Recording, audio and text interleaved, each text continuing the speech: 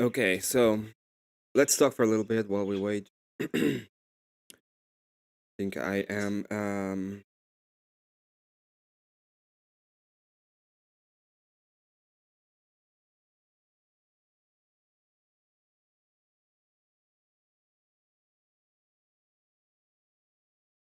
Uh, so let me say hello to everybody here. First off, thank you so much to Scott for being here. Good to see you, Abe. Good to see you, W Radio. Good to see Mr. Panga Weeble with the heresy. Abe Dingus once again. Shadow King, good to see you. John Bird, Miss Cat, and welcome, Curly Biscuit. Today, debate is going to be about witchcraft. I have a lot of ideas of where she might be going. I have not necessarily gone on the basic. It's very simple the way that I will propose it. But usually, what I think they mean is gonna be good. I am working on a little Seraphim list of things. Yesterday, I run out of super glue, so can't work on that for the moment. But I'm gonna be making a video out of that. I think. Mostly of the painting more than because I didn't build them, so I didn't convert them. But I am building them terrain in the bottom so they can do it. Which is all called ladies to vote Democrat. Yes, but there's a little bit of an underlying thing as well. Not only that they're all them vote Democrat, and have cats. Bandit, good to see you. Let's fucking go. Yeah, we are waiting in the back, so I'm just looking at it.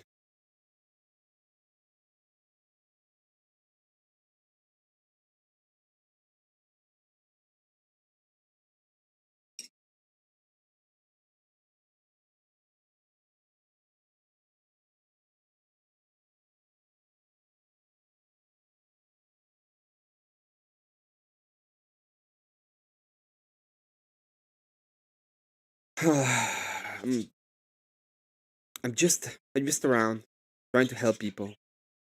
Cool stuff. Good stuff, brother. Good stuff. Um, get rid of that one. I got breadsticks on the way. Pizza and breadsticks. Oh yeah, happy Juneteenth. You know, the month of the promise never stop.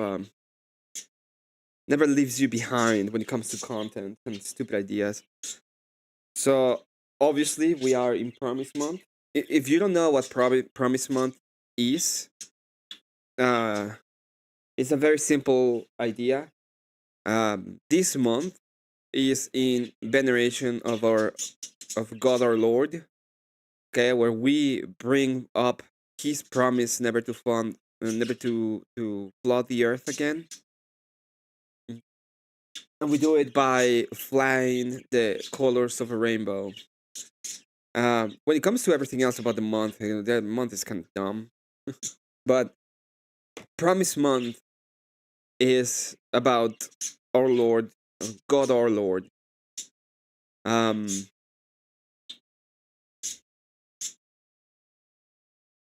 so Juneteenth is unfortunately part of a coalition of people that really hate Promise Month. They are the letter people. The L, the G's, the B's, the T's, the N words, the M's. England had to pay reparations to the corporations that lost money by freeing their. They made their last pay. Are you serious? Well, it is what it is. You pay your dues.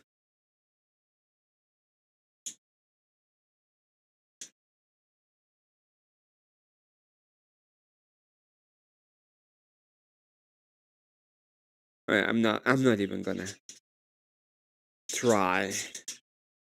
I'm not even gonna try to help. I'm basic shit. I'm done. Who is gonna be the one that's gonna be moderating? The moderator in this case is gonna be Miss Daria. I had a little bit of a spat yesterday with Daria when it came to the law, and it showed that she is in fact a great litigator, by the way. It was very funny because we started talking like my client, and we were just doing a like a mock little debate upon evidence in a trial specifically. One person was trying to add evidence that I think is relevant, which was in this case her. She was doing devil's advocate, I think, and I was trying to present the arguments as to why the evidence shouldn't be allowed, as it is in fact not relevant to the case.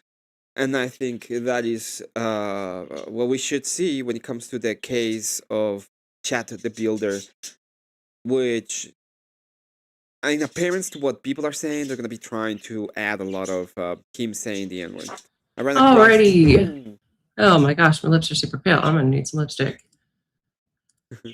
Hello. So sorry that we're starting a bit later. Work kept me late with a motion for court, and I like rushed home and I was sweaty, so I had to have a shower. Witchy, can you hear me? Emmett? You're both muted. I can hear you fine. Can you hear me? Okay. Right. Yeah, you're good. Witchy, sound test? I hear you both fine. Okay. So I'm just gonna go over the rules quickly, and just some like, plan of attack game stuff.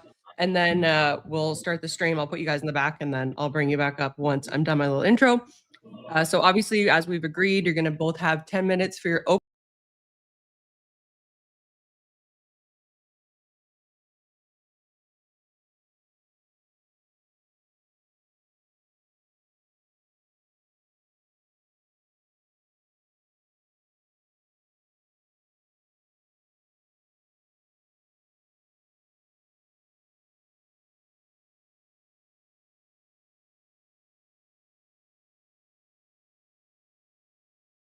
Hmm?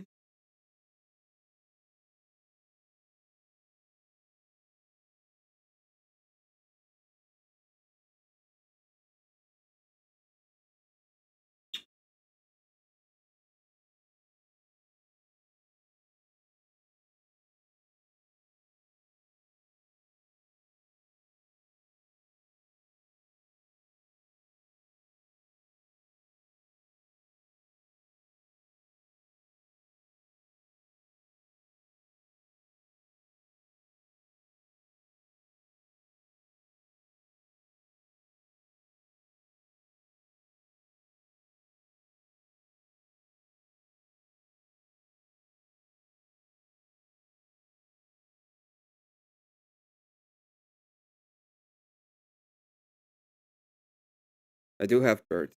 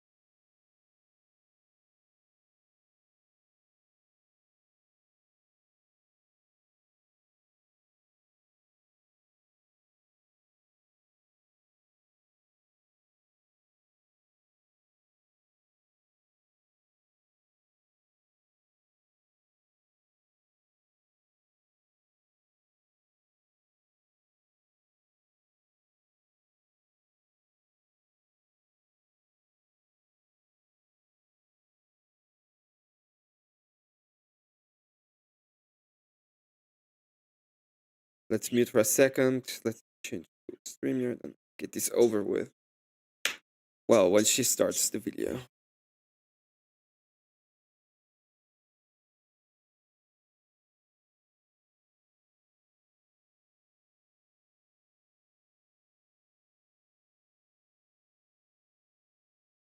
And Emmett is on the negative. He will be debating that against Witchy. So without further ado, I'm going to bring up the debaters now, and we'll get right started.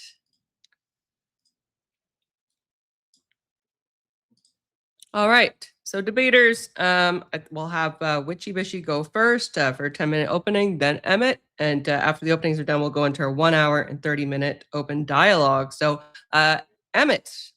Witchy, whenever you're ready, please start speaking and I will start your timer.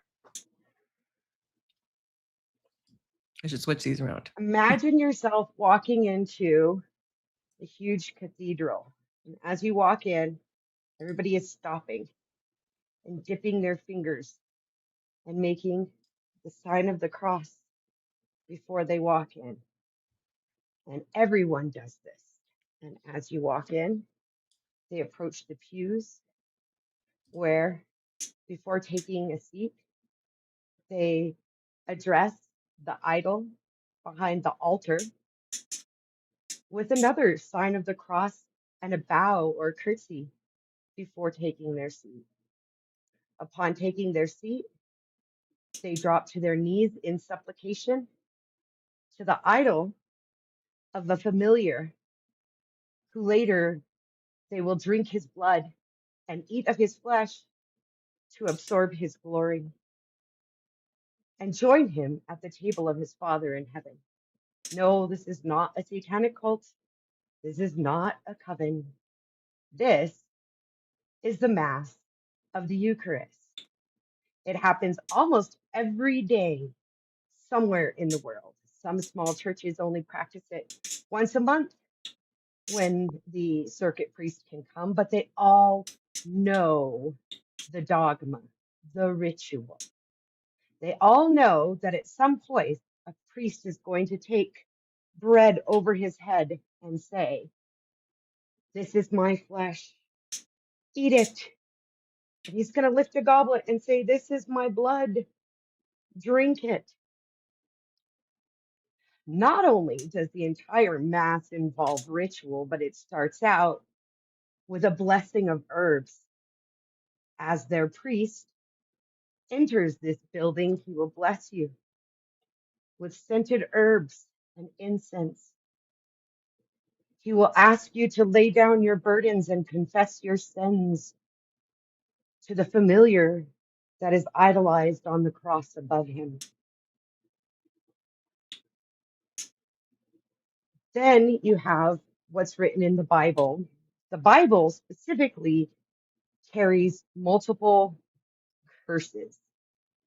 I throw out a number, I think it's right around a dozen actual curses, and then you bring in the plagues and a few other places. So roughly, let's say under 20, but more than a dozen curses that the Lord God places upon people. I contend that this is one example of how the church, rather than condemning the craft of magic and witchcraft, actually tries to take a monopoly on it, the way the state does on force. In the Bible, you will also find the word miracle quite a bit. And if you read through the scriptures that contain the miracles, these are magics performed. In one, he turns a whip into a snake. Another is bread becoming multiplied, and fishes becoming multiplied, and water to wine. All of these things reek of magic and the craft. There's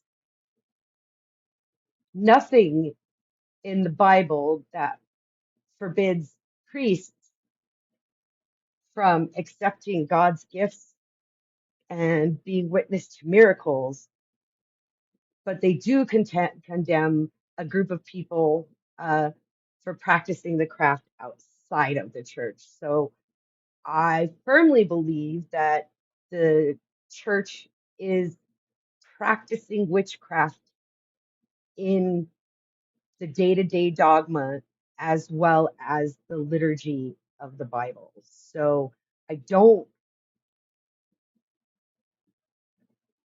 I don't think that there was ever an intention to stop magic through the church. It was always to usurp it and call it their own.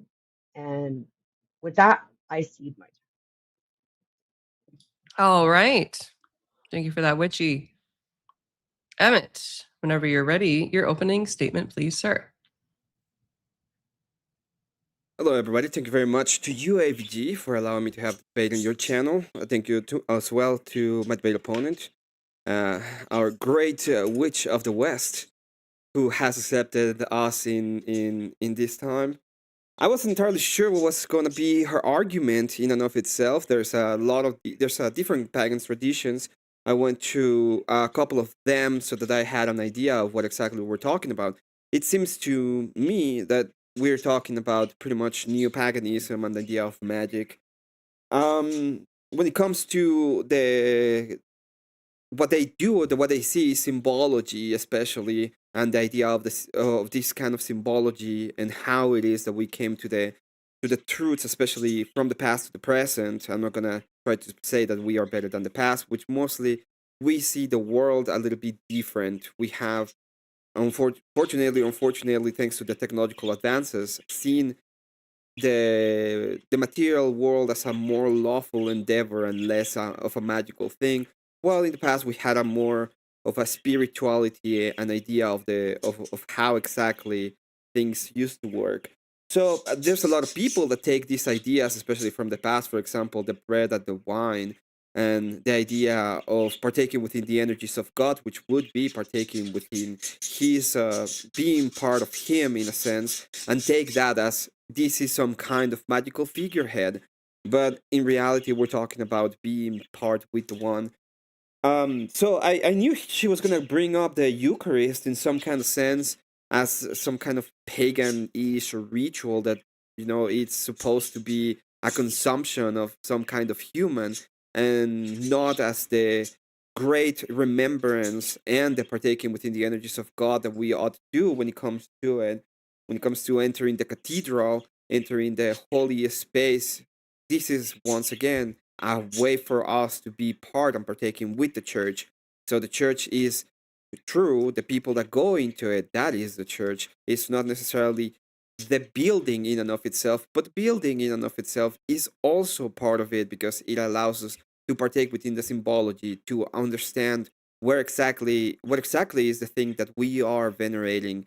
Okay, the icons in and of itself, for example, we're not saying the icon is God, but we have a veneration for them because there is a remembrance of the person who is considered to be a saint, or well, not consider who is a saint, or in and of itself Jesus Christ, and we are having this kind of remembrance, this kind of idea behind it, which we are partaking within the community. I'm not entirely sure which were the curses. That was interesting. I would love to know about these dozen curses because I I really would like to understand them in a sense. Now there is also a conflation between miracles and magic as well. Miracles, when it comes to God, He has the capacity to do anything He wants. That is the thing that He can do because He is God, right? So when He has, you know, in the way that the world is created and done in accordance to His will, He has humbled Himself so that we can understand Him and know Him through a miracle. That would be something that has to be celebrated and venerated for Him because He is God.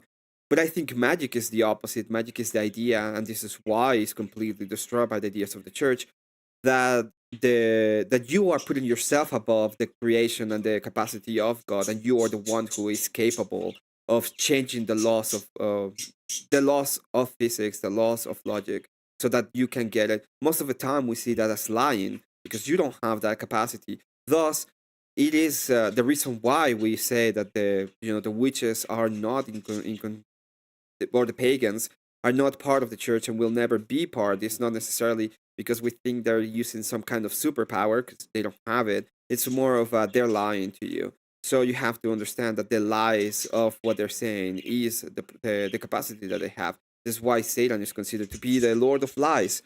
Now, as you say, I want to go into this. It's really interesting, especially when it comes to some of the ideas like the liturgy of the Bible. I never heard of that, and I think it's very interesting that you mentioned it. And I would like to have some of these clarifications. So, without further ado, I thank once again both of you, and I see the rest of my time. Thank you, Emmett. All right, so now we are at the open portion of the debate, open dialogue. That's for, again, it's for an hour and 30 minutes. But of course, if you guys reach a point where you don't think that anything else needs to be discussed, let me know. I will start that as soon as somebody starts speaking. This is your time to ask your opponent your questions. Is it okay with you, Witchy, if we could start with the curses? You're muted, by the way. Of course I am. Is my volume better, by the way? I turned it up in the back. Okay, I also went and I've turned on the background noise thing, so hopefully I can share this screen. I am not the best at tech, so let's see.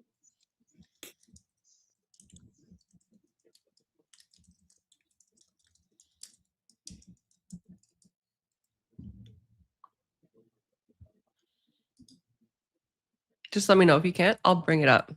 I'm just going to pause the 1 hour and 30 minutes because it should be there. Yeah. Okay.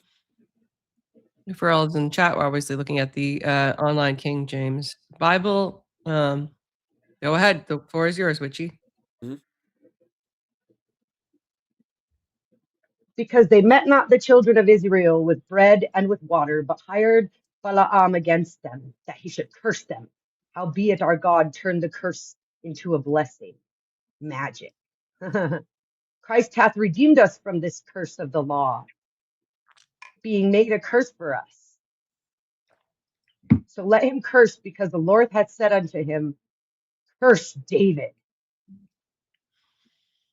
Curse ye, Miraz, said the angel of the Lord. Curse ye bitterly the inhabitants thereof, because they came not to the help of the Lord, to the help of the Lord against the mighty.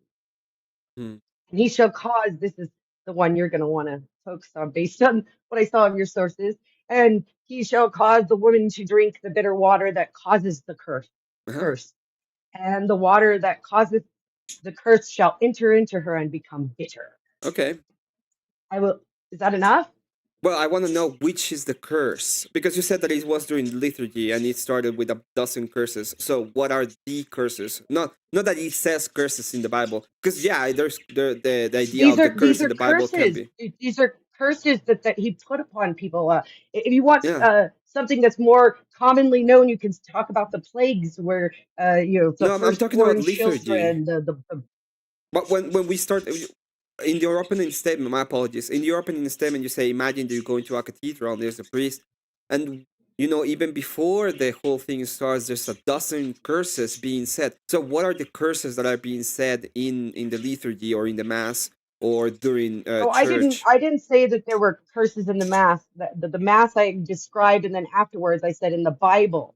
Oh, in the Bible. The liturgy of the saints in the Bible is full of curses that God placed upon humans, the enemies of his people, over and There is over and over again.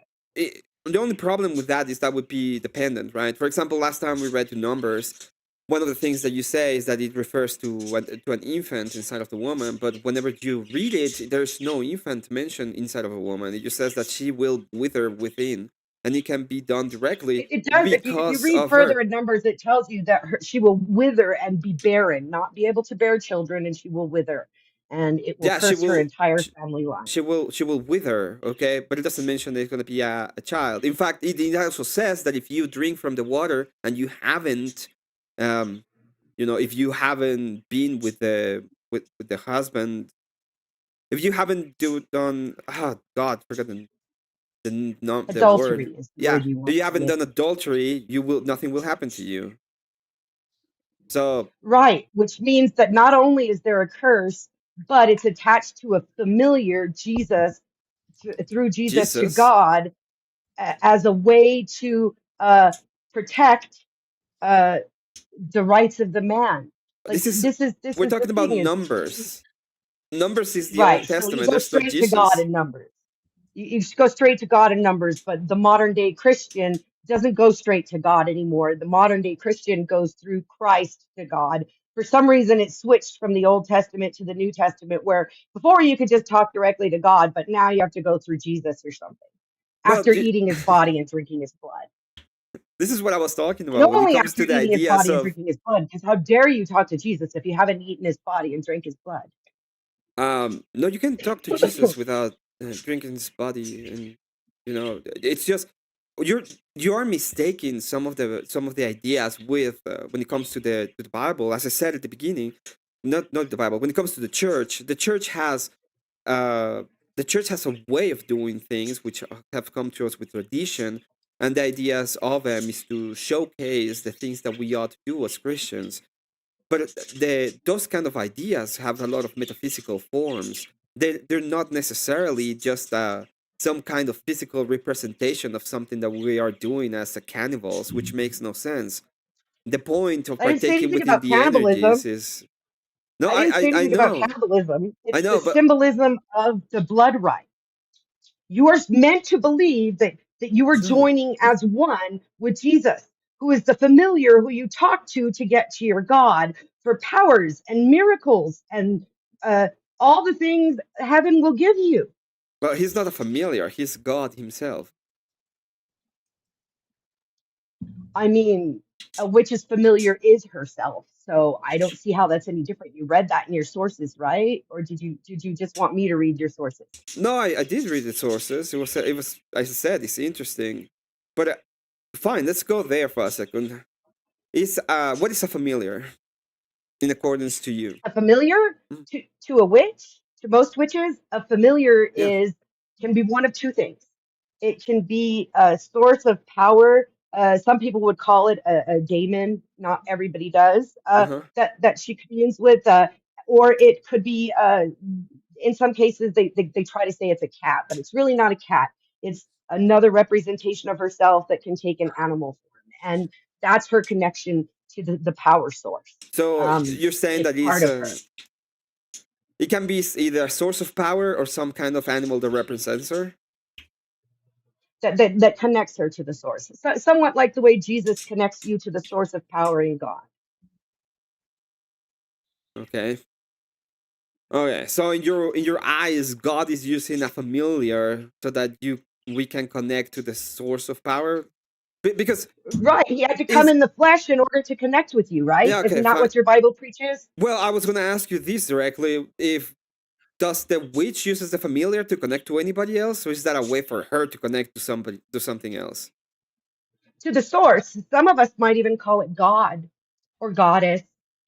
I Yeah, but prefer but just it's the source it's because I directed don't to like him, right? change. Like the witch is using that to connect to something greater.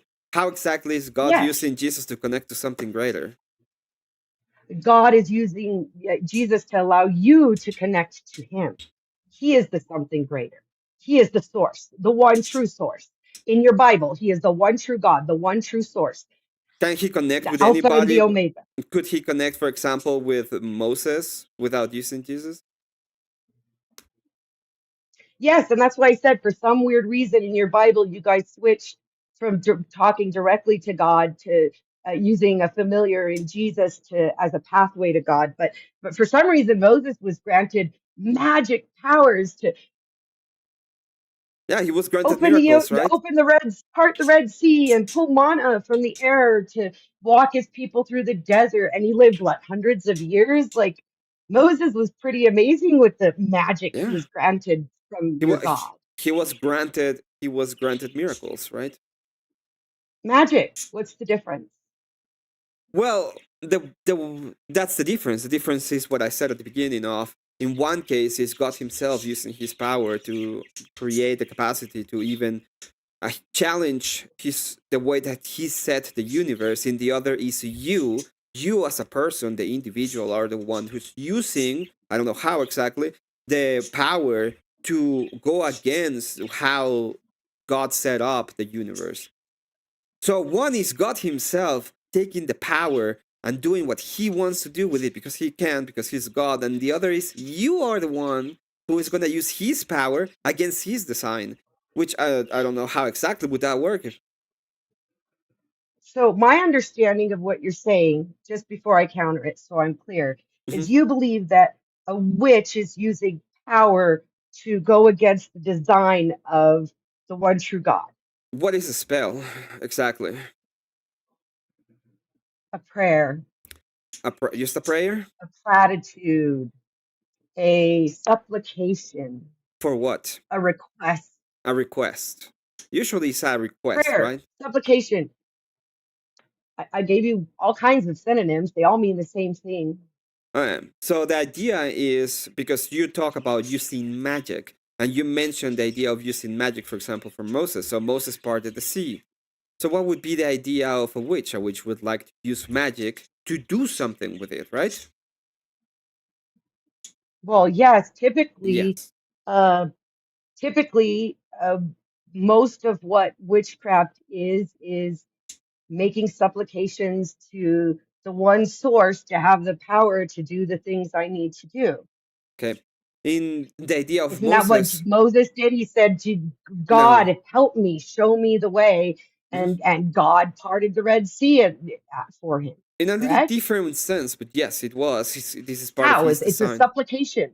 It's Well, a the difference supplication. is Can you prove to me that your God isn't the same one source that I'm talking about? I think God is the And one I true connect source, with but I and don't help think you have me. access to You it see what I mean? without the idea of the church, right? So that would be the difference. But before we move to that, when you're talking about Moses, and I will answer both. When it comes to Moses, Moses had a revelation. God himself revealed to him. He said, "I am who I am," and then he did all the things in accordance to his plan. Moses was being used by God to do what he ought to do, so that we can have his revelation in the world. That is him doing accordance to his plan. If Moses, which he did, okay, he went against God at some point. What did God do? He went on and said, "You will never see the promised land because you went against my design." That is exactly the way that he would do it because he has the authority to act. When it comes to me, how is how do I know that it's not the one true source? Well, God has specific designs on how he wants him to be worshipped. What is the things that what are his promises directly? And he has made the revelation available for everybody. So if you are going against his revelation and against what he has decided to ask of you, for example, go to liturgy, for example, be part of the Orthodox Church. If you go against those kind of things, then at one point or another, you are the one who is trying to usurp his source of power to create some kind of thing that you don't have any authority over. Thus, that's what I was talking about in the opening statement. Once we What see makes you so sure that's not his plan also? I mean, you believe your God is omnipotent and omniscient and all the omnis, right? So if omnipotent, your God is all of omnipresent, those things, how do you know that omnipotent. whatever power I actually do gain access to isn't only the power he gives me because my will aligns with his will in that moment? Because you have something that is in accordance to his design, where you have this thing called free will. That is his design that you have it. Okay, and the point is, Right, but once I get the power, how uh do you know that he's only letting me have access to what power I need to do the parts of what is my will that falls in line with his? Like, well, you you don't have really the think that power. an all-powerful God is going to allow me to have access to his very own power Yeah, in a no, way that would go against his design, or would it have to be part of his design? I'm saying you don't have the power. You're lying when you say you have the power. It's a lie. And that is the big part of the lie is you say that, and that's the reason why we are completely against witchcraft because you think you're full of lies. You come up with your divination, which is full of lies, and you come up with the idea of spells that will use the power of God, but you don't have access to it, so it's a lie. Divination is lies. What about the book of Yes. Revelation? That's divination. Seers wrote that. God has the power of revelation. In accordance to him, he can go And on if ahead and God give us gives the someone the ideas of power what of comes will revelation, come. who are you to question who God gives that power to? You don't have that power. Nobody else, but we think How the do you people know? in the I church don't have claim that to have the power power of divination, by the way. I am not a seer. I've never claimed to be. But how do you know that the women who are seers are not given that power by God? because they're What liars. gives you the authority to say that their power of divination isn't granted to them in the same way that the revelations were granted by God? Because the only way that you can have said power is if you humble yourself to God, and the only way to do that is through the church. If you don't, if you think that it's upon How do you yourself, know that they grow? if you think it's only through yourself, that is a lie. That is in fact the lies of lies. The idea of I have the power because it's through me would be a lie. Because you are not God, you're not So, omnipotent. The only one who has the capacity of action in that sense is God Himself. so do you believe that wherever two or more gather in my name, I reside? What is my name mean? The name Yahweh, Jesus. Okay, Where two or more gather in my name, I reside. yeah, Where two that people are is gathered to speak of me, I am. There is my church. correct. That would That's be my. correct for the people who are following His name and who are in accordance to Him, Christians.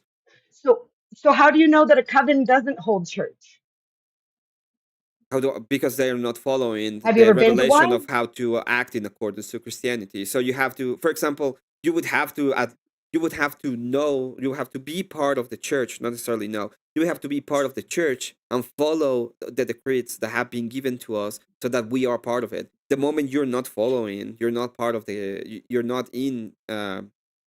not in communion with the church. That will be the moment you're not part of it. Who gets to judge that? In this case, it would be church authority. There's other, yeah, there will be church So authority. humans judge you, not God.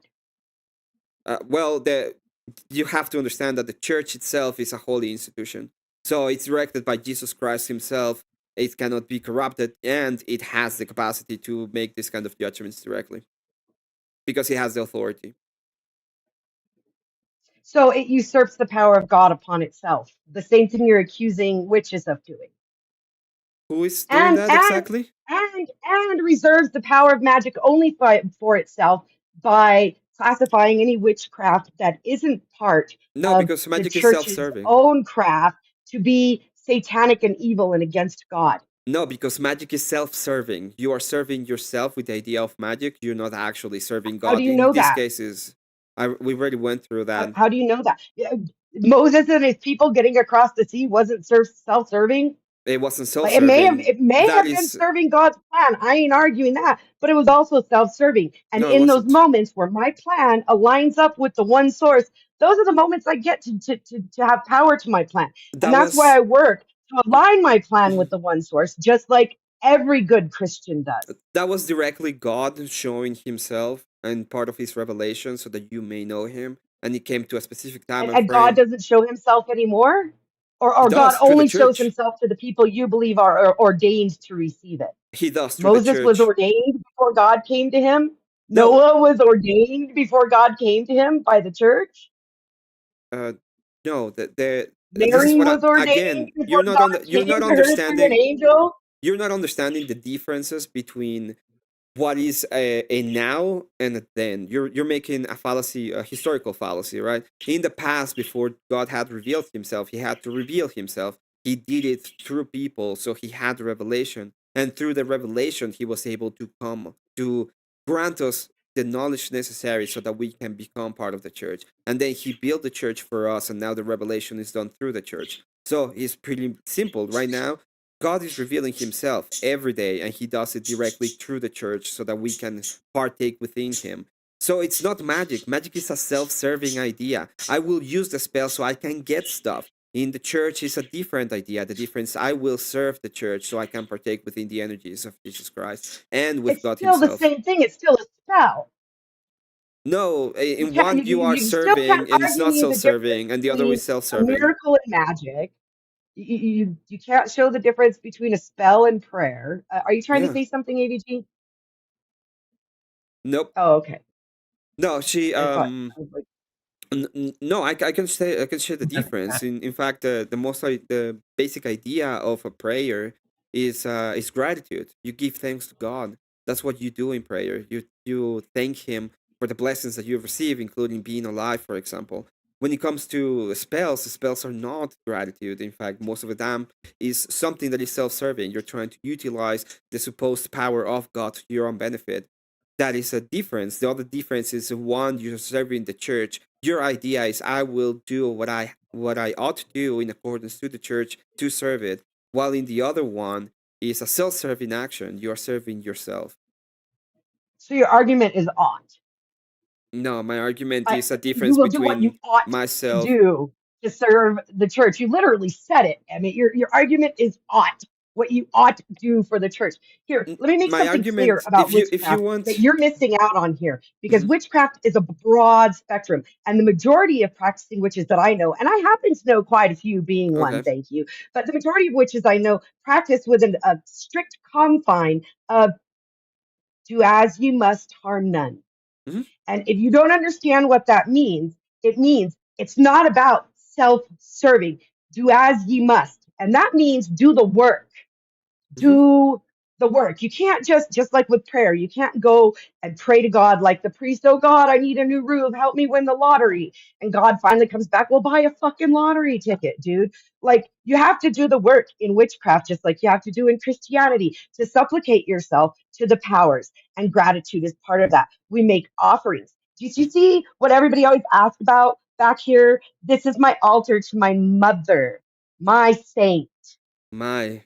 and it's beautiful and it has offerings and it Mhm. means something and it requires supplication and gratitude and sacrifice. We do know no different. The only difference is we in my point of view is we don't think we own a monopoly on this connection. We believe every spirit is connected fully. All they have to do is choose to look at it. And if you want to look at it through the lens of Jesus, it doesn't matter. It's still the same source, it's still the same magic. The difference is I accept that I am here to be God's hand, as you would put it, and I do the work. I Yeah, have things set in front of me to do as opposed to following my own will. Yeah, that's what it means, right? Is at the end of the day, it becomes an I thing. I am doing the work. I am doing the thing. I got the connection. I am making all of this. I don't say I when it comes to me. The argument is not the ought. The argument is you are a self-serving idea of you have a self-serving idea of what God connection or what the God connection to God is, while the church has a different complete idea. Okay, the church is the connection. We have one road. We have one path. We have to follow said path to have any kind of connection. It is not upon me, it's upon the church. I humble myself to the church so that I can have said connection. It's not about me. I'm not gonna get, in fact, I will say, whenever I talk to people, a lot of the time, I tell them, if you go to church and you become part of it, that your life is not going to become easier. It's not going to be the thing that's going to make it better in the grand scheme of things. It might be that it's going to be harder for you, but you do it because that is the correct path so that you can take it and you can actually partake with the energies. And at the end of the day, follow and find the fruits of the spirit.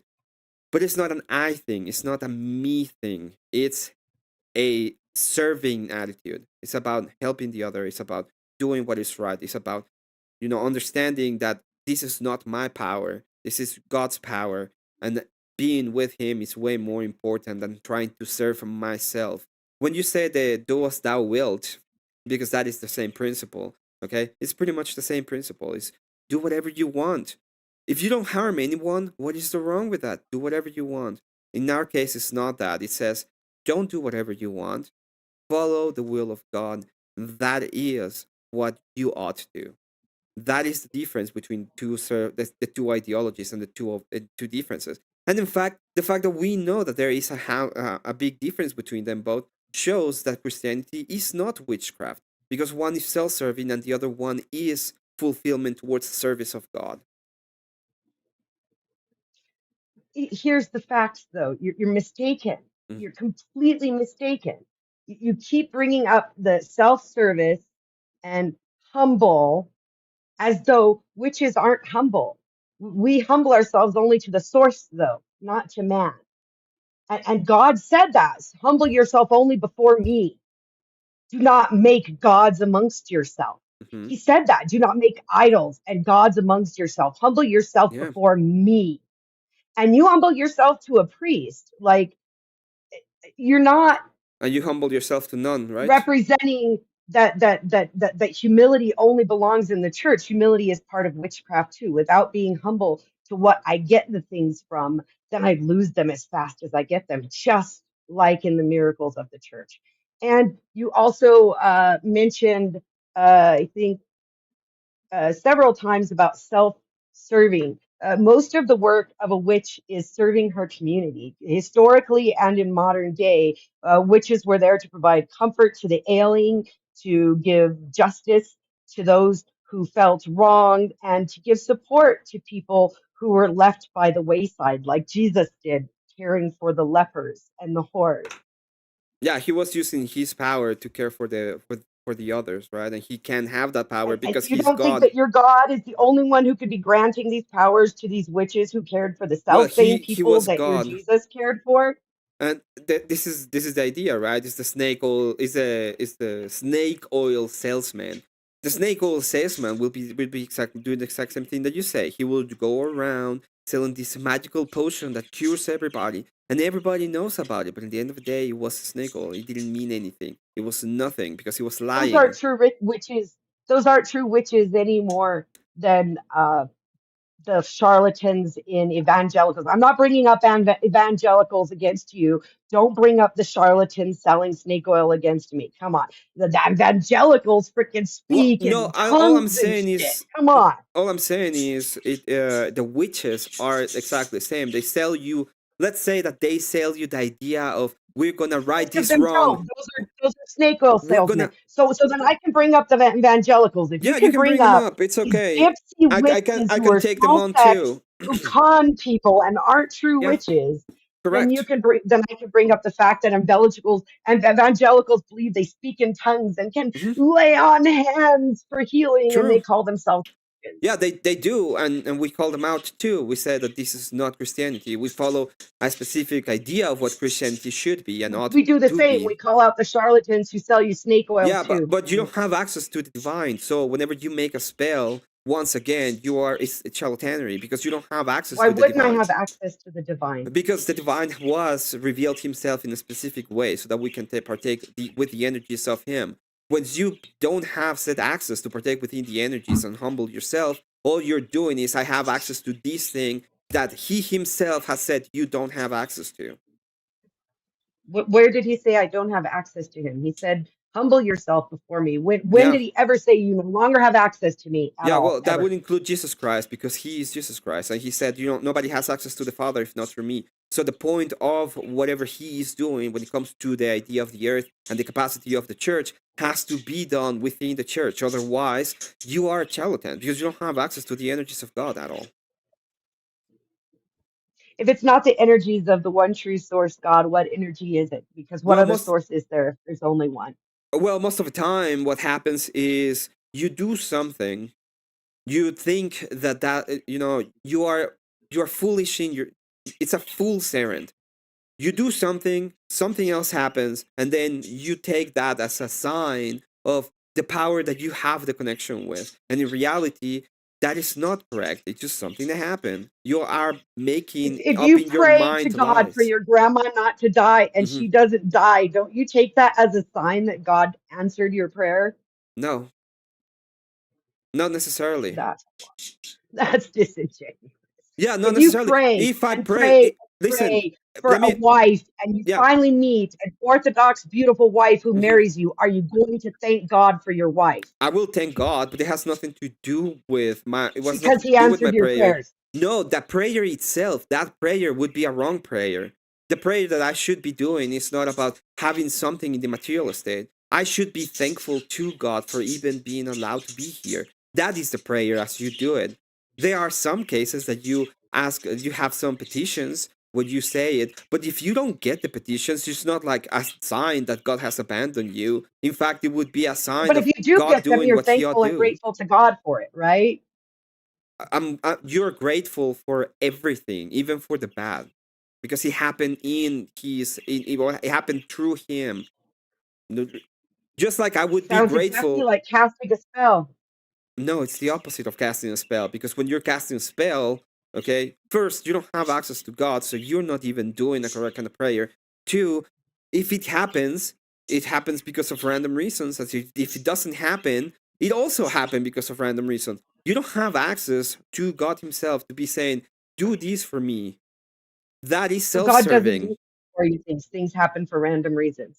In your That's your case, idea of yes. When it comes Christianity. to partaking within the energies So of I'm talking about God, that would Christianity. be, In Christianity, if yeah, we don't you do it that humble way. yourself and supplicate and petition to God for something that is within his plan and he gives it to you, do you show gratitude? No, you don't. You don't pray for that. You don't pray for things in Christianity. You pray to God so that He can give you, well, okay, so that So He the can priest heal doesn't you. pray for the sick.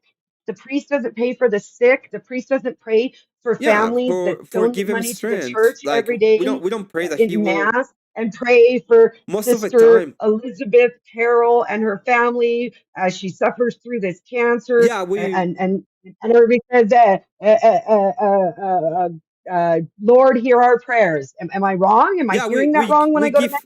we would give thanks to Him in that regard, and then what we would do when it comes to thinking But you of ask someone him sick, Lord, to watch give him, over my sick and ailing yeah, parishioner, Lord. so that He That's a can give them petition. strength, so that He can, His Yeah. plan is His plan, and He will So do you're what He will do. petitioning him.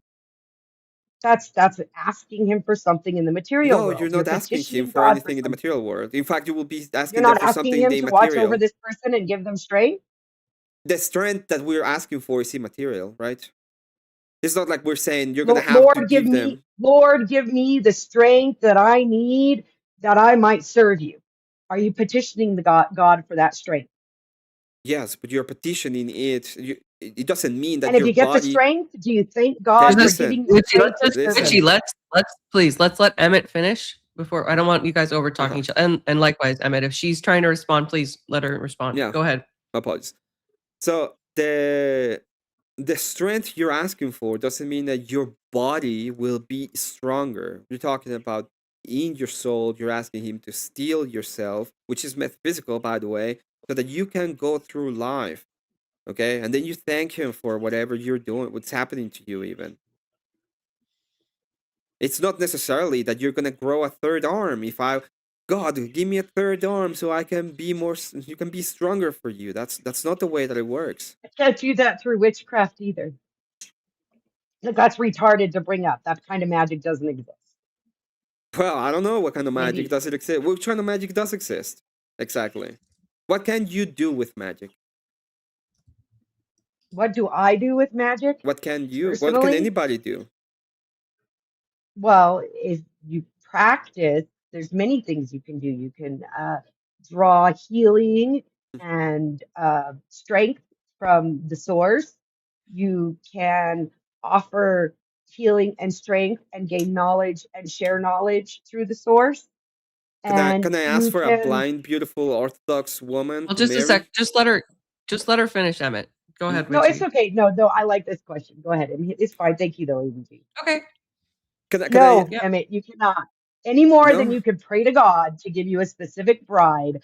But what you can do is create a ritual every night where you practice supplication and humility to become open and prepared to accept the kind of wife that the source or husband that the source wants to bring into your life. And it's the same thing you do in Christianity. You can encourage women to learn to humble themselves before their husbands, and you can encourage men to learn to humble themselves before their wives as though they would their Lord in order to grow closer to the source. The thing is, this idea of fucking Wicked Witch of the West and Disney Witch never existed, never could. If those witches existed during the witch trials and they tried to drown or burn them, they would have destroyed villages before they got drowned or burned. Let's just get real. And there's no stories of that, only of women getting burned and drowned. So let's Well, be real.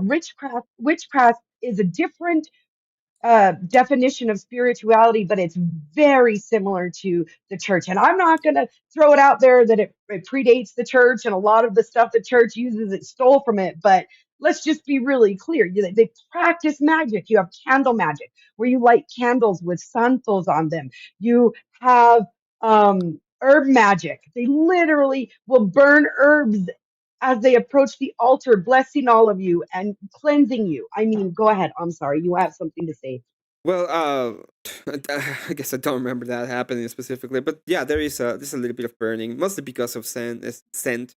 Well, it's like a very interesting way, and it was sent directly through the liturgy, so that we can have him being in adoration as he wants to be adored, kind of thing.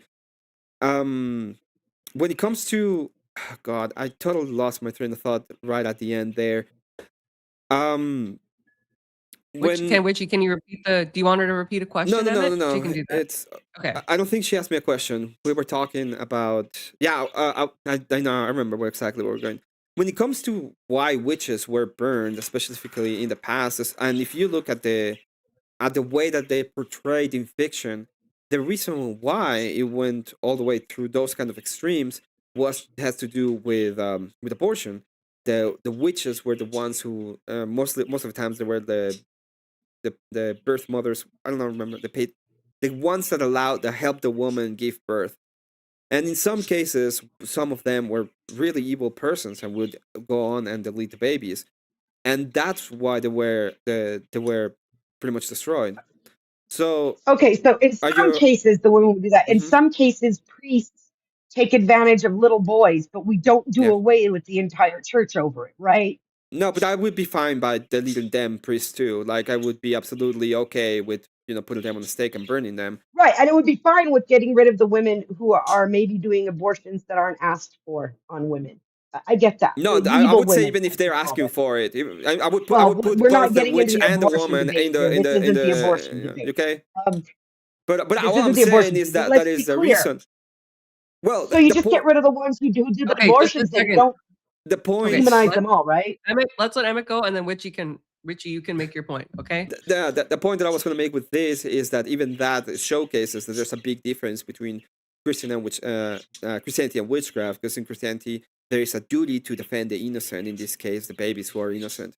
When it comes to witchcraft, they have a self-serving ideation in which the woman is the one that decides whether or not this baby is should or not or shouldn't exist. Thus, once again, we're very fine, and we're looking at complete difference in the even in the ethical framework of what witchcraft and Christianity have. Witchy, please go ahead. So you made a statement, Emmett, Hmm. that um, some of these witchy women who were midwives would Midwives. perform abortion. So why not just get rid of those ones that would perform the abortions and not demonize the entire group? Whereas, like in the church, we don't demonize all priests because some of them have proven to cause harm to their young parishioners. Well, the reason why is because in one is the ethical framework showcases that these priests are wrong and they're acting against the ideas of Christianity, and they should be punished to the extent of the law when it comes to the law itself, right? When it comes to the layman idea of the church, they should be punished, and when it comes to the canonical idea of the church, they should be called heretics and should be thrown away from the church. When it comes to witchcraft, they don't have these kind of ideations. In fact, when you say those a will as don't you harm and no other, in the sense of the harming, you're seeing the woman as the one that is being harmed by the baby. Thus the unaliving would be perfectly understandable. So you're trying to take this back to the abortion debate. Let me make it perfectly clear with Hmm. you that Wicca's not all of witchcraft. The do as you will, first harm none, but I will accept that. However, a true witch following her craft wouldn't perform an abortion if she believed in do as you will, harm none. She just wouldn't. So, what you're talking about is just like you have in your Christianity some fucked up cults, Hmm. like the fundamentalist Mormons or the fucking, what do they call themselves?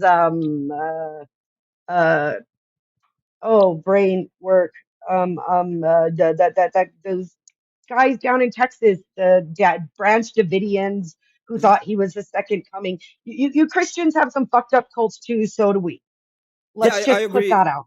I agree. The difference So is in general, a true witch, unless it was saving the wife of a mother who has five other children to raise, would not even consider taking the life of a Mhm. baby. She would help the person find options of placing a child up for adoption or getting help into the home. That would be the more goal of a midwife type witch. So the issue you're talking about here is you're picking out tiny little sects and saying that, well, those guys are evil, so it's not like Christianity. What I'm telling you is the practices, the dogma are the yeah. same.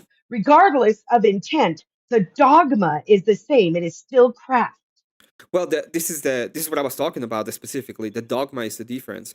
In the dogma of the Christian ethos, we actually understand those, for example, the Mormons to be heretical directly because of their belief contradicts the idea of the church. One of the main ethos, for example, within Mormon, because I live in Utah, so I know them, is that the churches has been corrupted. That will be a heresy directly. That will be a direct heresy and a contradiction to the Bible, where Jesus Christ Himself says that the church cannot be corrupted. Thus, that is one of the big difference. But when it comes to witchcraft, in fact, in paganism is so self-serving that it's very open. So what you're doing right now is a not Scotsman fallacy. Oh, these are not actual witches. Those are the bad witches. But in reality, we don't. When it comes to the dogmatism of it, what is it? The true core of the belief system.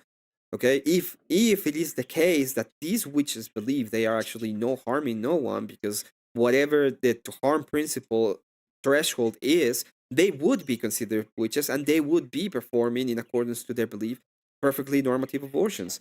That is the difference. Okay, in the way that we look at the world, in when it comes to the dogmatism, how is it that you are Christian? How is it that you partake with the energies? How is it?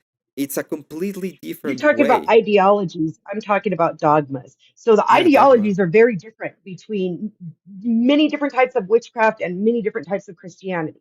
Okay, In and each type of Christianity and each type of witchcraft, the ideology is different, especially when it comes to things like abortion. However, mhm, I'm talking about dogma, the practices, the use of spell casting or prayer or supplication or petition, the use of candle magic, flame magic, the use of water magic, i.e., holy water, moon water, the use of uh, blood rites, which to me is black magic. But I mean, y'all think that's okay, like to consume the body and the blood, even if it's in symbolic way. To me, is why that's why I left the church. That's why, even though I was mhm. confirmed, I only took communion once, and I never did it again. Okay. It's not for me. Black No, magic isn't for me. yeah. Well, as I said, the difference is how is it that you are doing it, right? Because if you look at the reasons why you do it, even when it comes to the Christian idea, it comes from a tradition, a specific kind of tradition, and it is a specific kind of way in which you are breaking bread with God Himself, and you are partaking within the energies. You are not. The point is not to consume Him as if it was some kind of cannibalism. That's why I brought it up. I'm not saying you did. I brought it up. Okay, the point is to actually partake and be part of the grand scheme of the family, so that you That's can that's what be with blood him. rights are for, by the way. That's Blood rights literally are what blood for, rights are for, I to mean, connect you with the host, whoever gave the blood and the body.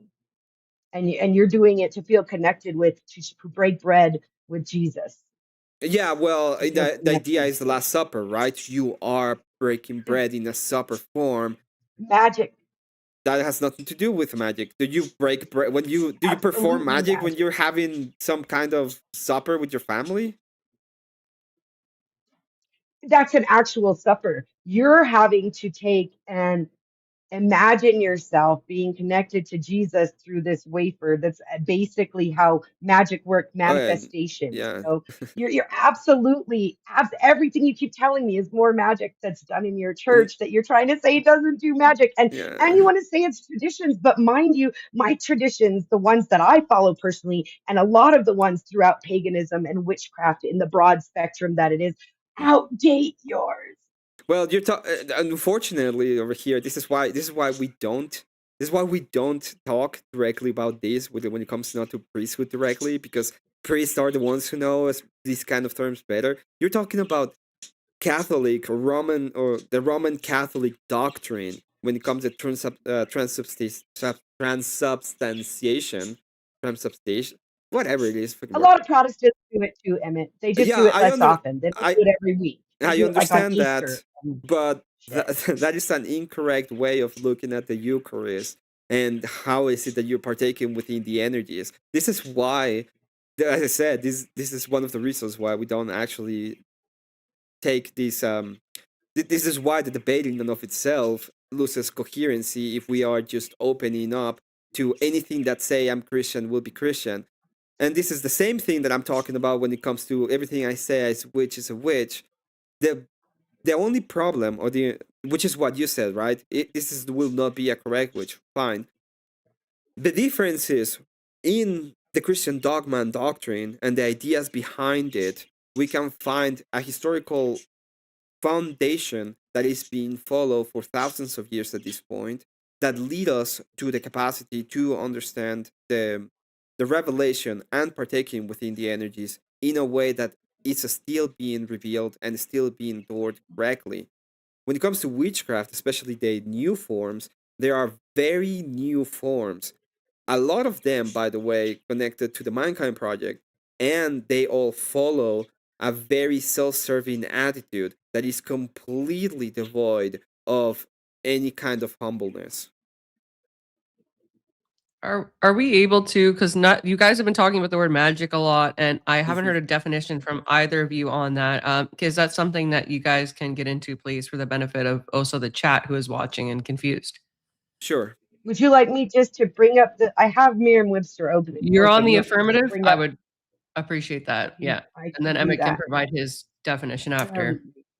Um, I already have spell pulled up, but let me pull up magic because I had spell and miracle ready. I didn't have magic ready, but give me a second. Are we using Thank you. the definition from the Merriam-Webster? Yeah, just because it's Okay. simplest, and then at least we're agreed on terms, right? Mhm. Let's see, go. Nobody has to agree, by the way, on another person's term. If you do, that's great, but you don't have to. If you want to provide your own definition, you're more than welcome to. Yeah, this is just basically You want me to pull it so up? the chat. I've almost got it. So let me know if you want me to, Witchy. Can you see it? I can. So everybody in chat, we're looking at Merriam-Webster dictionary online. Witchy, please present your source. So this is Merriam-Webster's definition of the word magic. The use of means such as charms or spells believed to have supernatural power over forces, magic rites, or incantations. Hmm? An extraordinary power or influence seemingly from a supernatural source. Something that seems to cast a spell, enchantment. The art of producing illusions by sleight of hand. I don't think we're really using that last one, but certainly, miracles are extraordinary power influence seemingly from a supernatural source, right? The miracles of the Bible and magic rites or incantations. They make an Yeah, incantation over the Eucharist as a rite or ritual, correct. right? Or am I? No, yes. So what you're mentioning is actually the use of power. So you are using supernatural forces to have a capacity over the natural force. And you're saying, well, it's the same thing that God does, except the fact that God has no God force or supernatural force He's not actually supernatural. It's part of his nature. He has the capacity to do that because he has the It's authority the of it. He can do whatever priest he wants. drawing down his power. His No, power no, is supernatural to the priest, and the priest, by doing the incantation, is drawing down the power of God to do his will and create the Eucharist. no. The Eucharist is not Yes, a he creation. literally This is the. says. I told you already. This is. We don't believe in transubstantiation. It has nothing to do with him creating something divine. The partaking of the energies is not it's a divine action, but it's not a creation of divine thing. Whose energy is it? No, okay, the You said partaking of the partaking of the energy. energies. Whose energy is it? Oh God, It's God's energy, I knew right? it's gonna happen. And who directed that energy into the cup, No, we're into not the talking chalice about the for you to energies drink? as what you're thinking about. You Energy, said you're partaking of the energy. That's what you just no. told me. Your The words. energy of Roll with God that. Okay. is we're using that word concept fallacy. Okay, sorry. So this is complicated metaphysics. Okay, I'm trying my best. The partaking of the energies when it comes to God is you have access to his essence in a way. You will be able to partake with his spirit. Okay, it's a Okay, how did you very get that access? Let's just let. Are you done, Emmett? no. So Okay, please finish. the way that you have access is thanks to the sacrifice of Jesus Christ and through the repentance of the sins and through the capacity that we have in liturgy to be closer to God. He has allows us by partaking within the Eucharist to share a time and space so that we can be in a very literal sense close to him. That is the idea of the partaking within the energies. It's not some kind of magic when it comes to this. It has to do with your spiritual well-being and the connection you have directly to God. He's not So then anyone making can do any it. kind of something. Yes, anyone can do it. You Anyone don't can need a become an priest. Orthodox Anyone Christian. can do it. No. Anyone can become an Orthodox Christian. Anyone can be baptized. Anyone can be adoring Jesus, adoring God in the correct way. And then, thanks to that connection that you have in the church, be closer to Him. So if you're given this connection through Jesus Christ, yes, right? The sacrifice of Jesus Christ is what gives you this connection, correct? Through the remission of the sins, yes. Then what is the priest there for? The priest is there to do the liturgy, to help you through to perform the ritual. Well, no, we're adoring. It's the adoration. You are So the adoring. priest performs the adoration. Yes. And you aren't good enough to perform that adoration on your own. Okay. A priest must perform the adoration in order for you to have that connection to God, correct? Yes, that is correct. So you literally have a familiar between you and Jesus, and then Jesus between you and God in your supplication. You don't have familiar. You have a way to have the connection in accordance to what God wanted. How do you know how God wants to be adored? How do you know what kind of connection God's wants out of you? Because he told us very clearly in his own words. Where? The Old Testament. The Old Testament. Okay, and who are the ones who have the tradition and who have continued to do the correct form of adoration for thousands of years at this point? Every human being that is born under Adam and Eve as the children of God. The children? How do you know it's the children? In which part of of your revelation, especially in the Old Testament, does it say that the children of Adam and Eve are the children of God? The Genesis has the begats.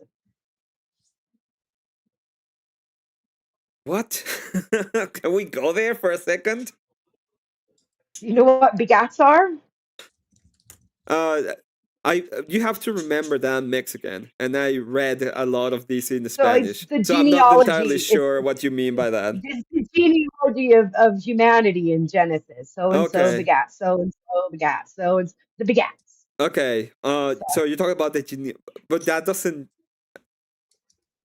tell me, To or that prove that doesn't we're all show it. descended from Adam and Eve. Like, Yeah, otherwise creation isn't real. but Adam was created. No, he was not Yes, begotten. by God. Yeah, but that Right, but doesn't we make you a are child. really. Yes. Oh, I think it says some suffer the children for they are my children. I can't remember the You exact have a quote. source you'd like to bring up, Witchy?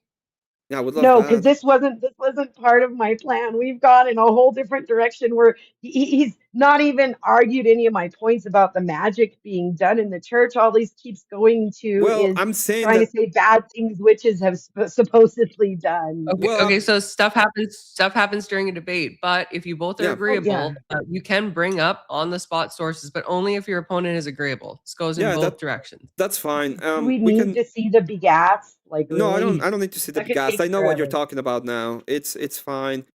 If you wanted me to contend with the idea of the spells or magic in the church, fine. I can do that. There is there's no spells being done directly in when it comes to that. I told you already. We give adoration, we give thanks.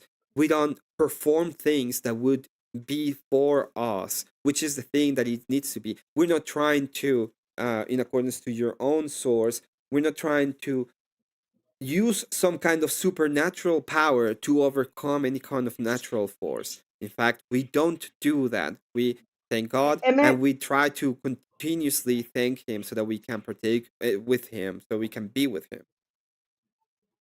gratitude isn't unique to Christianity. Gratitude is very strong in witchcraft too. But to get back to the point of Uh huh. when you say that you don't do spells, No, you don't do prayer, you only give thanks and show gratitude and be humble. that is Have you prayer. ever gone into a Catholic church and any kind of church actually, because a lot of the Protestants do this too, and lit a candle for somebody? Yes. What do Okay, you what do mean? you both define as a spell? What do you both define as a prayer? Since you're arguing about it, I think it's time for another definition explanation, if you don't Okay. mind. I agree with his idea, with her idea of the spell. It has I will use the first one, the use of means, or any kind of idea or any kind of means to have supernatural power over natural force. We can agree with that. When it comes to prayer, let me go through it real quick. That was magic, not spell. Oh, here's spell instead. Oh, I think Emmett, are you going to application. present first? Who's presenting? Well, he's Okay. got it. I got it too. Yeah, I got it. Okay. We can go here. We're using Merriam-Webster. We both agree to Merriam-Webster. And address such a petition to God or God in word or thought. To the words used in prayer, earnest request or wish.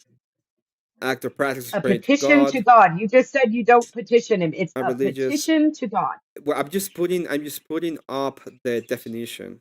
A religious service consists chiefly of prayers, often used in plural. Something prayer, the wishful, and a slight chance. So this is unfortunately this is not in accordance to what we consider to be prayer. I will define it. If you disagree with it, it's fine. Prayer would be to give thanks to God and to entreat or to ask Him for the strength that you need so that you can serve Him. Entreat, petition. Okay, so we're going to agree that you entreat God. We're just not going to agree what for, right? Yeah. Okay, so let me show you the definition of a spell real quick Mm-hmm. so that you can see why I say, I mean, they're basically synonyms. Percent, screen, spell. Okay. A spoken word or form of words held to have magic power, a state of enchantment, a strong, compelling influence, or attraction. So your prayer is a spoken word or form of words asking for magic power from God. Well, that is the difference, right? Because when we defined magic is to use something supernatural to have power over the natural world, and we're Right. not God is asking. supernatural, isn't he? Uh, He's supernatural to you. yes, that's correct.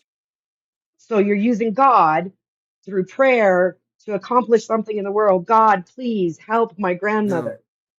It's a prayer of That is the difference of what I was talking about, right? In the way that we look at things is we thank him and we may entreat or we may ask for, so that our soul can sustain the problems of this world. We're not asking him to change or to overcome the nature. It's the opposite. We're asking him to allow us to be um, to go through these challenges so that we can actually do what is right and at the end of the day be with him, which would be the idea of heaven. So you pray to him Mhm. in supplication and humility and petition to be one day to be allowed to serve him, given the strength to serve him, and to one day join him through service. Yes.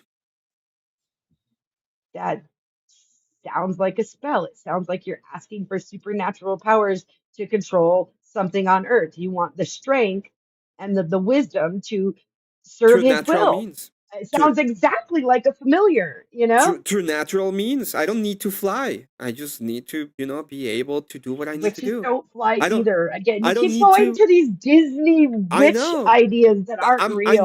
know. Okay, it's like this. I'm not Have you ever seen asking. somebody flying on a broom, Emmett? Because I Yes, haven't. I The would love to symbol of the see. broom was given to the witches.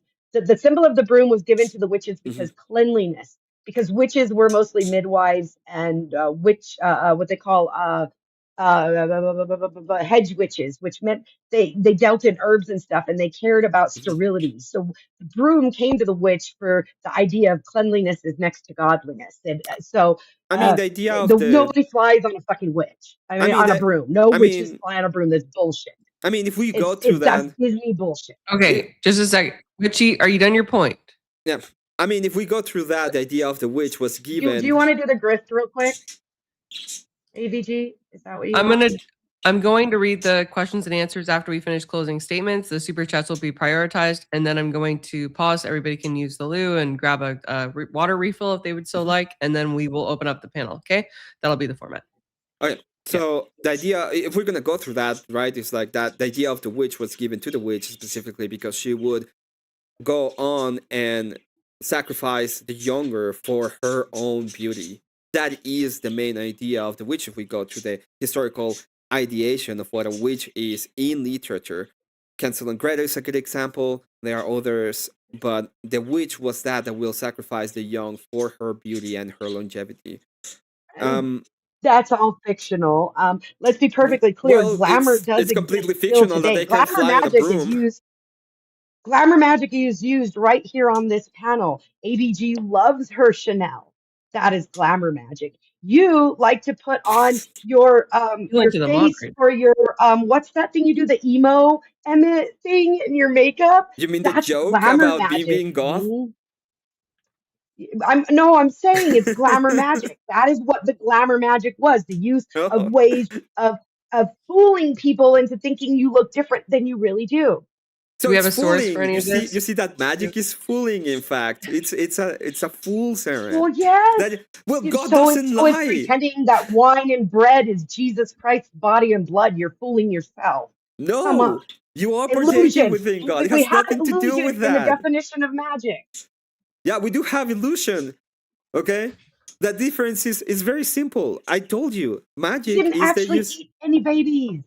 Eating babies would never make Right. you look younger. Let's let him finish. Go ahead, Emmett. Finish your point. That's not the idea. I will explain that in a moment. But let me go through the other part first. Magic would be the use of lies. That's what I said. You are lying. You are portraying something that is untrue. That is magic in and of itself because you don't have access to any of the power. The only one who can use his power in any kind of supernatural way, if he wanted to, will be God himself. So when we are entreating ourselves, when we asking him, hey, give us the strength, hey, allows us, it's not about we are going to have something supernatural change the way of our lives. In fact, we don't.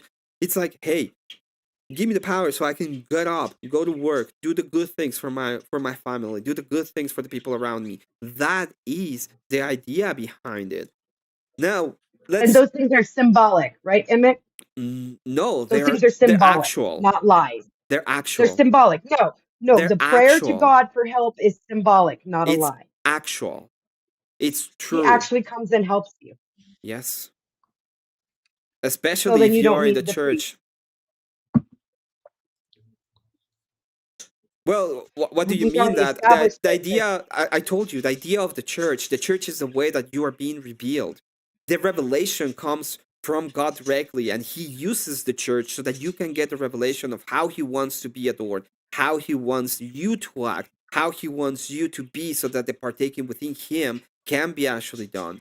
That is the So revelation. magic is okay as long as you allow that the Magic. church has let me put magic is okay. Miracles and supplications for healing, all of that is magic. It's the same things that we No, it do. It's isn't, because exactly it's the same, and true. it's okay so long as it's done within the confines of the church because the church has a monopoly on it. It's not no, because this is not an illusion. This is The actuality. church This has is a the monopoly truth. on the connection to God. That's the difference you're saying. So witches are True. lying about having connection to the one true Yes. source, whereas the church is telling the truth. Yeah, because we have a So it's a road. subjective difference and Yes, not an because we have objective a no. It's an objective one because one. there You is a said yes. revelation. There's a debate. It's a subjective It's difference, an not an objective objective one. one. Okay, the object of how he wants to be, the object of who and how he wants to be adored is God. He has made a revelation. He has decided how he wants it done, Right. and you are the And ones the who are only people who subjectively can tell you pretending. that is the church. Well, you are the one who are subjectively pretending that your idea is the correct one and not the one set up by God Himself so that you can partake with the energies. That is the difference. No. That is witchcraft. Witchcraft is the lie that you on your own can have this magical connection. And I'm saying, and I'm using not the magic definition, but the, colloquial sense of magic. You can have this magical connection to God that you can use His power in accordance to what you want, in accordance to your own way of praying, You instead just of said you humbling could. He yourself will and give being you the part energy of. if you pray for it. You You just said could. he would give you energy if you pray for it. That's your connection to God through the You would church. do it in accordance to what you ought to do it, so that you have actual connection Ought. and you get it. Again, ought. Yes, Your ought. whole argument is ought It is an ought, and yes. It's not a subjective. me There's no statement. objective difference between the magic of the church and the magic of witchcraft, other than you believe is one is ordained and one is not. Okay, put it this way. They're still both It's very magic. They're both simple. witchcraft. Because I think Okay. you're having a problem with the definition of ought, so I will define it for you. Ought is doing in accordance to what is good. Okay? When I say I ought to do it, it means I'm doing in accordance what is good is God to what God has revealed of Himself, so in accordance to Him, so that I can actually take and partake within Him. Otherwise, You know it's what a ought me. means? Wait, It's otherwise, subjective. Good otherwise, is subjective. otherwise, it's a me statement. I do as I wish as long as I don't hurt anybody, for example. Okay? And that way I have the final connection to God in accordance to what I want. That is the difference between Christianity and witchcraft. Witchcraft is a me endeavor. I have the power. Christianity is the opposite. Is you lowering yourself, humbling yourself to God so that you can partake and do what is right in accordance to Him. I can't draw power from the source if I'm not humbling myself to the source any more than you can from God. The difference is you humble yourself to the church, not to God. You just said yourself, nobody gets to have a direct relationship with God except for through the priests, because the church is God on earth, right? The church is a God institution. It's a godly institution set up by God directly, so that we can do as He commanded us to do, because He has revealed Himself. So when you're saying, "Oh, you don't have access to all of these because He has to do in accordance to," yes, He said it. He put it up. He imagine that He did all of this work.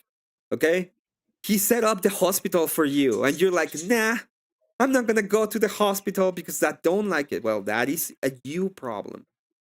It's not a him problem. He already told you how he wants it, how he wants to have the connection with you. If you deny that and then you say that you have a connection, then you are being So, P and not P. I deny I have a connection with God, but so I I have a can connection with God. continue. That's the direct contradiction. I could totally continue the craft that I do. Mm-hmm. Lighting candles, to the ancestors or the saints. Uh-huh. I could continue to use herbs for cleansing. I Mm-hmm. could continue to use holy water in my supplications. I could continue to supplicate myself before the source. All I'd have to do is change it to calling the source Jesus instead of the source, and I'd be practicing the same exact thing. No, you wouldn't, because that is not the way that you What would actually be different? practice.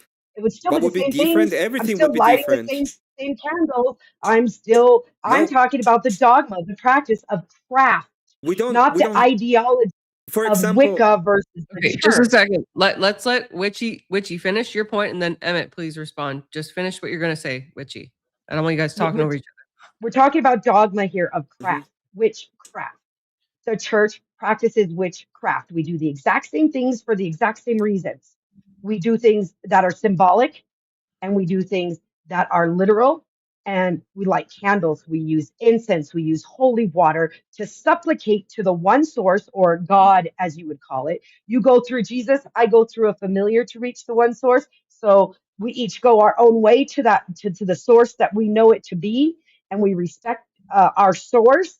And in order to gain that power, we have to be in alignment with the plan of that source. It's not our own plan. If I could just w- put my will out there, you'd see a bunch of witches flying around on brooms actually doing that and owning banks and being billionaires, but you don't.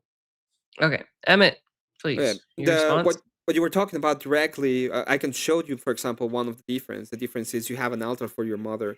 That is not the way that we do it when it comes to the adoration of Jesus Christ. We don't do altar. We honor our forefathers, right? We honor our mother or father, but we don't have adoration for them. That's not the way that it works. Even when we talk about the saints, when we ask the saints, it's like asking. It would be like me asking Daria to pray for me. The one that we are worshiping, the one that gets all of the glory is God directly. I'm not glorifying something that is not directly God. The idea of lighting up a candle and that means that is some kind of supernatural thing.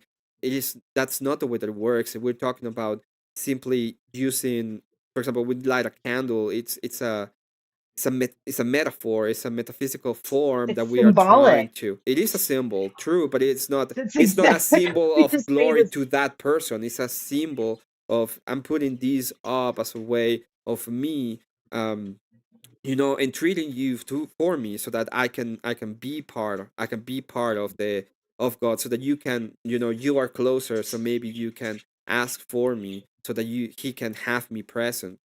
The difference once again is that I'm not doing this on my own. I'm not doing this for myself. I don't think I have a direct ideation magically put in my head that I can get to him. But in fact, I am using what he has set up in accordance to his own revelation, in accordance to who he is, so that I can have that kind of partake and I can have that kind of share energy with God himself. That is the big difference between one and the other. That's exactly what my craft is sharing the energy with the source and everyone else connected to the Yeah, but source. you It cannot has do it nothing if to you're do not. with the self. You, I talk about I as in what I practice, the dogma that I practice in order to have that connection. You practice dogma, I practice dogma. A lot of it is the same dogma. And that is what I'm getting at. The okay, fact of can the matter you? is, you said that your candles, let me finish. You said that I'm real quick here. You Mhm. said that your candles are symbolic. Ours are too. It's a way to focus our energy on what we believe is the best course of action. But it's always telling God. And here's the thing, the do as you will, first harm none, as you keep bringing up, isn't just about what we do in our lives. It's about when we supplicate, you do as your will be done to the familiar, the same way do your familiar, Jesus. Okay. This is what I need in order to serve your will be done. If this is your will, give me what I need to do it. It's the same thing, same thing. Well, we don't. Okay, we'll ask two questions, but I will respond to that real quick. Even if he doesn't give us what we need, in the sense, okay, we ask for something that we thought we need and we don't get it, we still have to give. We still ought to give glory to God and thank Him for what He has given us. For example, even if we lose everything, we still ought giving Him thanks for the life that we have at the moment. If it was, for example, Job. I don't know if you read the story of Job, but there's a moment when he loses everything and he is, having a hard time, and he still gives glory to God, even if it's for the breath he takes. So the question I want to ask you is, how can you partake within the energies of God if God doesn't want to have an energy partake the energies with you? I would think not. I would think that would be true in either of our faiths, that if I'm supplicating to a power or source and it's Hmm. not pleased with me, it's not going to give me the power that I need. So you call it God, I call it source. So we'll call it God for your sake. If you're supplicating to God on Hmm. on Sunday in church, and then Monday you go and commit the same sin that you confessed on Saturday, that God's not going to want to give you the energy to get through the work week either, right? I don't know that. Like I would think that I would suffer the consequences of my sin, which is a different kind of ideation, right? Right, but if you're It's not giving, like if you're going, it is not necessary that he will um in the way that I look at the church, he won't necessarily retreat from me, but he would probably put the consequences of my own actions. And then when I go back to my well, the priest source and doesn't say, retreat I either. did this, he will probably be like, well, we have to actually do something about that now that you are committing this kind of sin, and we will find a way to actually heal you and cure you. This is what I said, this is the hospital, because that is what the priest is for. The priest is for to guide you through things that you have big problems with, especially if it comes to scenes that are very prevalent in your life, and you have to deal with them. Covens work a lot like the priesthood, but to be more clear on what I'm asking you, because it doesn't seem like you understood what I was addressing. Hmm. So if you are doing the things that in a godly way and living a godly life and following the teachings, and you stray, it's not God pulling away from you, you're pulling away from God in this instance. Because That's I'm the same for me. If I'm not following the precepts of the source I believe, mhm, and I start to pull away from that, I feel it less because I'm pulling away from it. It doesn't pull away from me. I see God as the source or the source as God. So when you try and understand that having a relationship with your God is your own, mhm. even if you're going through the priest is just there to guide you to a relationship of your own with God, not to act as intermediary forever, right? Okay. Eventually, um you're going to have your own relationship with God, correct? Whatever church you follow.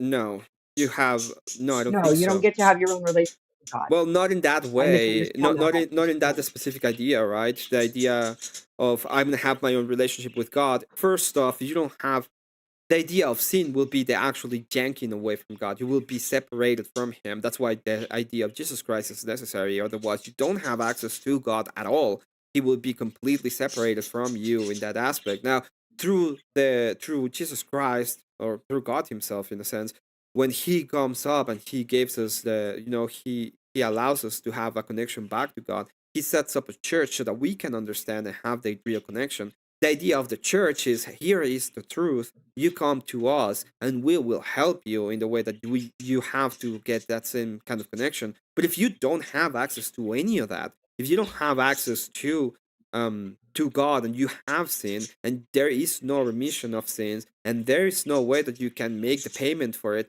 what can you offer God to say, I am redeemed now for my sin? Is there anything anybody could offer to Him that is not, yeah, like what can anybody offer Him? So at that point, you are not actually, that is the point that I was making, you are not actually actualizing the partaking within God. It is a lie that you can just do that kind of things on your own, especially when God Himself has set ways in which He wants things done. It's like, I will do it on my own, and I will do it my way, and I will disregard God, and I am the source. You become the source instead of actually putting God in His proper place and giving Him what He wants. I have no idea what the fuck you just said, so I have no response.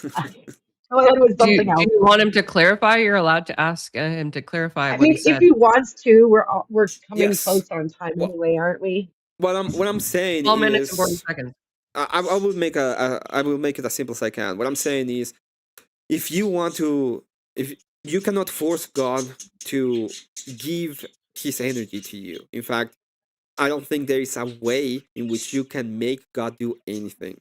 He has given us certain promises when it comes to the church, that he will not abandon us and he will actually be part of our lives if we actually do what he wants, right? What he wanted was, hey, this is how you ought adore me and this is how you ought be part of me.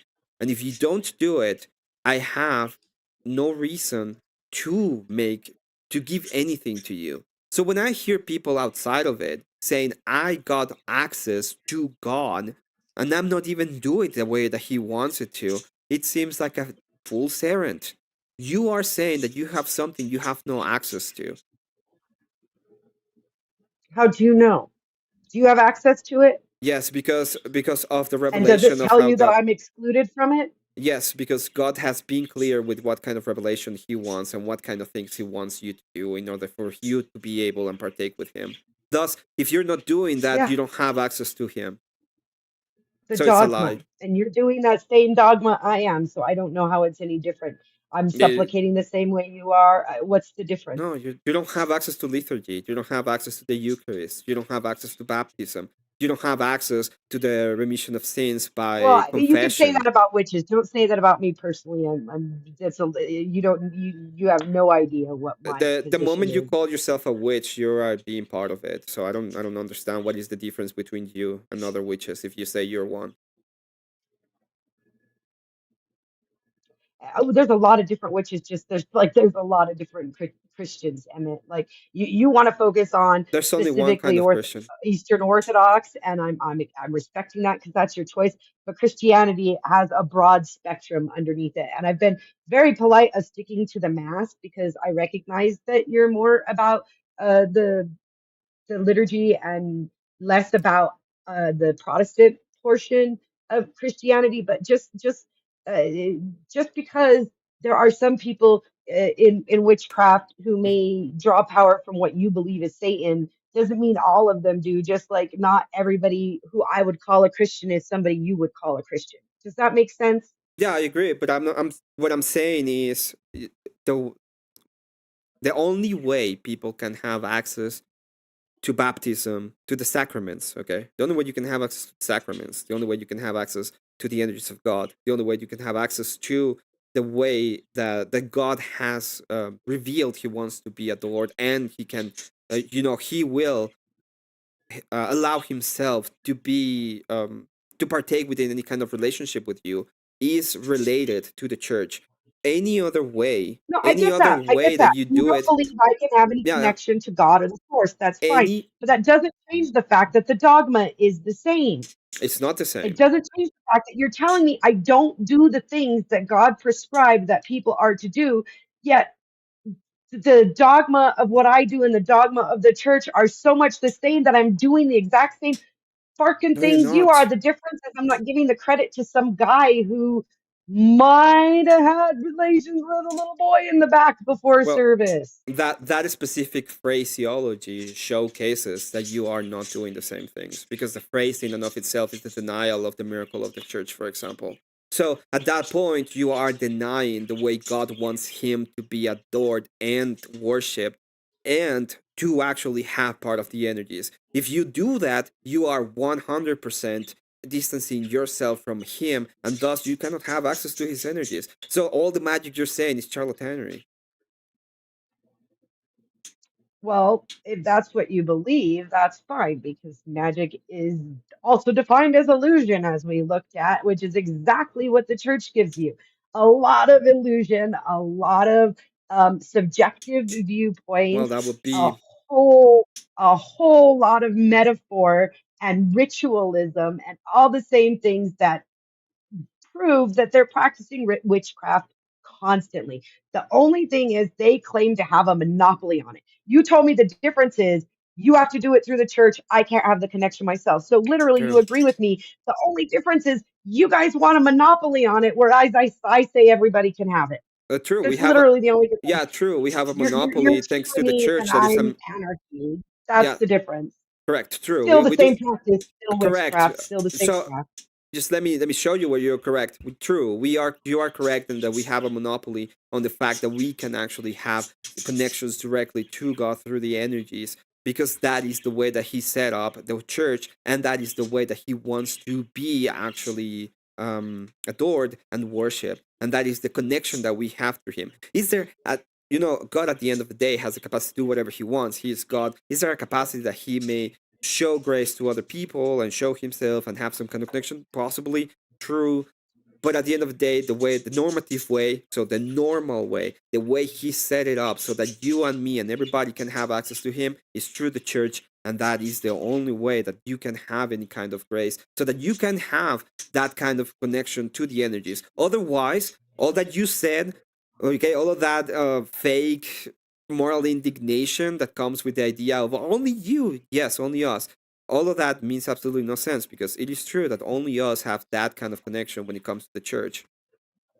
If you're So not no part matter of it, what you don't have happens it. now in your little vote, I just won the debate. You just conceded that Hmm. the dogma is the same, and all the difference Nope. is that the church claims monopoly on witchcraft. And you said correct and went on to agree with me, explaining how it is about the monopoly of Within magic in partaking the the church, energy. and only God can do it. So you literally just proved that it's still magic and that it's witchcraft.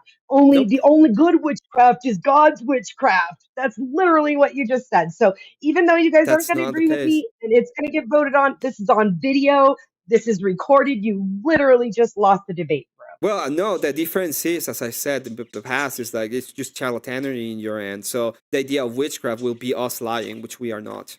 So we don't lie about us having that capacity because it was done directly through Him. We actually have a way to showcase that we have access to the energies. While in your case, you don't have access to it and you're just lying. So that is the great difference. The great difference is you lie about having any access to Him. We don't.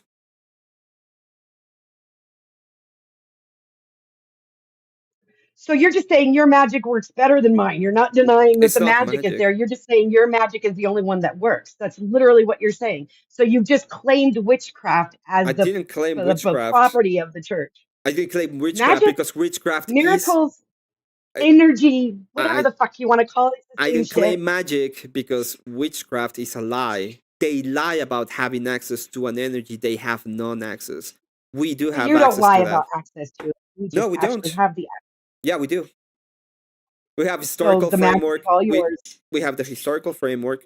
Not only we have the historical framework, we have the Our revelation, history got all and those we can years. we can make the whole argumentation as to how God is correct, how God is true, and how God has the all of the omnis. In which case is And he God has all the Himself power, all the doing what? magic, Well, in God, in such case, is not God doing all the something energy. supernatural to His nature. He will be using His nature and His will to act in accordance to what He wants, which is Yeah, but it's perfectly supernatural understandable. to you. You're It doesn't supplicating to matter. something supernatural to you to seed in your I life on am your not. behalf. I So am not. I am not the. When it comes to Christianity, I am not the source. Okay. In fact, I have to humble myself to the source, and He is acting in accordance to His nature. So I'm not doing something supernatural.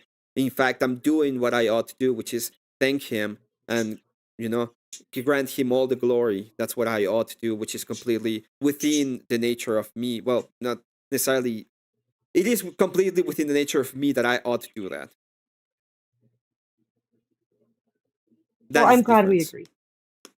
Well, I'm glad that you accept that you don't have access to the energies. Then Oh no, we agree that it's still the same energy. The only difference is you no, think you have exclusive access to it. it's That's not what the we same agree. Is and energy. the If you difference don't, is that you think you have exclusive access to it. That's it's the difference. it's not the same energy because one is God through nature in the way that He has set up this stuff, and you're saying I have access to it because I want to. So even in that aspect, it's completely different. Yours is an illusion of something that you think exists. Mine is a revelation of the one true God saying how we ought to act. Right. Your magic is the good magic. It's not magic. My I'm not magic is using the it bad. for my own benefit, but you do. It's still the same fucking magic. Like it doesn't you matter if you you're saying supplicating it. yourself before You God for access to the energy, or I'm yeah. supplicating myself to you for what You I believe is God for access to the energy. yeah. You saying We it only get is it through a me supplication statement, and right? through rituals. So But it's still the difference the once craft, again. the act. Well, you can Witchcraft say isn't an craft, ideology. and you can It's say craft. witchcraft, and you can say all of Crafting. that, okay? But at the end of the day, is as I said, witchcraft is a lie because they don't have access to the energy. So the actual action of witchcraft is lying. Yeah, and I could That is say the that what actual action. you're that's subjective. I could say that Christianity is a lie too, and neither of us can prove each other wrong. So that's going into No, I subjective can. argument over which religion is better. You just admitted Religion is that better. that the church claims a monopoly on miracles and magic, which means that the No, witchcraft is it's owned not by the the church, church. and that's why you go against those who practice it outside of the church. It's not the church that does it. It's not the church. It's not the persons in the church that have access to miracles. I wouldn't claim ever, for example, to heal anybody. That would be dumb of me.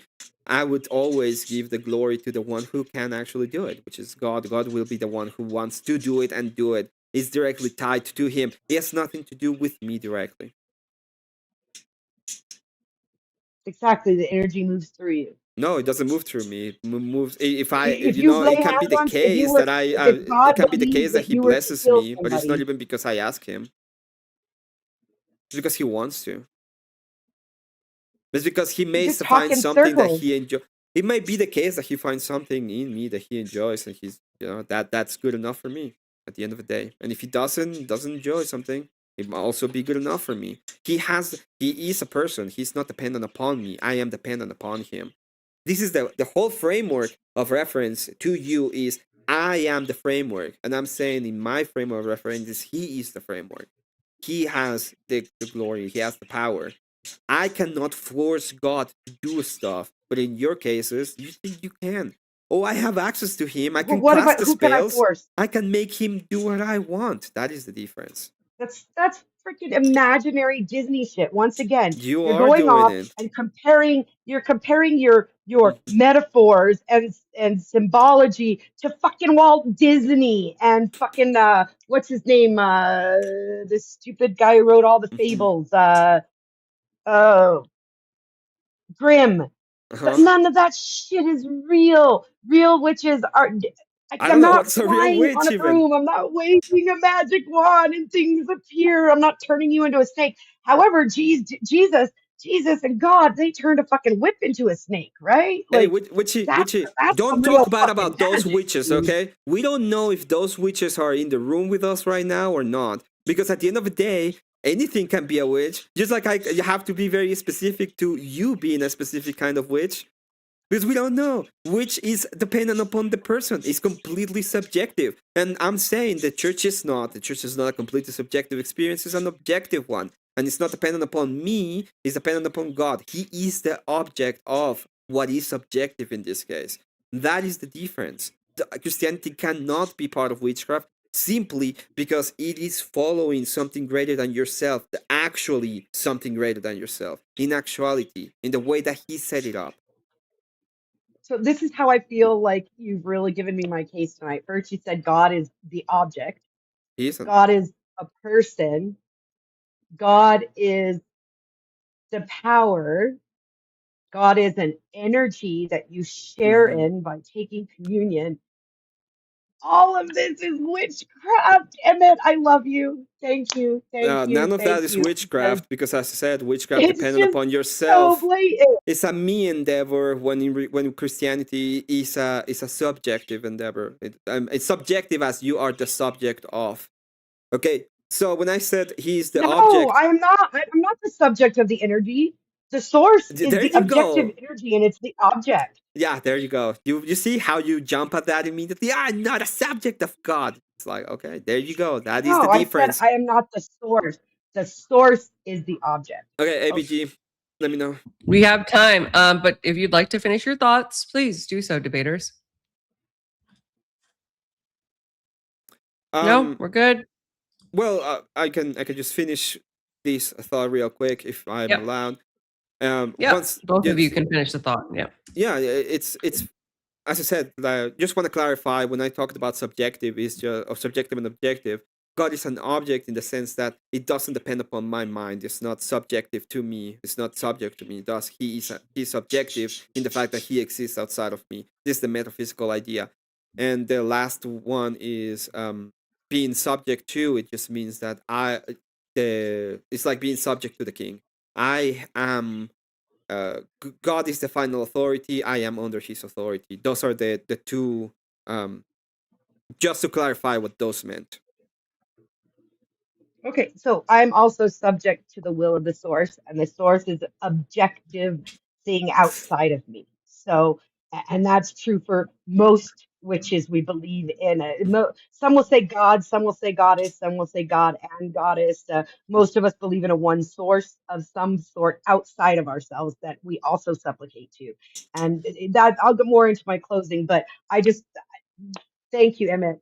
Thank you. This has been a wonderful debate. And thank you, ABG, for hosting this. I've had a really great time.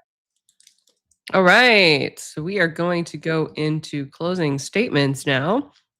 Because Witchy went first, Emmett will go first for closing, provided that's agreeable to all parties for 5 minutes, and then Witchy will close us out.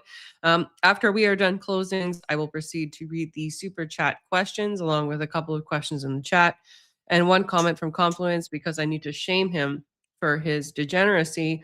And after that, we will take a short break and I will play some music. Hopefully, I can get that to work with the Be Right Back screen, give you guys some time to refill your waters, have a little stretch. And if you need to, use the dreaded porcelain throne.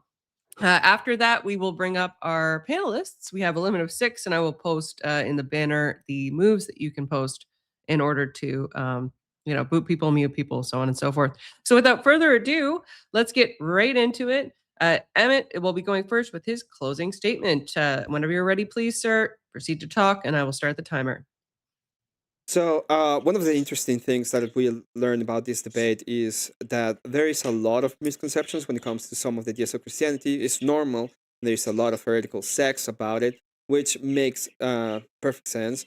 But the great conflation that I saw it is that you can just have any kind of relationship directly to God in His way, in your own way, and that is the same, which in my mind makes absolutely no not actual sense. But let me bring up the final case as to why Christianity is different from witchcraft, which is simply the fact that in Christianity there is a church, there is a way that has been revealed that you ought to act. It is an act, as in you have a duty to do the thing that is good, which is do what God has designed to. He designed a way for you to be able to partake within Him, to be able to understand what He wants out of you, and to have a higher duty to Him. So these things are not subjective, are not dependent upon you. They have been set up in the way that are objective to everybody, so everyone can be a Christian. There is no some kind of blood that you have in your veins to be part of it. There's not some kind of magic thing inside of you, or third eye, or intellect or capacity or something greater that you have to have so that you can become a Christian. In fact, it's the opposite. It's being asked of you that you have to humble yourself, and you have to understand that it doesn't belong to you, and it doesn't come from you, but it comes from God Himself and how He wants things done, so that you can be part of His greater glory.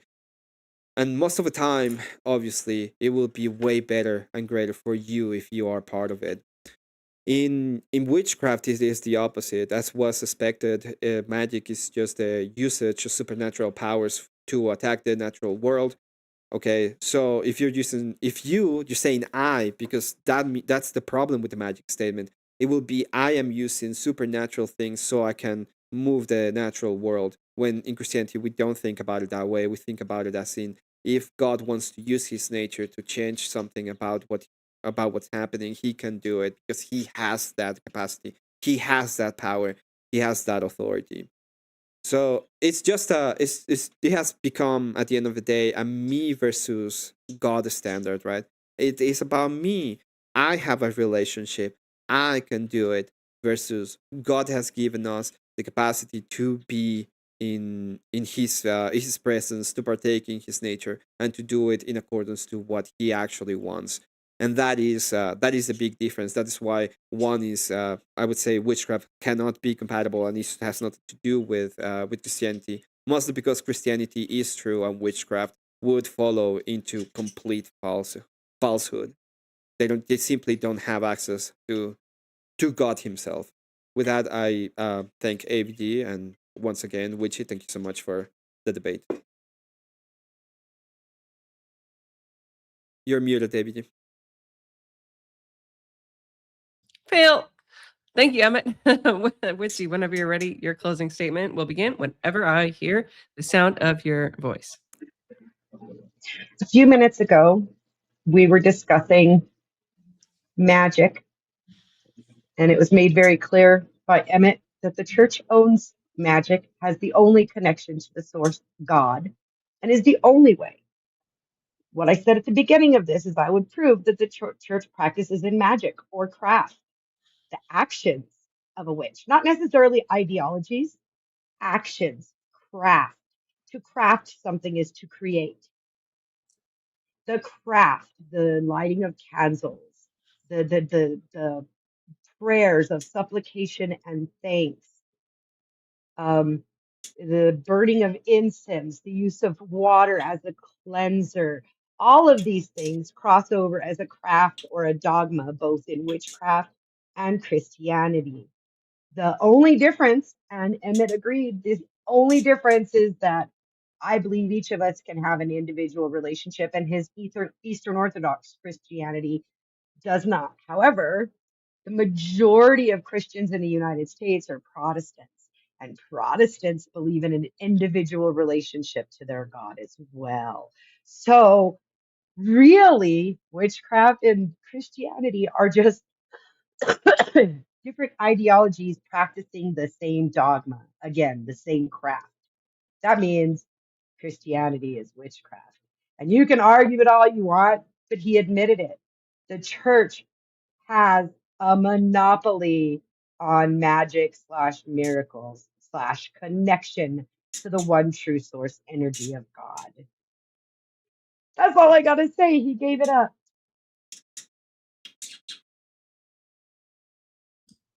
All right. I will be posting a poll in the chat. Please vote. Just a reminder to everybody on who you think presented, number one, their opinion in the best way, who debated at the best, who was the most logical, who was effectively able to tear down their opponent's arguments, and who you, at the end of the day, think persuaded you on their position. Just a reminder here that the prompt is Christianity is witchcraft, with witchy on the affirmative. So if you think that this lady Ray was the winner, then please vote for her. And if you think this man right here was the winner, then please vote for him. I've also posted both of the debaters' links in the chat. So without further ado, let's go right into the question and answer portion. I'm going to let you know, debaters, if this is a question for you. How long Nate just says like the stream. Okay, Ross Khan also like the stream. Thank you so much. I'm just gonna go right to the questions. As how long Nate is Witchy going to let him finish the answer to our questions? How long Nate? I hope that I did address that. I tried to be fair to both debaters in that regard. This is okay. Birds aren't even real with a 5. So witchcraft would fall into the same areas as Protestantism and be based on a legalistic view and absolute divine simplicity, or no? I think that's directed at Emmett. Emmett, do you have a response Can you to bring that? it up? You're muted. Is it possible for you to bring it up on the screen? Yeah, sure. Let me go to the. I have to go. I wish I could go to the start. Okay. This is the question.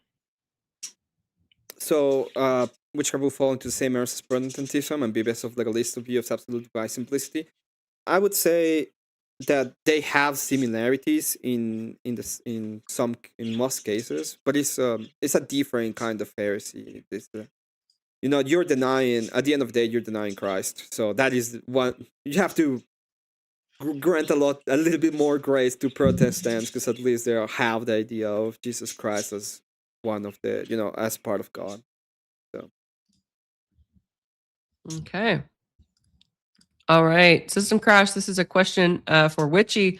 If Christianity is witchcraft and Witchy is a witch, why isn't Witchy a Christian? Go ahead. So I tried that.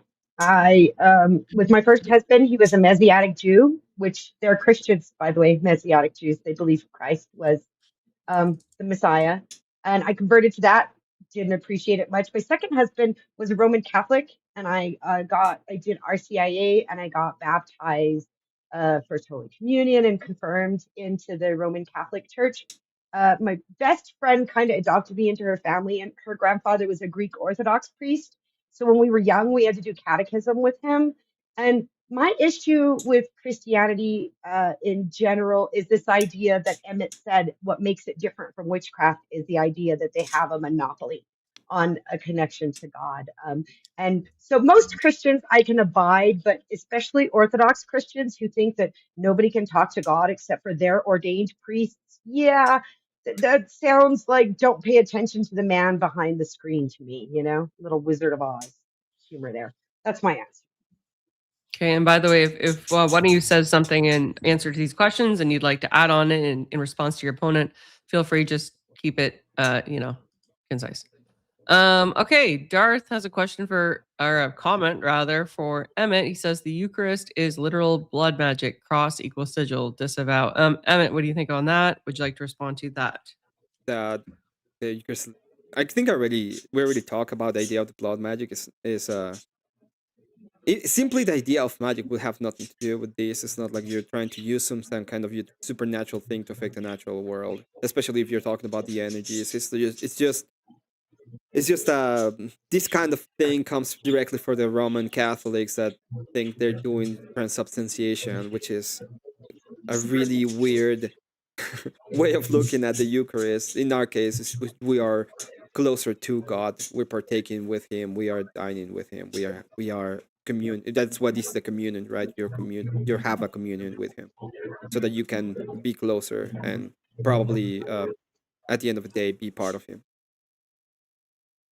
Sorry, Witchy, I muted you because you had a bit of background noise going on. You still have a little bit of background I'm noise. sorry. That's okay. I'm just gonna mute you.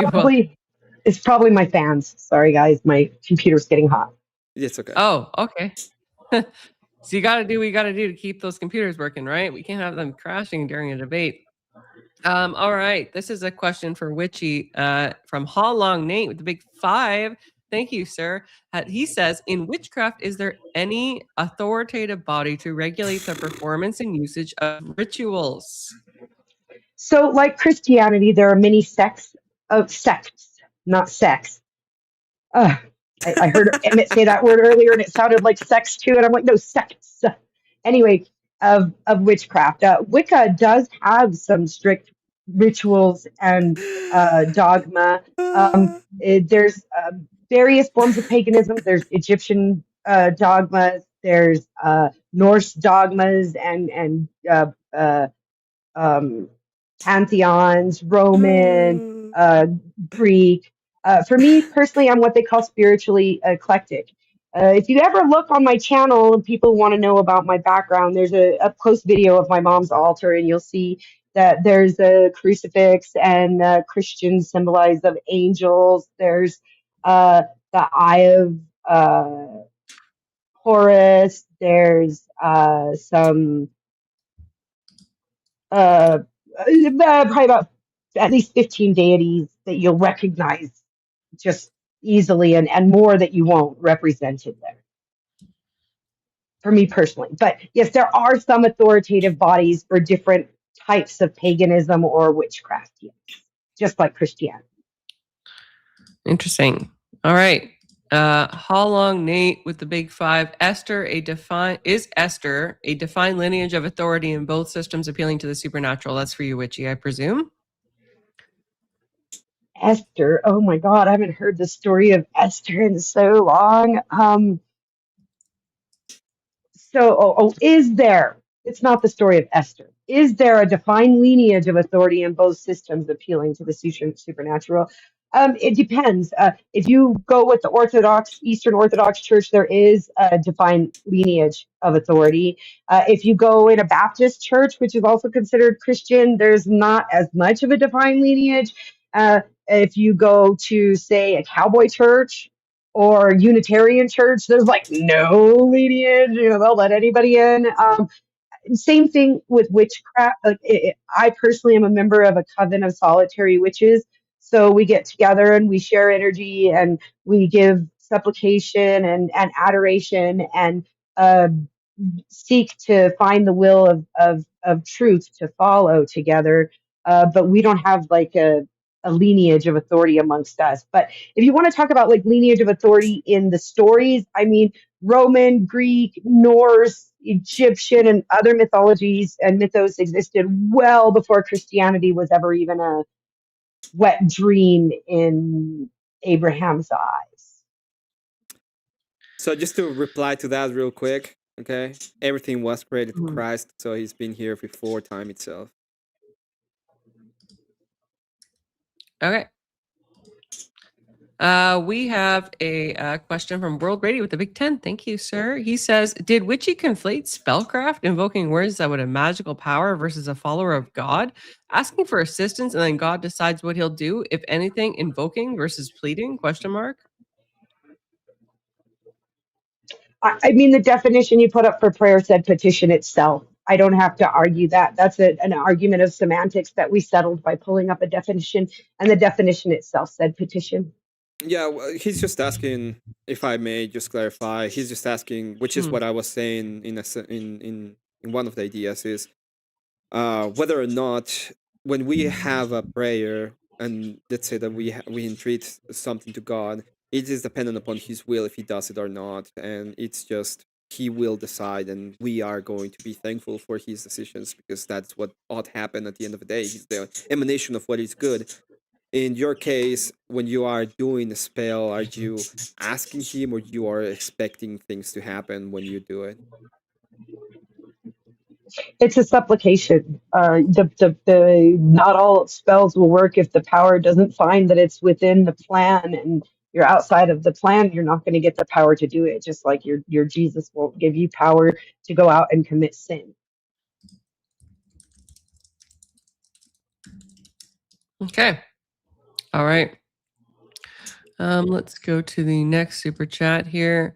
We have Paul Long Nate again with a big 5. Thank you so much, Nate. You're a great supporter of the channel, sir. He says, in Witch's view, I'm assuming he means, is she asking for the source to change conditions in the physical world according to the desires of humans? No more so than someone who prays to God asking to heal his sick grandma, or a priest who prays over the shut-ins every week at church. No more so than Okay. that. He does look nice to me. Confluence with the this comment here. Christianity must be witchcraft because Emmett is low-key casting a spell on me with his sharp look. God dang it. My eyes We're gonna ban burn. you, My eyes. okay? You deserve a 10 you can serve a 10-minute timeout for that one. I need like milk or ice or something for my eyes now. They're burning. I think they're in hell. All right. I think my eyes have separated from my body and descended into the pit of Dante's Inferno. All right, perfect. Let's go to the next comment. Emmet, your response. You're gonna die in hell, heretic. Repent. Repent. It's not too late. Also, I'm going to end the poll in 30 seconds, guys. So if you haven't voted already, please vote now. I don't want the Q&A to overly affect your view on it. So vote now. Again, please vote for Witchy if you think she presented her position better. Please vote for Emmett if you think that he presented his position better. It is neck and neck right now. So please, debaters, if you are able to, share with your community so they can vote, because if it's a tie,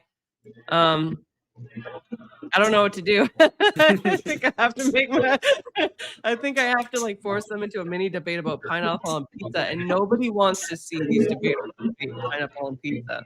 Anyway.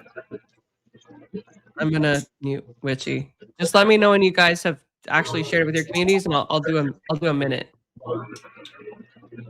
Do you want me to read that one?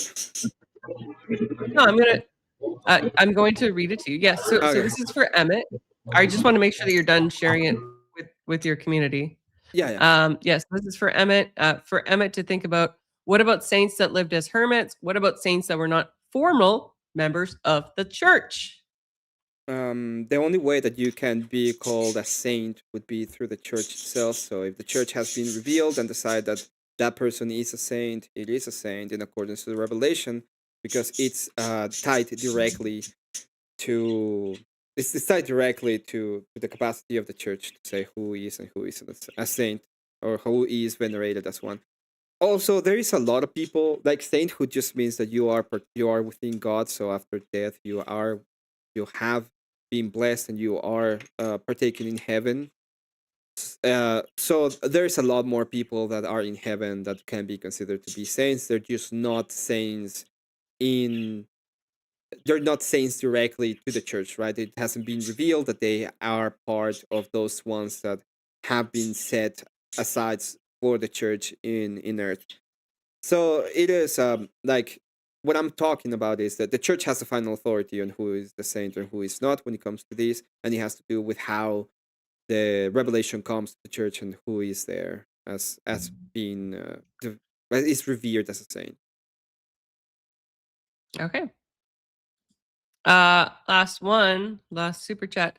How long Nate with the big 20? Thank you so much, sir. Says Witchy, if the difference in your mind is accessing supernatural powers without supplication to the priesthood of the church, is it not making yourself equal to God, the source, outside of his prescription? Oh, she's So I don't see it as making anyone equal to God. Again, I said the source is outside of me, just like God is outside of you. I'm not equal to God. If I were equal to God, I wouldn't be here. I mean, let's be real. This idea that people have this imaginary fantasy of what witches do based on, fairy tales and horror stories told to scare children at night, based on, the boogeyman is ridiculous. Even Emmett's own sources, if he had bothered to read them, do not represent anything of witchcraft that has anything to do with like actual magic. It's supplication to a supernatural source, a power outside of ourselves. You can call it God if you want. For me, I just say the source because some people are excluded from God, and I don't believe in exclusion when it comes to spirituality. Just one thing, I did read them. One of the things that they can do is actually cast a spell, and it even says that there's a principle when it says that if you cast a spell, it can come back to you 3 times, which means that there is an eye when it comes to me doing something that will affect. So the will in that spell being cast, quotation marks, I don't think they can even do it because they don't have access to it, would be the person doing the spell. And when it comes to the church, and the idea of the church is you are just you are lowering yourself and give thanks to God. So that is a huge difference.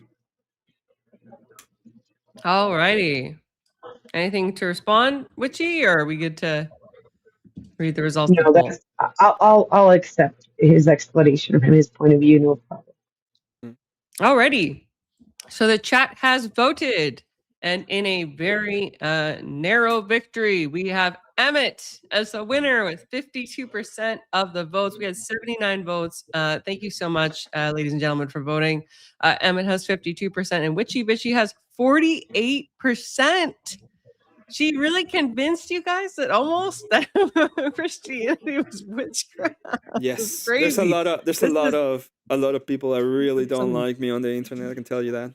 S tier level debating here from our Nubian feather ruffler Witchy. Wow. Jeez. Jeez So Louisa, Tim and Jesus. I'm Okay. just going to throw out there it was 51 my way, 49 his for 10 minutes. And then at the very cusp, people came over and changed it over. So that was a very close debate. But I need a break. Of So course. if you want me to stick around for some panel time, maybe you can get people to pay to kick me off or shut me up or something. Change my name to Satanist crazy bitch or something. I don't care, but maybe drift a Oh little. yeah. But I need forgot a about break. the name change. You're right. Change name $2. So anyway, I'm gonna go to the lavatory and smoke a cigarette, and you can figure out how you're gonna work your panel thing, and I'll be back. Yeah, I'm gonna remove everybody. Right now, too, guys, we do have the panel exceeded by one guest. One guest. So right now we have in the back, we have Reexamination, Glacier Maniac, Dark Side Degeness. Her name is still Degeness for some reason, and Bandit. So we have one extra person on the show. What I'm gonna do is I'm gonna leave Bandit in the back for now because he was last to join. And then I will invite him up when either somebody leaves or if you guys pay. The moves are currently scrolling on the screen. I'm going to put everybody right now in the back unless there's any kind of objections, and I'm going to play some music if I can get that working. So, yay. We'll be right back. God. Okay, just I will go take a little bit of water for a moment. Damn, people actually do hate me. I don't think I did bad in the debate, but I do know that a lot of people get very mad at me when I talk about, like, you know, orthodoxy being the main true Christian ideation, and there's a lot of people who don't like that, even though I have a lot more grace. And a lot of people, I don't think I was nice to her. I did attack her argument. I mean, at the end of the day, I did point out the I did point out the fact that it's a me thing. I am doing it, and not the way that the Christian idea is. But thank you for voting for me. I do know that there's like a lot of people that hate to watch my debates directly and do really like to find any way to give me an L. So I'm happy that that thing happened. So shit. I'll be back in just a moment, okay?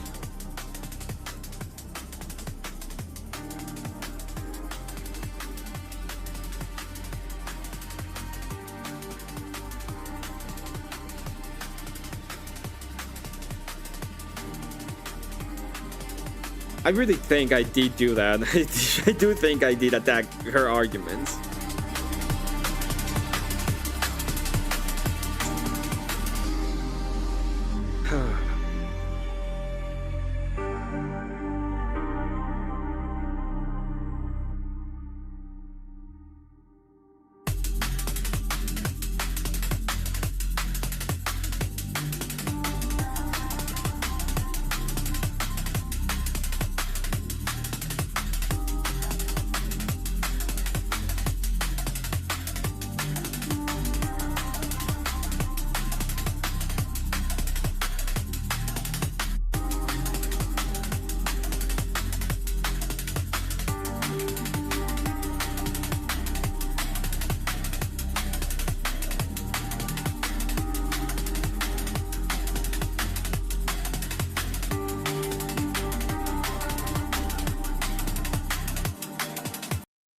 All right, we are back. I apologize if you don't like liquid drum and bass. That must have been difficult to listen to. All right, let's get our panelists up. Oh, and I've got another panelist too, Geoverse. All right, we are up by over 2 people. 2 people cannot join currently. You can see the moves on the bottom of the screen. Let me just make sure that I don't have any donos I have a hair on my teeth, so that's rather unfortunate. Catholic Pilgrim with the big 2. Have you ever turned someone into a frog? I don't think that's a name change, but thank you for your donation. Emerald Radio with the 5.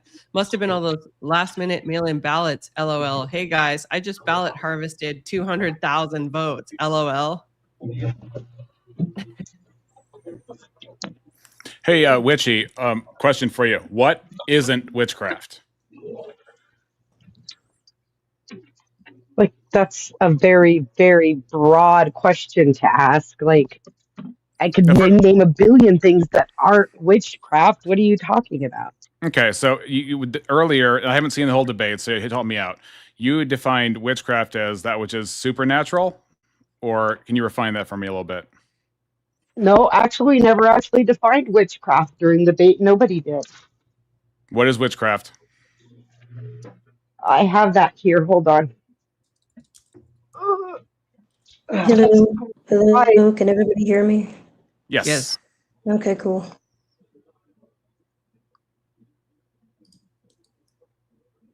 I'm not the most tech savvy person, so you have to bear with me a little bit here. I just figured we had the definition of witchcraft from the beginning, that's all. But, I came at the end.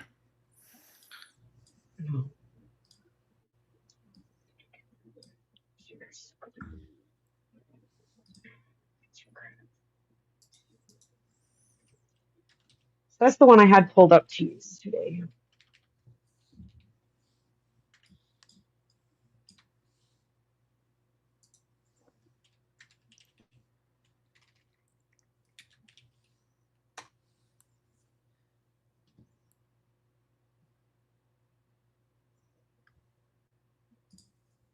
So use of sorcery or magic. That's kind of what I was going with. Communication with the devil or with a familiar. That's what I was going with. That's not the full definition. Keep going. Rituals and practices that incorporate belief in magic. And is there irresistible influence or fascination? Often associated with neo-pagan traditions and religions. Or less commonly witchcraft, a tradition or religion that involves the practice of witchcraft. A practice of it. I don't accept sorcery or magic. I mean, the main definition was the use of sorcery or magic, B, communication with the devil or a familiar. That's the definition I focused on in the debate, those 1A and B. Yeah, Okay. so go ahead, Rex, I'm sorry. I was just going to say, what is a familiar then? Because I'm guessing you're referring to God as a familiar? No, Jesus is a familiar. Jesus and I have God. that. Yes, she did say that. Yeah. She doesn't think so. But she doesn't think that Jesus is God. So she thinks Jesus is not God. Therefore, he is the vehicle in which you get to God when they're the same person. See, she doesn't actually understand what she's even talking about, which is why she couldn't make a coherent argument. Every definition that you stated, Witchy, was incorrect. You're arguing with Christianity. Therefore, if you think that witchcraft is synonymous with Christianity, then witchcraft's definition, the definitions that they use or pick to use, are not. I didn't say they were synonymous. I said Christianity was witchcraft. I didn't say witchcraft was Christianity. Hold on. Can I ask a question for you, Witchy? What kind of historical structure does your faith actually belong to? Like, if I wanted to research this, how do I find out? Thank you very much for being here, Abby. Where do I go Take to care. figure out what Thank your you faith for is? saying that. Look good. God bless. To figure out what my faith is individually or about witchcraft? Yes, your faith. Your faith. Wow. Your faith. Interested in my personal faith.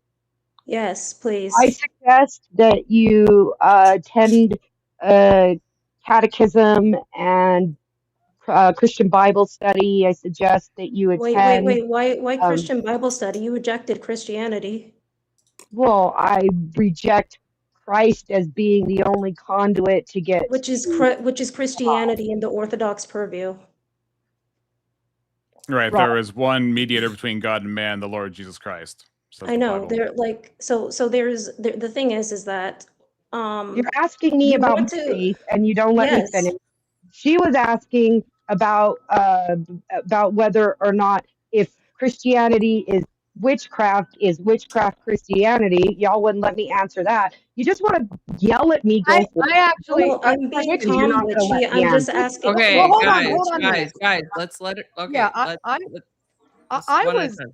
being relatively calm for a change Yeah, because but don't be disingenuous. I know. Hold on. I have all of the definitions that you used Jesus as Christ. the Eastern Orthodox Church sees it. If you would like me to go down the list of definitions to tell you how you define them incorrectly, if Christianity and witchcraft are the same, then the definitions would be the same under both. And you are using Merriam-Webster's dictionary to define divine words. Divine words. Divine definitions cannot be found in Merriam-Webster's dictionary. The Bible doesn't contain definitions either, my dear. So Show me are the you trying to I say was that you're hold on. in the I did Bible not where just the appeal. definitions I did not just appeal to the Bible. The definitions that were developed under the Eastern Orthodox Church were developed down the line, and everybody agrees under the Eastern Orthodox Church that these are the definitions of these words.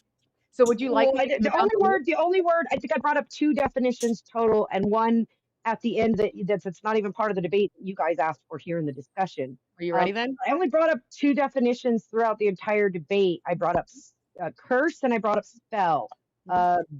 And then you went into magic and what are the other ones that you used? Hold on. there was magic? Hold on. Miracle, ritual, worship. I said magic I didn't already. define any of those. I used those. You're right. You're right. You used those words and you used them incorrectly under the definitions of those words that the Eastern Orthodox Church uses. So, would you like me to freshen you up? Tell me what a ritual is, Deaconess. Okay, so under the Eastern Orthodox Church, a ritual is not usually understood. Okay, I'm going to give you what it's not, and then I'm going to give you what it is, because what you said is what it is not. Define something by what it's not. What you said is what it's not. Give me the definition. Just give me the definition. All right, you got it. Okay. So, a traditional physical act of worship through which the church expresses and participates in spiritual truth. Now we're going to go down to why ritual is conflated. So ritual is conflated because many people hear the word ritual and immediately think of magic, spell casting, occult ceremonies. This is not the definition of ritual under the Eastern Orthodox Church. Did you like another one? Read their definition of ritual again, because you went on to a bunch of other bullshit and I didn't really catch what is the definition of a ritual again? Okay, so ritual under the Eastern Orthodox Church is a traditional physical act of worship through which the church expresses and participates in spiritual truth. Not the individual. The church has a monopoly on ritual. It's a body. It's a body. No. You're putting words in my mouth. I did not say that. I said what the definition of ritual is. Now, would you like me to go on and tell you how you use other? That the church uses. Because it's under the definition. Here, hold on. ABG is trying to say something. Guys, ABG is trying to say something. Guys, let's go one. Okay, so let's give Witchy an opportunity to respond. Her mic's kind of muffled too, so I can't really make out what she's saying. So Witchy, please, your position on that. And then we'll get Dark Side to respond. So her own definition says that it's something that belongs to the church. The church performs. So being that that's the difference that you're trying to assert, is the only difference is the church gets to do it and nobody else. Because it's the definition under the Eastern Orthodox Church, Wishy. Right, but I'm not Eastern Orthodox, so I don't have to follow your definition. So I reject your definition of ritual because it is not the definition in which I understand it. So I never defined ritual, so you can have your definition of it. That's right, I can, because you didn't. Would you like me to go on and tell you how the church defines magic and worship? It makes you feel better. It's not going to affect it actually is. It actually is. Because all of the definitions that you gave were out of a book that people use in school, not in church. Does that make sense to you? Yeah, because we're having a secular, not a religious debate. You're using terms that are not defined the way you have defined them, They're not defined that way under the church. It's conflation. So they're defined that way. They're defined that way for the secular categorical society errors, we live in. Categorical errors, conflation of terms. Like, that's what your debate was. You're the one conflating terms. We were debating No. a secular debate. A secular debate. This isn't a secular debate. It's a secular debate. Absolutely. Okay, It was a debate about Christianity, not within the confines of Christianity. She's got no backup. She's got no backup on this panel, right? So, like, I'll Vigilance let in the back. So is Darth Thorains. If anybody wants to pay to bring them up, I'll let somebody else go. I think I've done enough. go ahead, Witchy. I think, doesn't Witchy want to respond? Can we let her respond before? I want to hear Witchy. The only to thing give her I can position. say is that the definitions we're using are definitions that we pulled up from Merriam-Webster. Emmett also pulled up a definition from Merriam-Webster. We were using secular definitions. It was a secular debate about Christianity. It was not a Christian debate. If you want to have a Christian debate within the confines of Christian definitions, you're going to need two Christians to debate each other because they're the only ones who are going to agree on the Christian definitions. So we worked on secular definitions out of a known and reliable source. Can I ask That's a question? all I got to say then? about the definitions. Okay. Yes, Glacier. So I ask again, what kind of, like, if I want to learn more about your faith, where do I find it? How come you reference Christianity? How come you reference Christianity when I asked about that? Because Christianity is one of the, well, not Christianity, but Christian faith. I don't want to say Christianity because you guys go straight into the Orthodox, and I'm not having an Orthodox conversation with you. So Christianity in all of its forms is one of the many places I draw on to get the wisdom of God. Because many places? Let me finish, because all of these sources are humans. So God reaches out to many humans and gives them precepts and ideas and concepts. The source reaches out, and then it gets corrupted by the humans. So if you take, and like I did, and you spend several weeks studying each and every religion, participating in it, caring about it, devoting yourself to it, and learning about it, what you'll learn is that there's certain concepts that carry over through all of them, and that would be the word of God, and everything else is just the static of human brain trying to interpret the word of God. Okay, so wait, I wanted to follow up. So what you're saying is that you're basically a Unitarianist and you do not have any foundations for your belief. No, I'm not a Unitarianist. That's not the word. Where do I, what objective prescription do you have for me to actually learn about your belief? Because you said you are pulling upon several different sources as a way of establishing what your belief is. So you do not have an objective foundation of what you believe. Nothing is objective. Is that when objective? It comes to belief. Is that objective belief too? Belief is subjective. Belief is 100% subjective. Okay, so you have a subjective view of religion.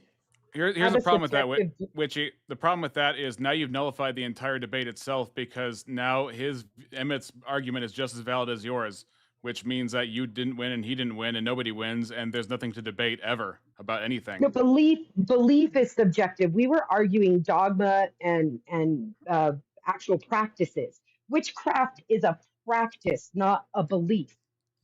But you said some things were true and some things were corrupted, right? What do you use to define almost every faith? Yes. Okay, how do you discern corrupted from not corrupted? The things that carry over as the same from all of the people who claim to have some contact with divinity. The things that carry over and aren't different. Okay.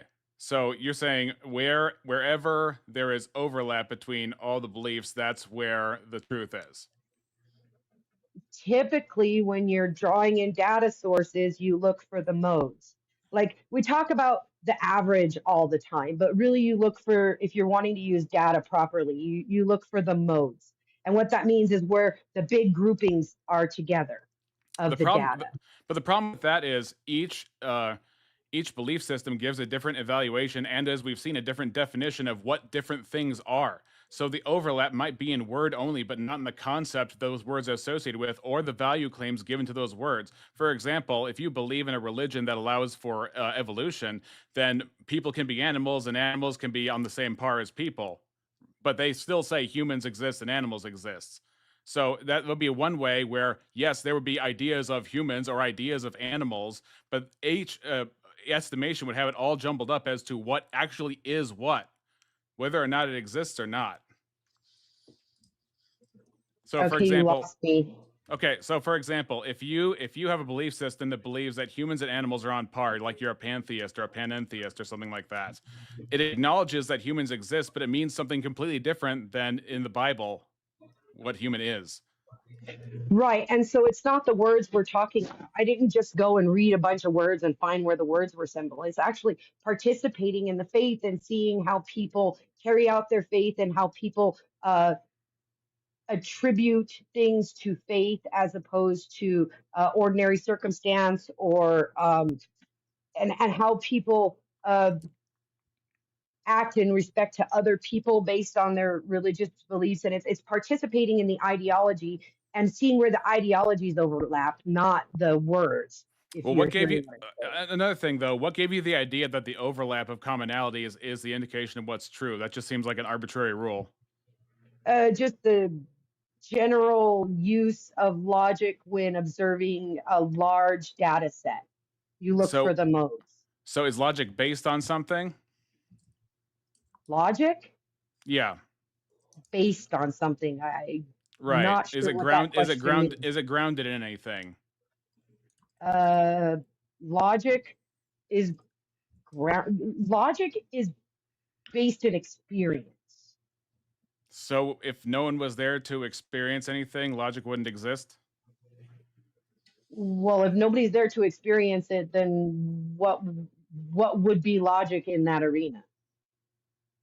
So let's say you had a universe and you subtract all the humans. Would the universe still exist? I don't know. I can't answer that. Like, what is logic? What is logic in a world without experience? She said she uses logic in order to come to her correct belief system. It's better than ours. The logic of the logic of statistical analysis. That's where that basis is. If you take any statistics class, you're going to find that when you get a large data set, you look for the modes. Do you understand what a mode is? Yeah. So you're going back to an absolute law of logic. Analysis. Okay. Thank you. That's a universal. Thank you. Yeah, okay, the logic of statistical analysis is the basis for where I find that modes give us the most accurate data. And then, but people's collective consciousness didn't give you that data, right? You appealed to ultimate constants that happen outside of us and outside of our subjective opinions, right? Hopefully that's the goal, but being a human being, I'm sure I put some of my own inherent biases in it, whether I meant to or not. But yeah, the goal was to objectively look at religion from a standpoint of where in this does truth lie.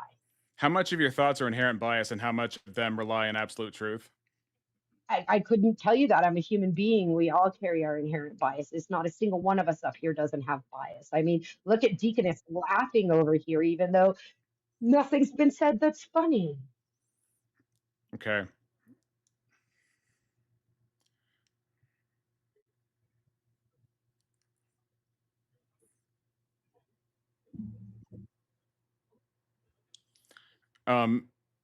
So, for example, first law of logic is the law of identity.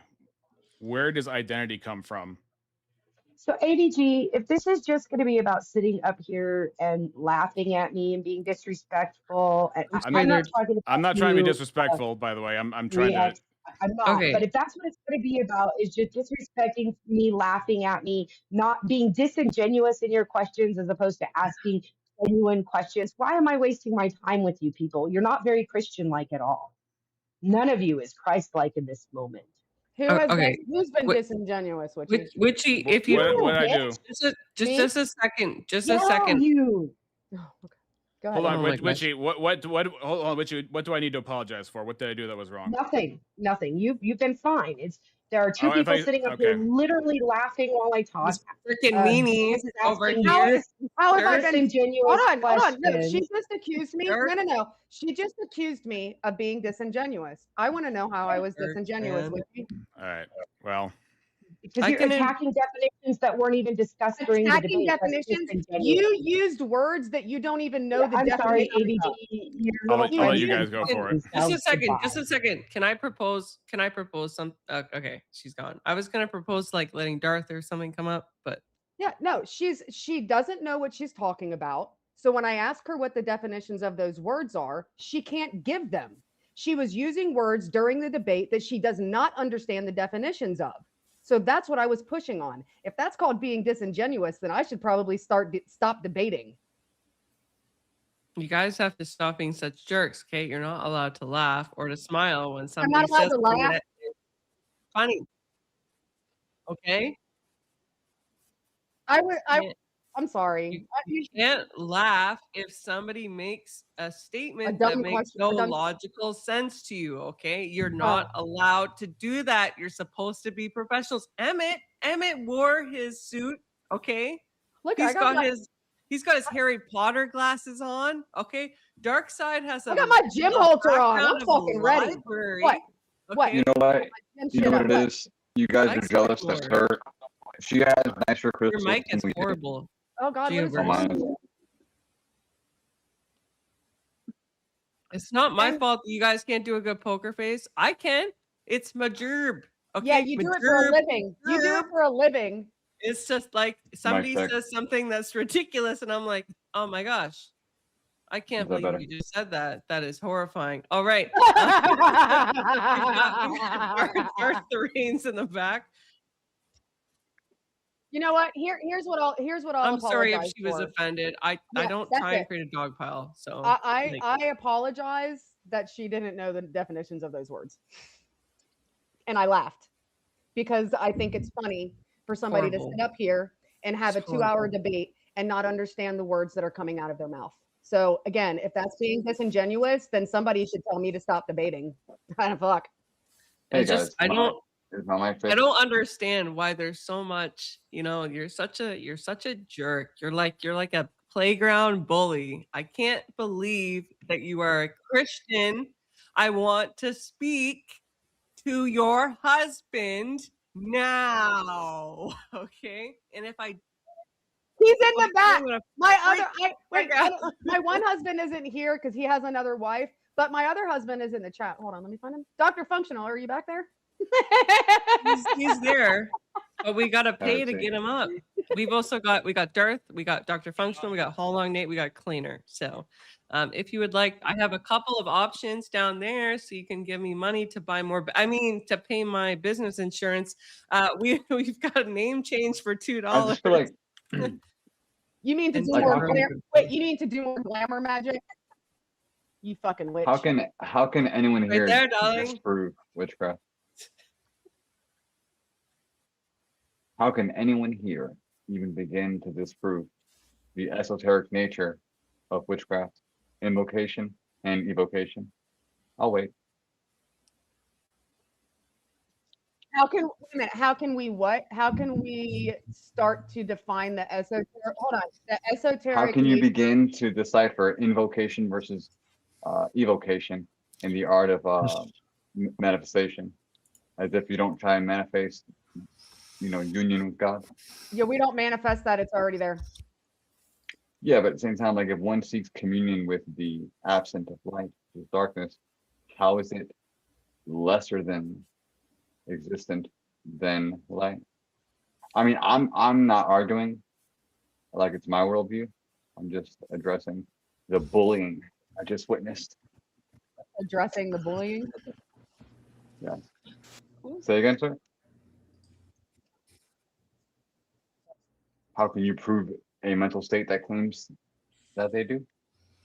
So it's about psychological. Can anybody hear me? Oh, there we go. Vigilante. My mic wasn't working. Yeah, my mic wasn't working for a second. I had it set on the wrong thing. Like if I told you I had an imaginary friend named Emmett, not you, Emmett, how could you disprove the existence of Emmett 2? Oh, you can see him right there in the upper left-hand corner.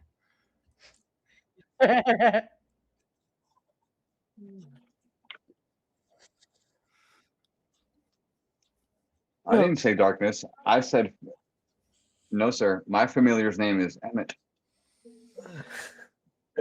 Okay, so I want to address that too, because that was one of the words that she used, that she said that Jesus is a familiar. First of all, Jesus isn't a familiar. That's a Vampire Diary reference. I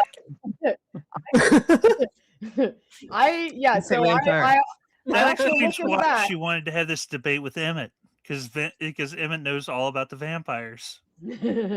All I'm saying is that Darkseid took her will from her to be here. Therefore, I would call that occult in nature. Like why did you remove the will? So like here's the thing, right? Magic to make her run away. That's the question. There's a category. There is a category error in her using the word familiar and attaching it to Jesus Christ. So, well, I know, but the most glaring one is a category error.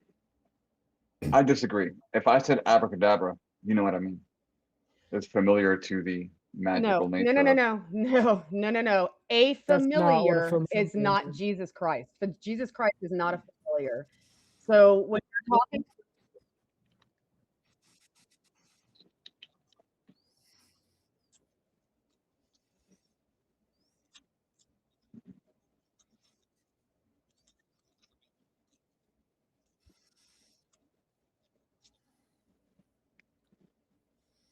yeah, well, she's talking about familiars, and familiars are created beings. Therefore, Jesus Christ cannot be a familiar. Like that's.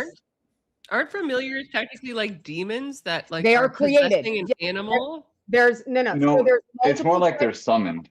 There's multiple types of familiars: demons, angels, animals. There's a few different ones. Hold on a minute, but hold on. The cat. Let me state. Hold on. I wanted to. I know, but is this meanie against meanie? No, I just want to state. Fine, sir. Don't put a hex on me, please. Fine, sir.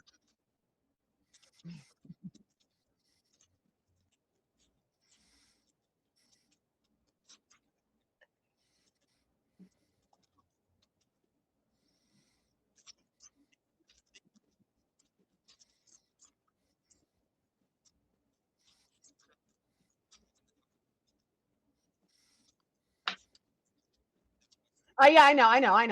I'm just shaking. I know. No, I was shaking my head at her. No, but you're both missing the point. Isn't there like a shut up? Isn't there like a shut up lady thing we can post? But you're both missing the point, Emmett. Jesus Christ. Shut up, lady. Christ said, "Don't tempt."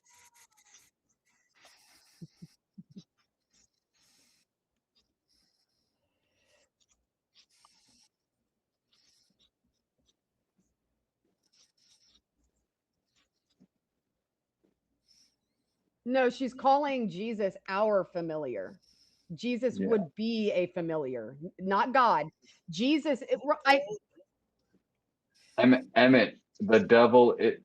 No. Emmett, to us, the she's saying that the vehicle. She's saying the devil is Alpha and Omega to her. If Jesus Christ is our Alpha and Omega, then the devil is her Alpha. She's on the polar opposite spectrum.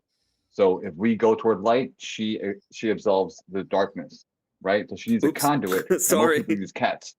She may have a cat. Ask her. She brought that up. She did say that, and that's the one that most people attach to witches is the cat. So when we're talking about this, the thing is Jesus Christ, God, is not a created being. He's not a created being. Familiars are created beings. Therefore, Jesus Christ cannot be a familiar. He wasn't created. He is as and always has been. No, I agree with that, but even the question itself, because the thing she said is, Christ is a familiar to God. Why does God need a familiar to have access to himself? Can you answer that? Okay, maybe she said it wrong. Maybe she said, because that doesn't make any sense at all. Well, right. That was the point that I was making. Yeah, because what Darkseid is saying is one of the things that a lot of Christian witches use to logically Oxymoron. oh no, Emmett, don't get me wrong. I don't disagree with you. I don't think that Christians can be witches. I am an occultist who is on your side in this. Funny enough. But anyways, what Dark Side is saying is what a lot of Christian witches use as a logical justification for accepting that they can be Christian and a witch at the same time. Now, did she use that's a contradiction. Yeah, we know that they still think they can be.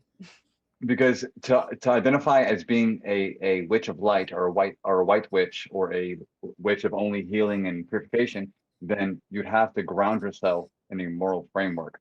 What moral framework did she ground herself in? The devil. So in what point could the devil be of any Christian nature? Anti-Cristo, maybe? It's subjective. It's all subjective. That's what she said. Well, yeah, one of the things the moral frameworks in the occult are all subjective. There's not like a moral framework to really ground yourself in. Yeah, even a lot of like it's blasphemy. Yeah, a lot of love and light witches, like Wiccans and shit. They try to effectively parrot Christianity, and that's why they're hated by the majority of the occult community, is because we basically see it as people trying to rebrand a version of paganism as Christianity. It's New Age, brother. It's New Age. Yeah. No church, body of Christ. Bury your crystals and go barefoot outside and ground yourself.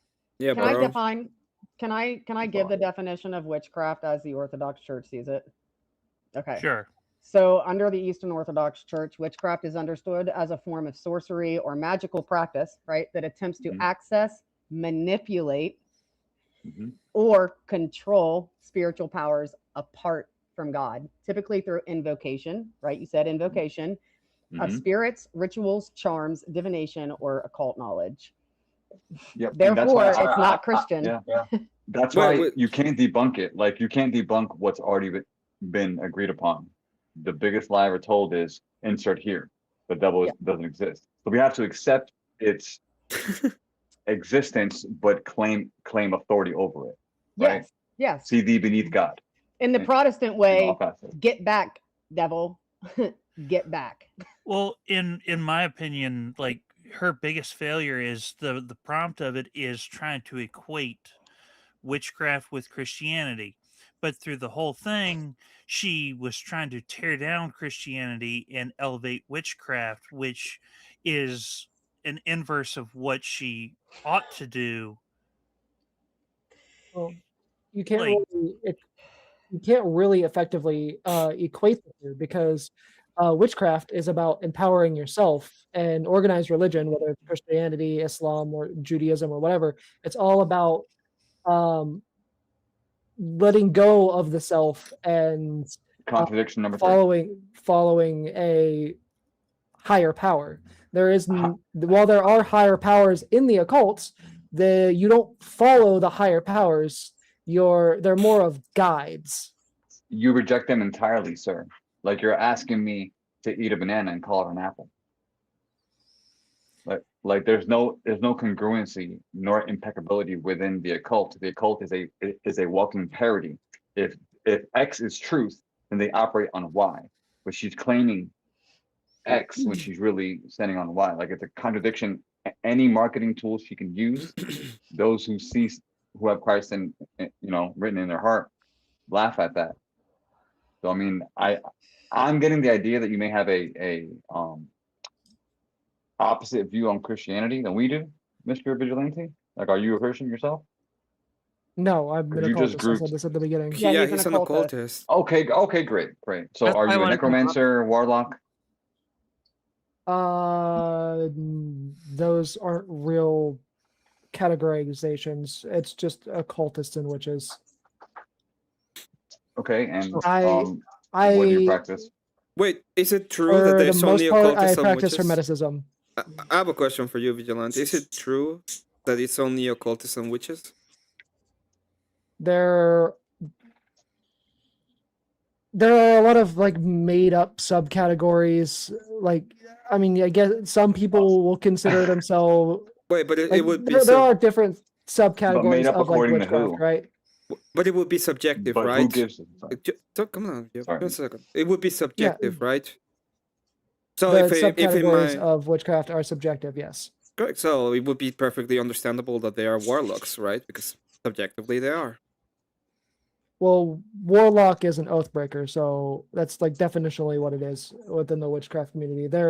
You would have to break a vow or an oath to a god. But he can just create any kind of oath that he wants and break it, and it would be a warlock, right? Yeah, because we've it's got a comment subjective. here. Jim says occultist seems slightly different from witchcraft. Mm-hmm. Witchcraft is part of the occult. It is one part. Yeah, it's a part of the occult. It's a part of. It is not the occult. It is part of. I'm saying, all I'm asking Vigilante is in accordance to it, since it's all subjective. If I call myself a warlock, I am one, right? Well, no, there are actual definitions to these things. Are you gonna tell me that I'm not a warlock? Because I just call myself a warlock, and I believe I am one. What is a I mean, breaker? you can claim that you are one, but doesn't make you that thing. That doesn't mean you fit the definition. Why Just like not? people can call somebody a Nazi, that doesn't make them a fucking Nazi. Why not? Because you have to break an oath in order to become a warlock. But I will be breaking an oath. I'm a Christian, so the moment I call myself a warlock, I will be breaking my oath to Christianity, right? Have you actually made a direct vow to God? It would be against. Well, yeah, of course. What do you mean? What? I mean, you don't have to make a vow to God to be a Christian. What? Okay, What's baptism and chrismation then?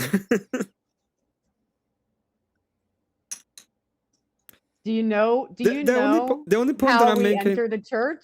Wait, the only point that I'm making is that you can make the not true Scotsman fallacy, which is what I was dealing with a lot of the debate, right? I was trying to make a presentation of what Christianity is in accordance to a true standard, and then whenever I go into whatever she's saying, it was like, well, some witches believe this, some witches do this, some witches say that, but at the end of the day, when it comes to a complete subjective standard, it is I am the one that has the standard. I can do whatever I want. If I say I'm a warlock, I am because I say so.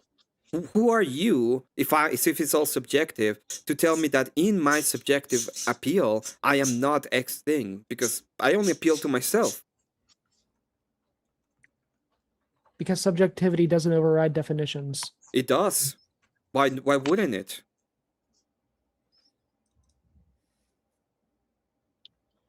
Okay, so just because somebody goes around calling somebody a Nazi, does that make that person a Nazi?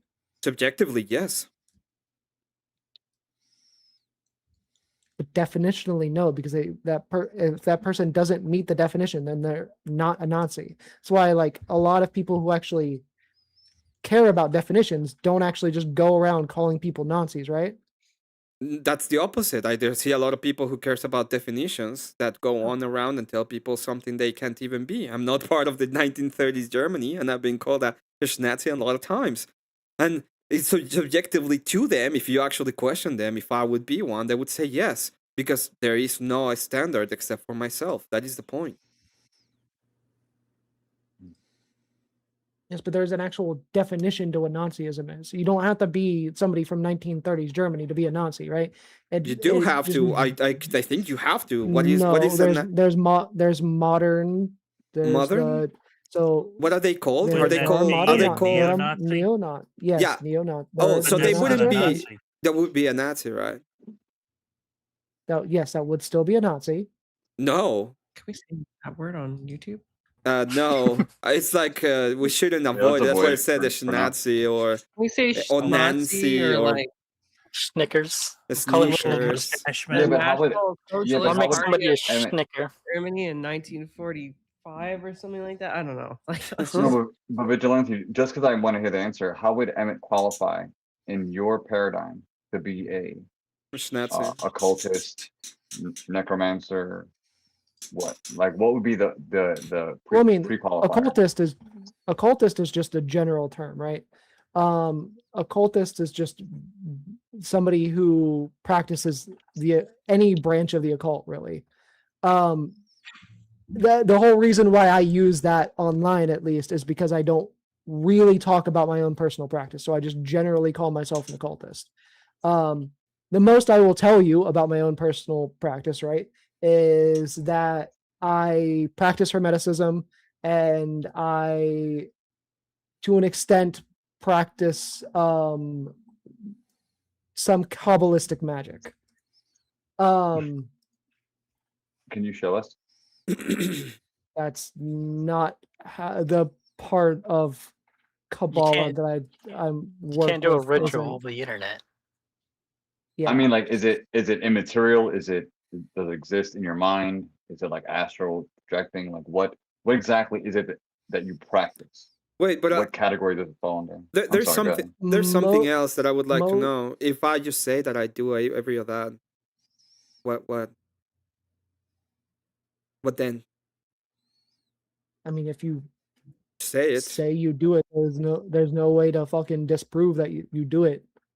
Like so you would have to accept it and see if even if I lie, it will be perfectly understandable and fine because I am the source of what is good anyway. Because morality is subjective to me. Thus, me saying it, just me saying it, will make me. But look, a divine command is no better because you're just appealing to the opinions of your deity. Wait, is it me or is it an opinion of my deity? Which one is it? It's still an opinion. The problem with subjective morals is that's an opinion, right? That's a whole problem for subjective morality. Well, it's a problem for you because you are just you, but it's not a problem for God because God has a specific attributes according to Himself that makes you a higher being. Right? No, look. If you're gonna say if your problem with circular subjective morality, it's that it's an opinion. Mm-hmm. You're going to have to apply that same standard to your deity, and if your deity says when it's the opinion of your when it's the opinions of your God, it's good. Well, it's not my God. Let's figure out terminology real quick. It's not my God. It's not dependent upon me if he is true or not. So if I say my God, it would be dependent upon me. But if it's God, it would depend upon him.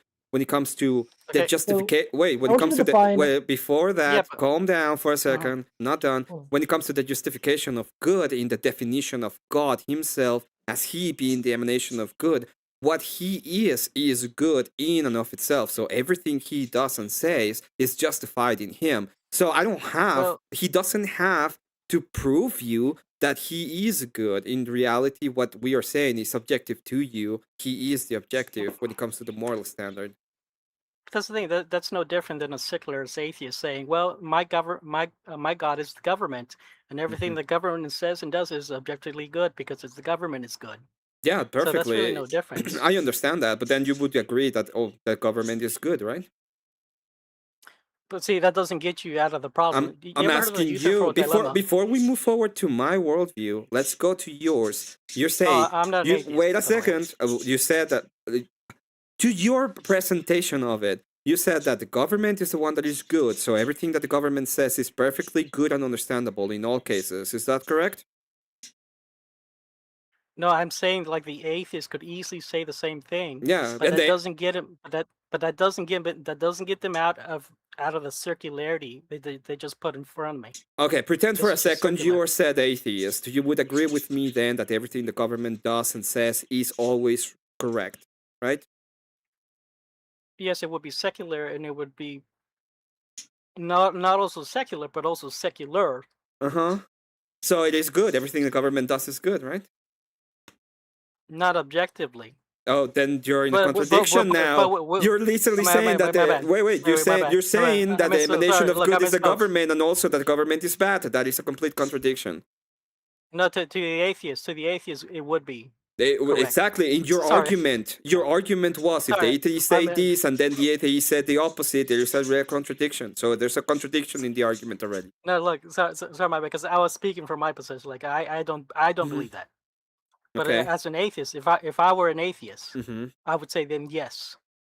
Okay, but then the problem, what I'm saying is when you talk to an atheist, and I have talked to atheists before about this specifically that, and I made the argument that anything I do in government, because I can have access to power in government, will be perfectly justified and good, and they say no. For example, if I say, well, I'm going to make the government do enforcement of marriage, and I will do it in accordance to the laws of the government as of right now, they will be saying, no, that will be bad. The government cannot do this, and then you can showcase that they can. And it has been done. They definitely don't have an argument against it. And I agree with you there. Yeah. But that would be you adopting the atheist position. Yeah, so unless you're willing to adopt it. That is the first criticism. Now, when it comes to me, in the way that I look at the world, okay, God is God creates the universe. He has the power to affect it however he wants to, because he is the emanation of all that exists. So when it comes to justification of good, the only thing that can justify good in the worldview, because if you don't have access to it, there is no odds. Okay, so anything he does will be justified in his will. No, clearly, when the atheist presents this position that the government is all good and all knowing and it is God, this is clearly a fallacious position. We understand it's fallacious because it's circular. So if you understand that's fallacious and circular, you must also apply that to your conception of whatever deity. No, I don't have to, because there's a difference in the argumentation and in the ability of the argument. We know that the fallacy of the government being all knowing is not correct, because one, the government is in fact not all knowing. I'm gonna mute for just a second, okay? My apologies, but you can continue the conversation. Yeah, but I just mean he has they just treat whatever the government does is good because it's the government. I will say this real quick. Thank you very much to Honlon Nate for the insanely huge $100. Witchcraft and the cult are way of removing patriarchy from the connection to God or to source, because God can manipulate physical world. Witches and occults use alchemy and ask for wounded power from the opposition of God to mimic the miracles of God. That's correct, which I don't think they even have access to it. That's why I call it charlatanery, and they're lying. But thank you very much, Nate, for that. Turns its argument on its head when they're saying government is good, but when someone they think they're is hypocrites. Yeah, I'm not. I 100% agree with you. They're hypocrites. So it's rules for thee, not for me. Okay. So Darth, what do you appeal to as far as morality or ethos? Okay. Do we acknowledge? Do you guys know the hang on, because you're speaking past yourself in the third person, and it's freaking me out. Sure. What does Darth appeal to when he makes a moral claim? Yeah, I actually have an objective standard for moral claims, unlike the Christian theist, the Muslim theist, because the Muslim system do you appeal to? Yeah, let me get there. System called. Okay. Yeah, let me get there. So, the Christians are going to appeal to, and the Muslims are all going to appeal to divine command. What I appeal to is designed. So the reason homosexuality is not allowed isn't because God said so. It's because God made it so. God designed the human beings, and within that design, it is not designed for you to have homosexual relationships. So it's not based on divine command, which is still subjective. It's based on designer. But here's the thing: only the pagan creator God has designed, because Christians don't believe that all the animals that you see today, the current ones you see walking around, were created by God.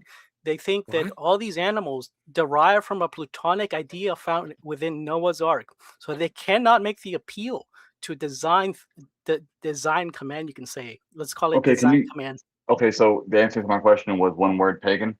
So you're saying that you believe in a pantheon or a multitude of representations of. Look, I do believe in the pantheons, but these lesser gods are there to keep an order. For example, you see multiple these.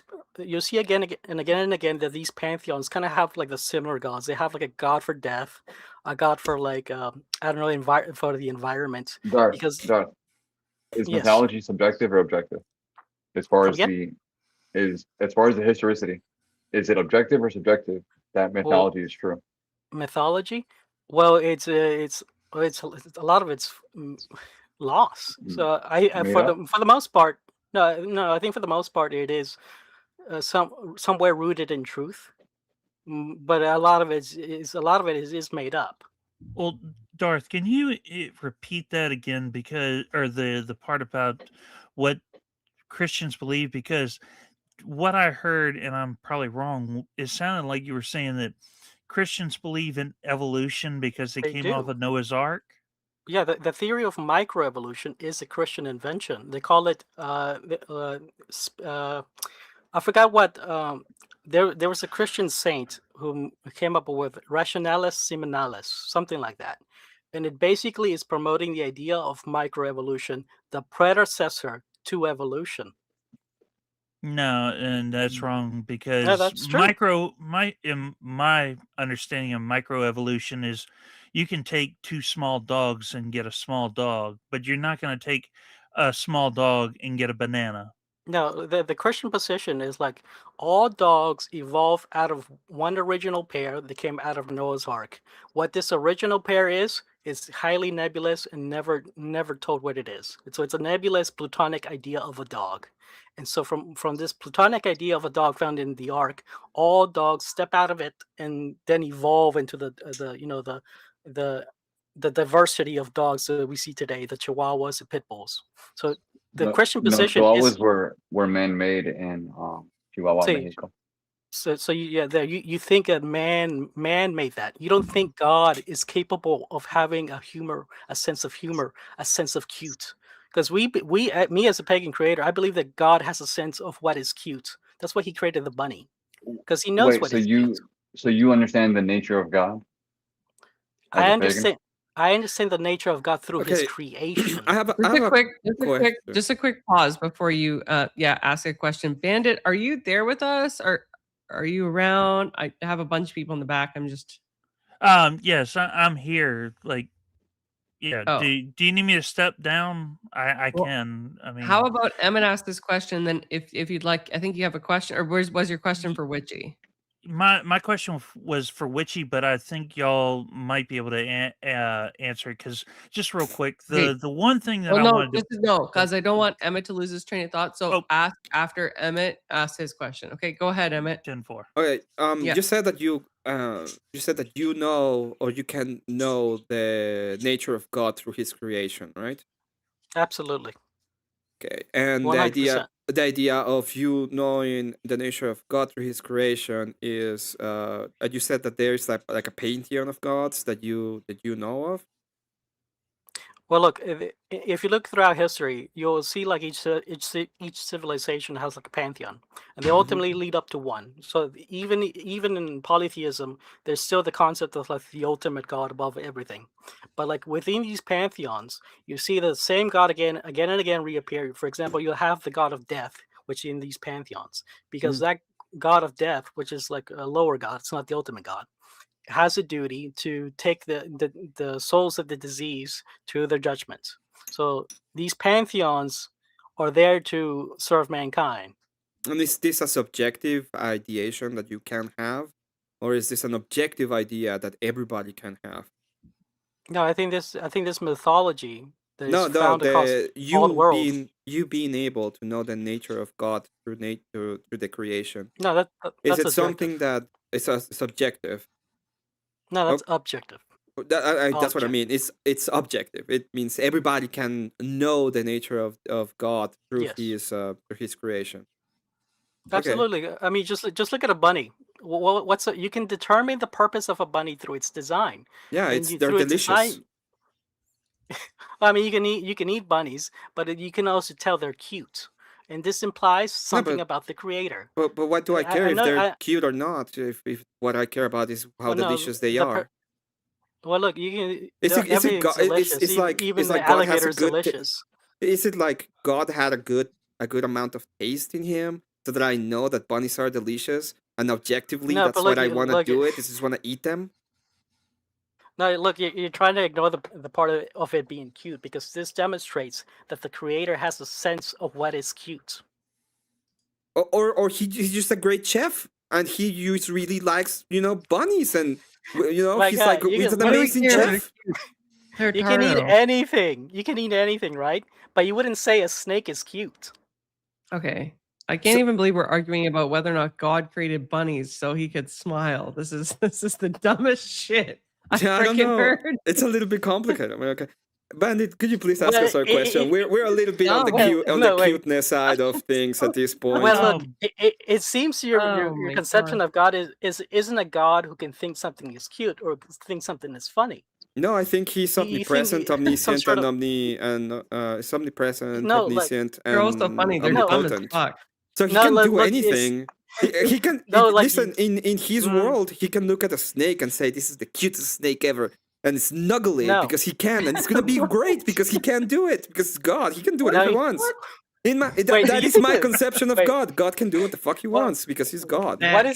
what is the cute design about a snake? I don't know. I wouldn't make Oh, that that's kind of subjective nice. idea of God What do you because mean? he will No, have. look, there you're You know, inserting your if I subjective ever- experience. If You're ever inserting God your subjective experience to deny Listen. the objective design. Listen, if God ever emanates himself to me and he's like, "This is the cutest snake that you will ever see in your life," I would be like, "Sure," because he is God. He Look, can do what he wants. It's like, It okay. seems your conception of God is some sort of like depressed stoic. No, God is that not a is your depressed conception stoic. of God. My conception No, of that's God yours. is he can do whatever My he God, wants. my God thinks.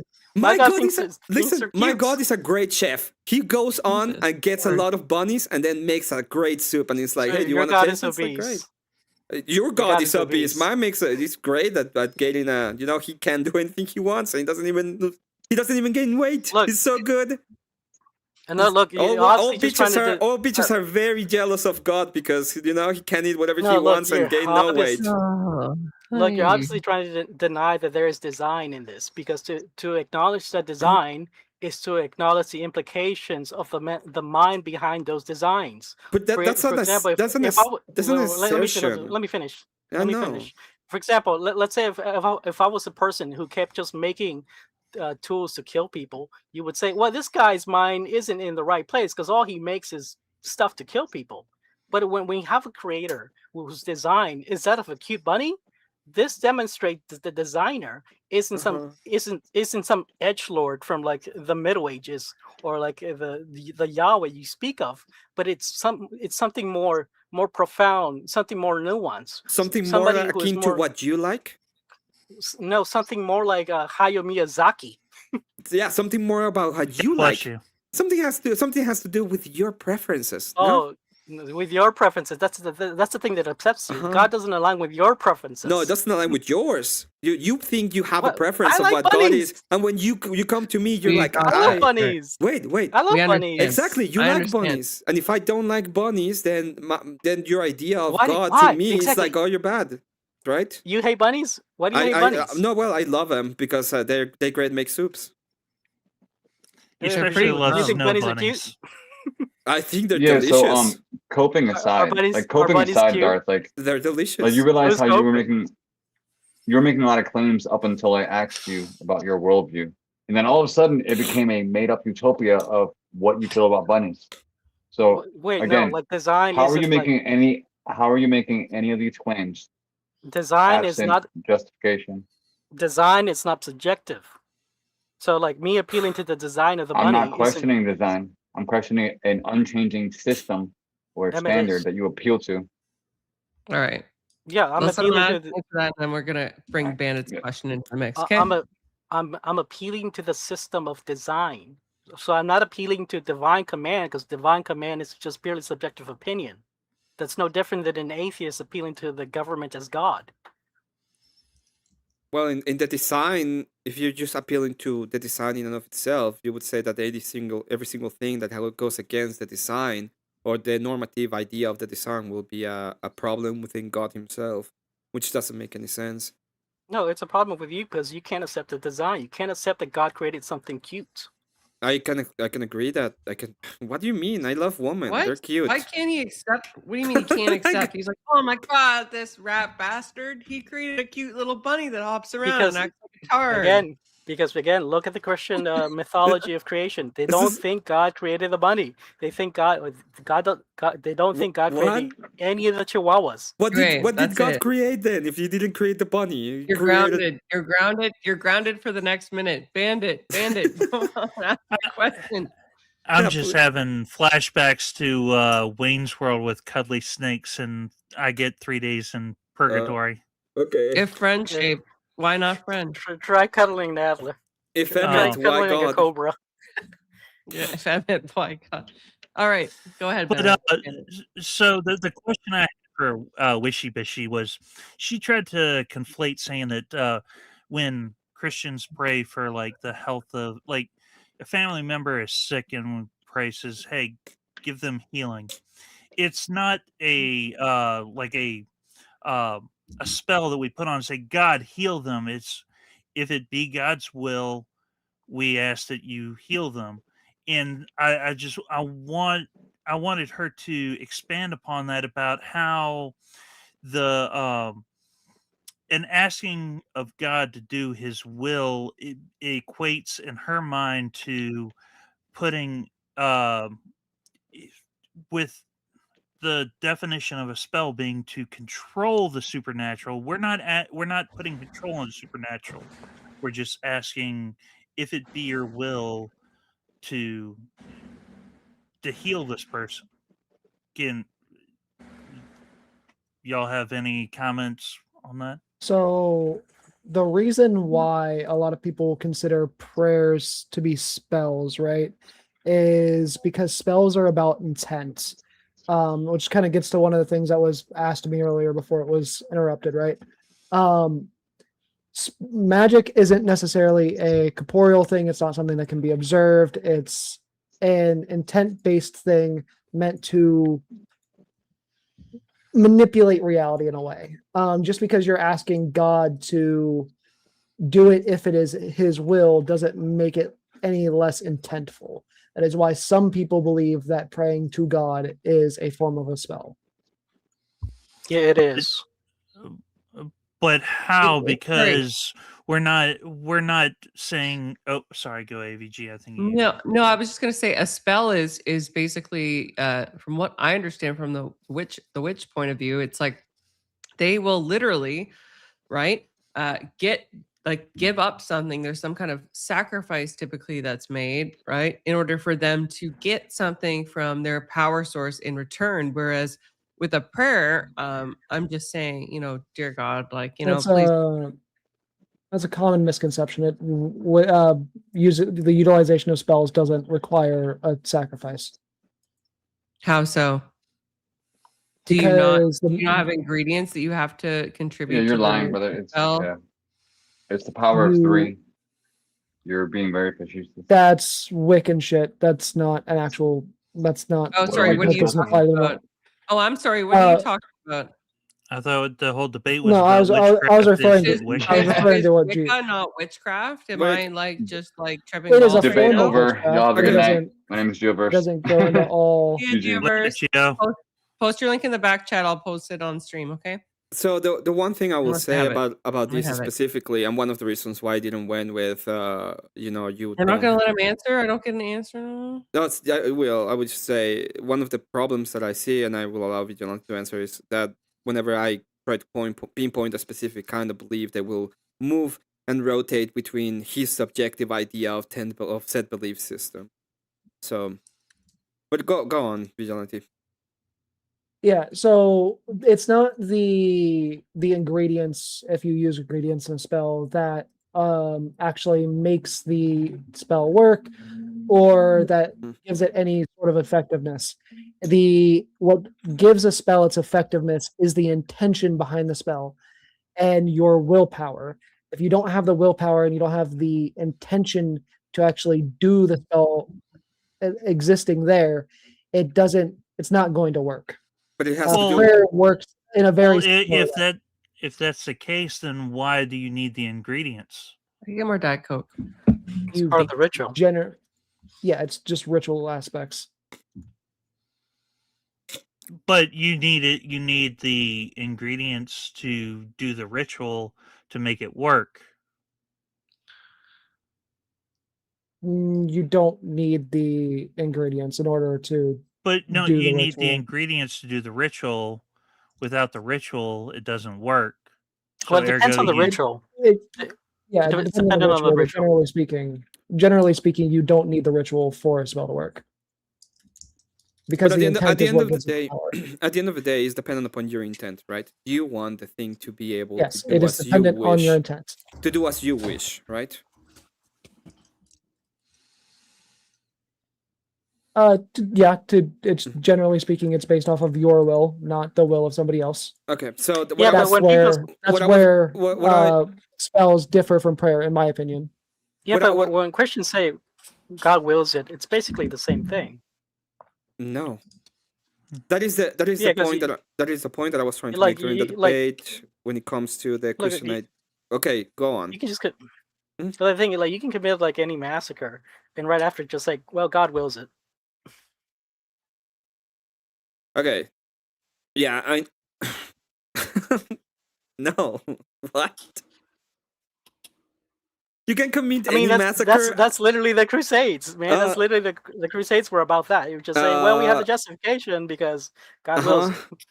No, that was not the justification. First off, let's go back into the Crusade analysis and territory. The Crusade happened after I'm pretty sure that it happened after the schism or during the schism, one of the two, especially the first one, which is the lowest one, and the first one that happened. During that time, the big problem that we have when it comes to the schism is that the Pope was saying that he was a triple emperor on earth and he was taking political power, which is not part of Chalcedon, which is one of the big reasons why the church went into a schism. So the church doesn't have the power, or shouldn't have the power by itself, to do the beating of the state. The state is a different entity, which is very well seen in the double-headed eagle. Okay. Well, no, the state would get its power from the church. So the state in itself has no actual authority. It's only a lend from the church. No, it's the other way around. No. Wait, what? Wait, what? You think the state grants the church power? The states, they are in synergy, so they work together. But the church doesn't have power over the layman in the same way that you would think. The church has the power over the spiritual matters, and then the church has the power of the spiritual matters when it comes to the population, and then the state has the power of force to be used in a correct way to the population. The only reason the state has that power is because it's granted to them by the church. No, that's not the way it works. What? That's insane, man. For example, let me put this question to you: which church exactly gave the power to Constantine to be the emperor? Which church gave power to Constantine? Yeah. I don't know, man. I don't know the history. None, exactly none, because at the time when the Roman Empire was working, the way that it worked was a very secular way when it comes to the power and the structure of the power. So no church actually gave him the power to be the emperor. It was taken through his legions. Well, that's the thing. All government power is secular. All civil laws is secular. No, they're not secular. Not necessarily. That's not. It is secular. Look, if you're not getting your authority from God, then you're just making it up. Okay, just a second, both of you. I'm assuming this might be where Emmett's going with this. Can laws not be based on Christian ethics, right? For instance, we have laws that say that we cannot unalive somebody, right? Mm-hmm. Is that not based on one of the 10 Commandments? You're talking to me? Because no, I'm talking to Garth. Okay. Okay, what was the question again? Yeah, so you can have secular laws that are based on Christian ethics, right? Like, for instance, there's a commandment that says you shall not unalive, right? Is there not current legislation which prohibits people from unaliving other individuals? It might have an influence, but the current government doesn't derive its authority from God. How do they know what's right and wrong? No, it's completely secular. It's opinion. I agree with you that it's completely just opinionated. So if laws are opinions, then why aren't they open for interpretation by everybody? They are. That's why we have court packing. Sorry, how are they open for interpretation by everybody? From what I understand, they're open for interpretation by the court. The courts. By the courts, not everybody. But that's why we have court packing. That's why it's a problem. Sorry, that's why we have what? Court packing? Yeah. How do Who's you define packing the court? Packing? Real quick. Currently, I would say currently let's say there's been court packing in the past. Okay. The Supreme Court, from my understanding, is currently a Republican majority. Yeah. So like the Democrats kind of want a court pack because they think that this way they can get powers away from the Republicans. But that's another debate topic. Anyways, it is another debate topic. Yes. Yeah, it's another debate. Just a quick housekeeping matter. We do have Cleaner and Cure in the back, and okay. I was just gonna ask, Vigilante and Dr. Functional haven't said anything yet. Are you alive? Would you like to contribute to the conversation? I didn't even know you pulled me up. I'm just sitting here. I'm catching back up. I stepped away to go to the bathroom for a second. So much I wanted to ask, mostly of Witchy Bitchy because she likes bitchy. She wanted a bitchy. YouTube made it bitchy. I know. I'm trying to mind my P's and Q's because there's a lady present. Hey, Cleaner, how you doing? Oh, good. Thanks, Russ. Oh, ABG's no lady. I know that much. I'm just kidding. I'm kidding. I'm playing. I'm just playing. I'm joking. Hey, just so we're clear. Just so we're clear, right? His chin, I made it that way. What a fuck card, right, guys? Can I get some L's? Can I get some L's in the chat and why you lose lions? And some angry Darias. The angriest of Darias. My right eye sometimes twitches when I get really angry. No, I'm just playing because I only have the one experience with kind of Witchy's give you a server role that you don't like. All right, sorry, go ahead. Our previous debate with you, and I was like, oh my god, this is insufferable. So I'm like, Emmett's gonna destroy her on this topic. He was actually too nice. He was very nice. He was. It was a very well acted upon by both parties, and it was really good. I was really appreciative of the fact that you didn't really have to moderate very much. Like they were going back and forth, and I was feeling it. And I tried my best not to be biased, but I did think, given the presenting arguments, that she did win. So I was like, kind of, was it Darth who said that you sided with Emmett in the debate, but you are a occultist? No, that's me. Oh, Vigilante. Okay, that was you. So I just thought it was interesting because you and I are kind of like opposites here. Whereas normally, 90% of what Emmett believes, I believe, even though I'm not Orthodox, I live my life according to their prescriptions. Well, it's because I actually disagree. Let me finish because I wanted to say and I think Emmett missed the mark a couple times where he could have really laying the dagger into her, because in my 30 some odd year study of feminism, the occult, and most specifically Eastern, what you would call witchcraft, not necessarily Wiccan, they're different, but they're the same. I get it. Moving past, there's lots of stuff there that could have been picked out to really destroy any of her arguments, because most of them are this newfound amalgamation that it sounded like she one day when she was a teenager watched The Craft and was like, I want to be that. And it's like, well, that's not actually. And so I kind of understood what she was saying, Emmett, when she was saying, oh, this is the Disneyized bullshit. Okay, it might not be exactly Disney, but I get it. It's the amorphous, all-encompassing. It's like if I say to you, land the plane. Christianity, there are different sects. There's Orthodoxy, there's Protestantism, and they're very different. But if I were talking as a global concept, I could say Christianity landed. What? What the fuck was that at the end? I don't understand what the fuck you said. So I had to decompress 3 hours of watching and listening to you guys. Sorry if it came out a little bit. Well, let me ask a question. It's I understand that you thought she made a better argument when it comes to that. You okay?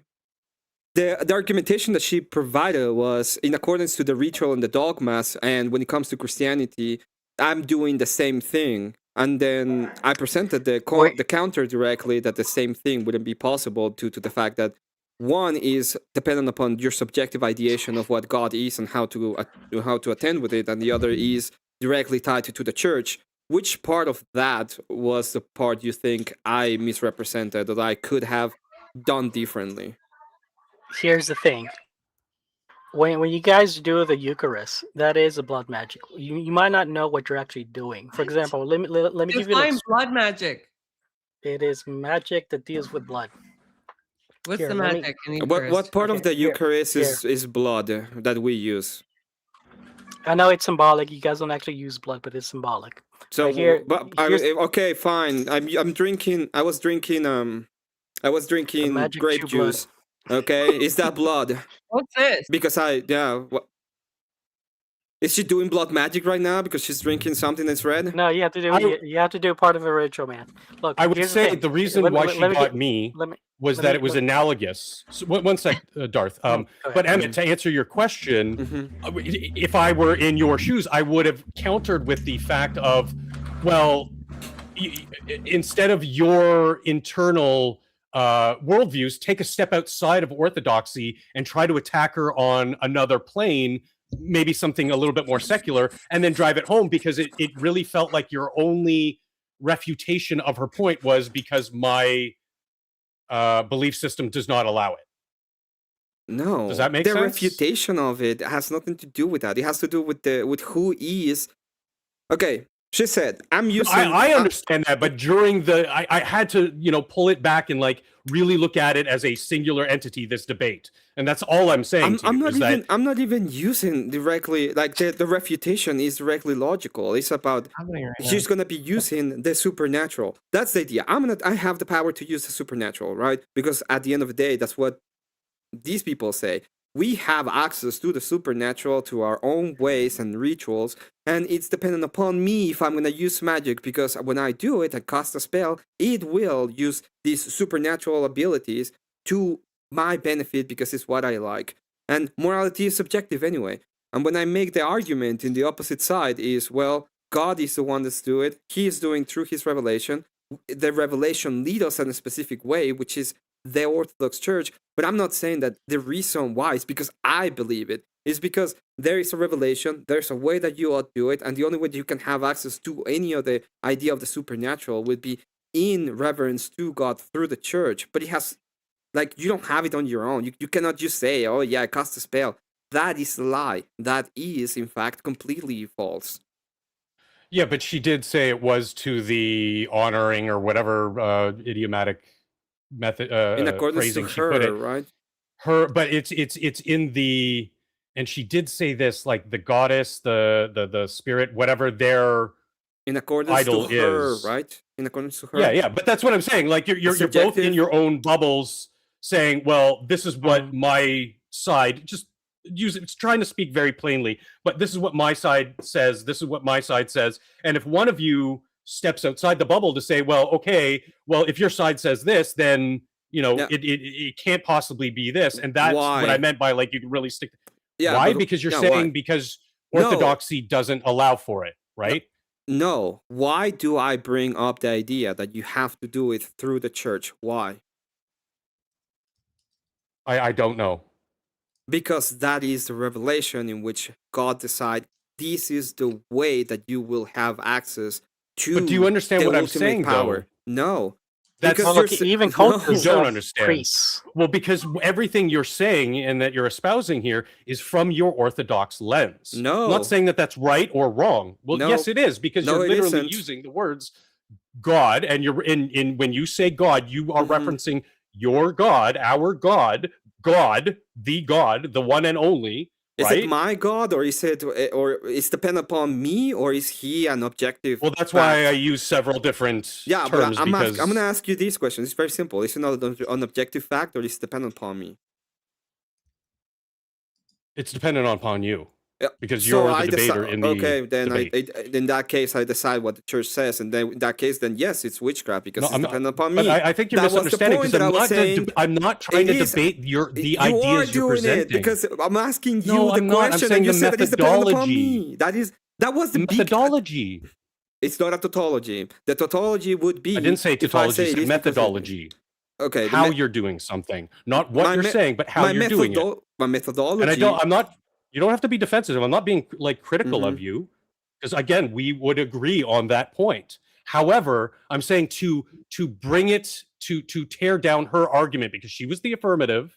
If you were, and just my opinion, if you were to be able to step outside the Orthodox bubble to say something a little bit more, I was outside the Orthodox bubble. Her, the argument was not because I'm Orthodox.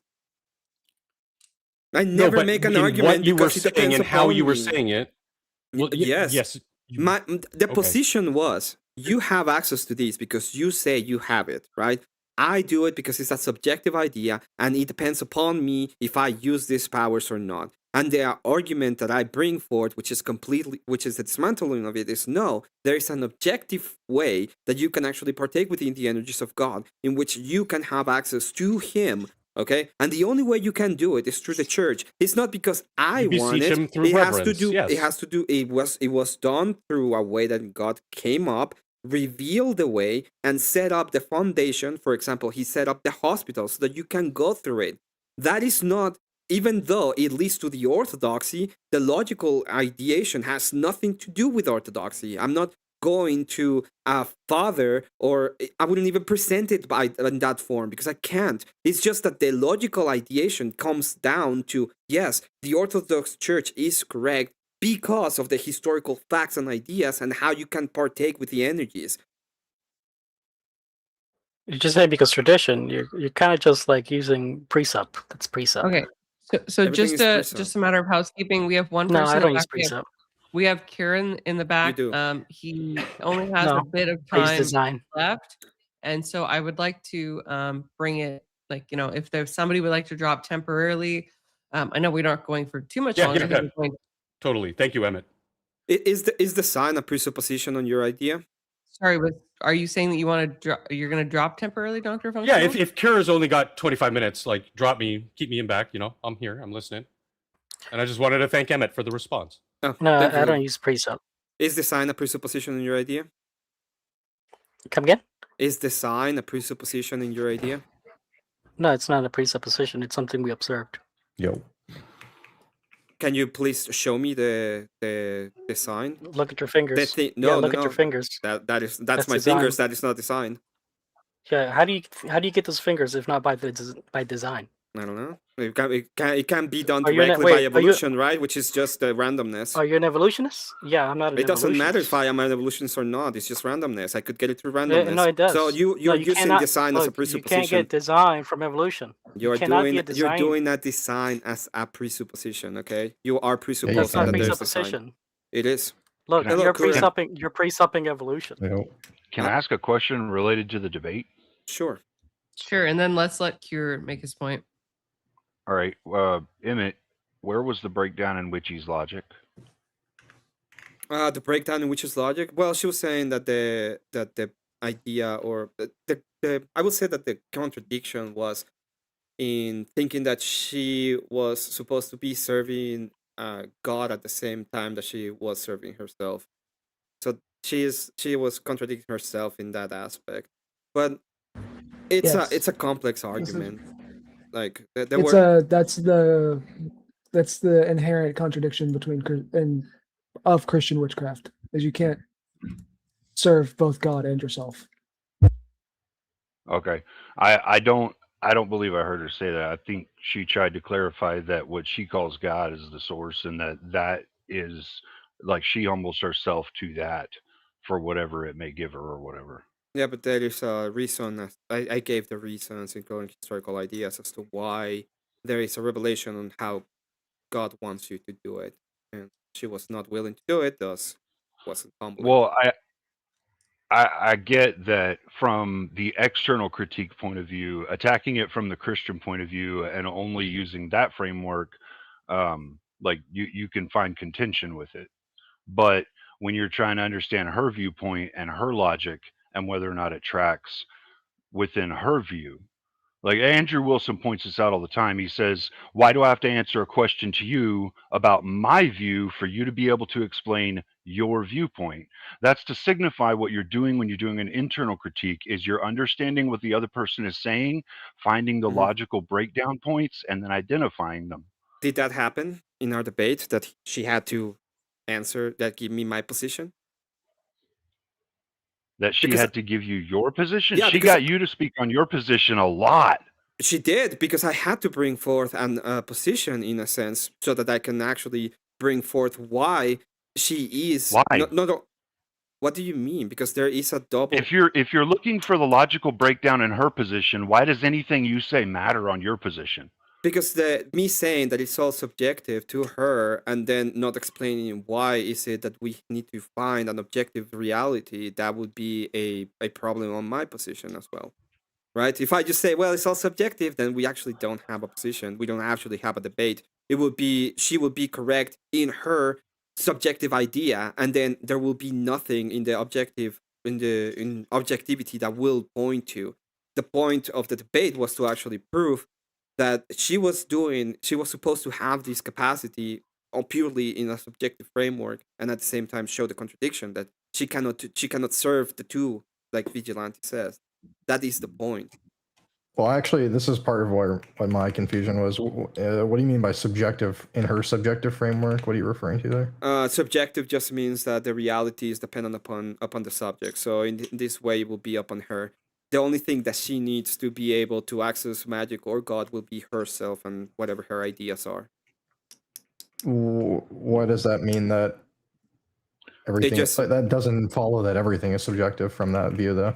I'm not saying that everything's subjective from the view. I'm saying that when it comes to magic or the capacity to partake in supernatural, right? It would be upon herself directly. That she doesn't need to do anything that is not in accordance to whatever she believes.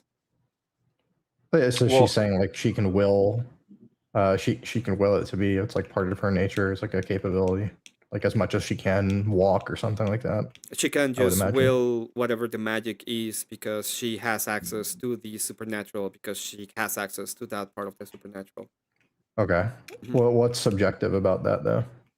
That I mean, she's just following. It's just following her preference, right? She just has it because in some kind of revelation or some kind of ideation that was given to her. Yeah, the preference part she follows. She calls witchcraft. Right? It would be like in the execution or choice of to utilize those powers. That would be like the subjective element, right? Like the elements of choice there, right? Yeah, so you can point out to something that is let's say that you can call it God, and you can point to that, but the way that she gets access to that will be solely dependent upon whatever she prefers. Okay. All right, that's fair.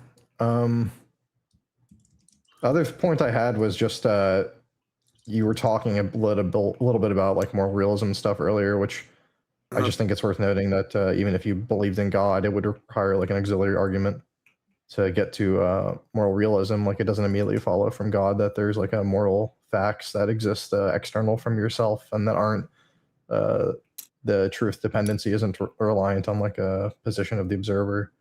So like there's like an argument needed there. So you're talking about the capacity of us to understand whether or not it's good, or you're talking about whether or the justification the fact from that God. Even good things, the fact that good exists at all would mean to be substantiated in a way that like it can be something that's like a property of like actions or beliefs or something like that, or like the fact that like how we get to the moral facts are true. Okay. Like that doesn't follow immediately from there being a God. So that's something worth noting. Like there's another burden there. There's another argument needing to be made. Well, when we talk about, he believes in divine command.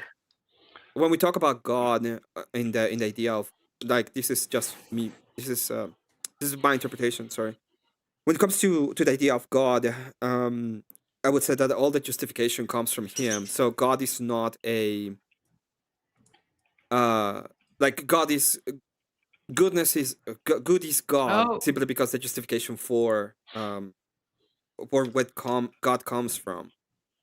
Yeah, that's just subjectivism, though. That wouldn't be moral realism. Like, well, that's I not. would say that's not subjective. That would be directly tied to the nature of God, and if he is a being, it's not dependent upon the subject. It will be dependent upon him. Yeah, that's a moral. That's a stance-dependent moral claim. So it's dependent. No, it's on not the stance dependent. Desires, it's will, dependent upon God only. It is. Right? Yeah, that's God's stances, right? So this wouldn't be a moral realist position. Well, that is correct. Sense. That is dependent upon God. Exactly. It will be dependent upon God's stances, but it's not dependent upon your stances. So it will be objective to you, right? No. It's still subjective. It would be no. Wait. It will be objective to you. You are subject. You are a subject to him when it comes to the morals. No, that's like saying God's. That's like saying the government's laws are objective because I'm subject to the government. If you mean objective in the sense that, like, in a sense that, like, bro, what? Say that again. Hey, come again. Hold on. Proposition is not dependent on me. When it comes the truth value. Okay. Wait. Calm down. We have two different conversations, one at a time. Kure, could you repeat that? Just calm down. I need to understand Kure. All right. So am I going first, or is the other guy? Yeah, you go first. Just a second, gentlemen. Nate, you're not in the back. Or what are you? I just think he wanted. Are you trying to get in the back? I just think he wanted to drop him, but I don't know. Am I just bringing up? Okay, he's getting back on. Okay. Yeah. Okay. Could you connect please... your devices? Yeah. Could you okay. please So I'll. Okay. So right. So if you're asking me, well, how do I know what God's positions are? Like, I can use some epistemological standard and say, like, and figure out how I derive that and say I can know those things. But this wouldn't mean it's any less a standard or a belief or a position dependent on the stance of God. And so under, like, a normal or very standard moral anti-realist position, this would be a stance-dependent moral fact and not a stance-independent one, because an independent one would be external all subjects, and it's not external subject. It's directly derivative of a desire, disposition, or will of a subject, that being God, like the agent, right? So correct, but he's the objective, right? When we're talking about the object, it's not objective. He's subject. Like, this is the point. He is as a being. He is the emanation of the good. So to you, everything that he is would be objective, because you are looking at him. Yes, he's not dependent upon your mind, right?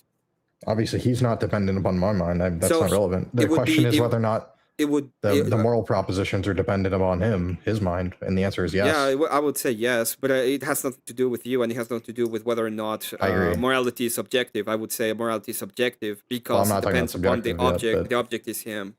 So he's not. It's not dependent. No, it's moral realism because it depends upon him. It isn't moral realism. It is. No. He is real. Yes, depending upon him is exactly the reason why. But he is real. It's just as dependent on him as the proposition Cure likes ice cream is dependent on me. It's the same thing. Correct, but for example, if I were to say everybody likes ice cream, okay, and God says, yeah, everybody likes ice cream, that would be a true statement, right? Yeah, that's not a moral claim, though. Okay, so when it comes to morality, he says, this is wrong. And I say, this is right. Preferences. Would I be wrong? You say it's right. Would I be wrong? It would just depend on the relevant standard being Would I be wrong if he says that it's right? According to what standard? According to well, everything's according to his standard. That's the point. He is the standard. No, it's not. So that's obviously untrue. It is obviously true because he is the standard. Not everything is not according to his standard. Everything's according to his standard, yes. That's the point of why we're talking when it comes to he is God and he has the final authority. Does he? No, he can sin.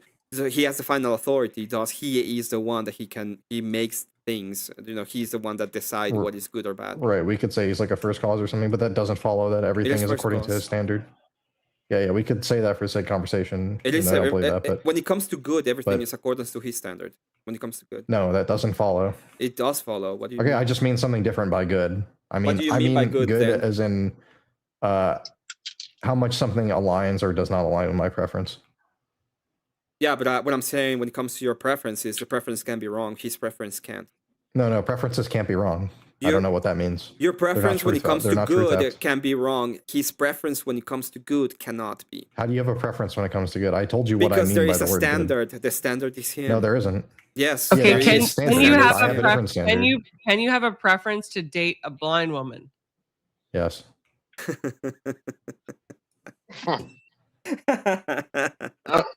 Right. So the question is like the Oh my goodness. Oh my God. not being applied the same. So I was just trying to understand where her break-in logic was. Like, absent you attacking it from your viewpoint, like your belief structure, how was her logic wrong? Because she doesn't have access to the energy of God. She cannot have access to supernatural because of the way that it's set up. I don't think she made that claim, did she? Yes, she did Did make she the claim that affirm she the had Christian access God? to I didn't hear supernatural that. abilities. I think she was saying like how Emmett has like a monopoly on the energy as of God or something like that. Which means that she claimed to have access Yeah, to it. so I can kind of explain that. Right, I can kind of explain that. So throughout history, and I have a lot of personal history with dealing with women who dealt with magic, witchcraft, occult, all kinds of crap. Anyway, so throughout history, there has always been those people who have tried to use what came to be known as alchemy and their will to force worldly outcomes. And the alchemy isn't magic though. Where alchemy is more of a science. You broke up, Nate. Nate. I think he might Nate be between towers or something. Yep. Yeah, I was trying to understand how her viewpoint had a break in logic. Because you were saying you don't have access to the energies, right? That's the point. But I don't think she was making that claim that she did she? She did, because when she said that she uses magic, you have access to the energies. You're partaking in the supernatural and the source. wait, yeah. what if she's the source of it though? She doesn't need access to another thing. Well, she didn't say she was the source. She had been the source. And Did she say she affirmed the? I didn't watch all the debate. Okay. Admittedly, but did she say she affirmed like the same God that you do? No, she said that. Well, she was a little bit ecumenistic, but she said that every single every single religion or every single cult points to some kind of truth, and that truth is the source, and the source is what she claims to have access to. But here's the thing: the source is open-ended because even I can be the source, even a demon can be the source. So saying source doesn't really identify what the source is if it doesn't identify it to be like the ultimate capital G God. She identified it to be similar to what Christians call God. Okay. Yeah, that was problematic. Right, and so the thing is, like, within her viewpoint, she believes she has access to God in some way to speak, or her God, her version, the source, right, to speak to it or whatever, right? And she has that belief. All right, we can't prove or disprove that, so we continue downstream with the rest of her beliefs, executing unfalsifiabilities out, right? Like getting rid of them, because you can't prove or disprove that portion. So let's attack the portion we can and go through her logical belief structure. If she believes that she has access to that, then she believes that she has some. Does she believe she has some will over the magic therein, or the energies therein, or whatnot? Well, this is the belief system, right? This is what I was talking about. You're justified in belief whatever you want. That's not the point of the debate, and that's why I moved to a different kind of justification and a different kind of idea, and that's why I proposed a positive claim on my end to be able to say, hey, you don't actually have access to these energies in a more objective fashion. If I just otherwise, it's just and it ends up where I claim, like, it would end up in, well, you have certain you have your preferences, I have my preferences. There's nothing else you can prefer that Christianity is witchcraft. It will be, it doesn't matter. So that's not the point of the debate. That's what I didn't want to do. I wanted to go to something that I can pinpoint like to. Speak to the spirit of what it is she's saying, not so much just go for the win, right? The gotcha. Because, I mean, obviously, if you just wanted the win or the gotcha moment, then you would have just asked her, like, her and her own belief structure, since she's a witch, and she used to be Christian. What about witchcraft? Like pulled her towards witchcraft that Christianity didn't give her, and then she would have identified those things, and you'd have said, "Okay, thank you. You just gave me the debate because you identified the things that you yourself believe are different between Christianity and witchcraft," which would have ended "Is Christianity witchcraft?" on the spot. So that would have been less than a 1 minute debate, Not right? necessarily, because the big claim is what I don't like about Christianity is that they do the same thing that we do, but they say that they're justified.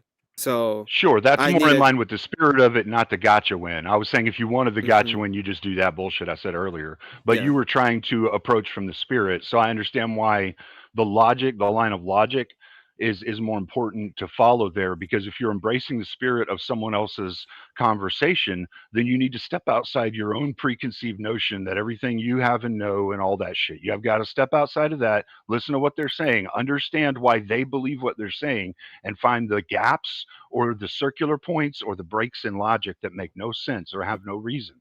The other thing I could have And I done, it didn't would hear be her. Right.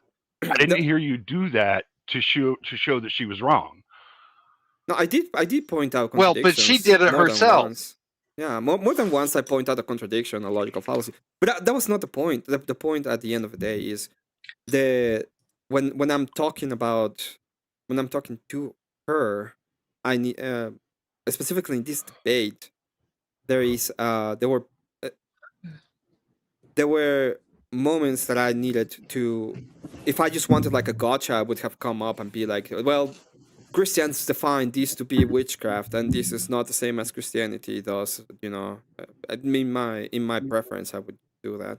But I wanted to actually engage with a logical proposition as to what is the difference, and why is it that I'm saying they don't have access to the energies? Why is it that they cannot simply use it, and you simply say that they can use magic? And why is it that that statement in and of itself is a lie?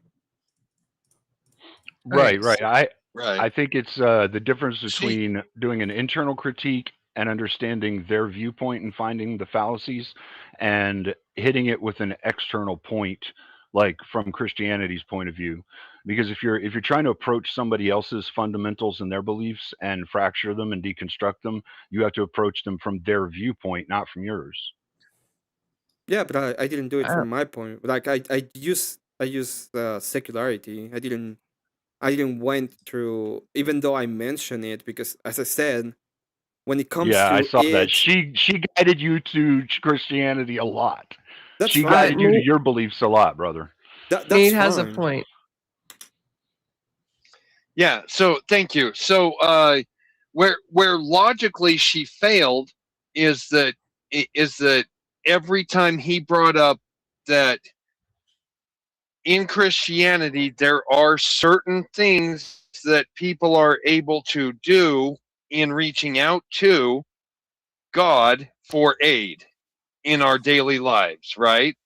Whereas she kept saying, yeah, but I do the same thing. I just smoke, I just light up my own herbs and I light my own candle here in front of my own altar.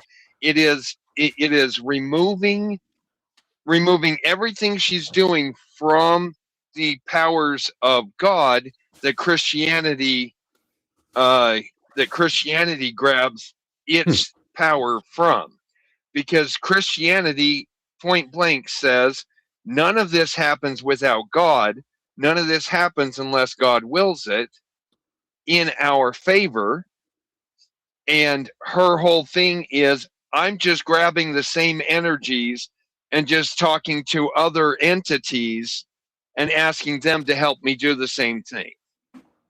So that it is not analogous, because she's substituting what Christianity has put down for those spells, as she called them, for the prayers, for the formulation of words to ask for certain outcomes.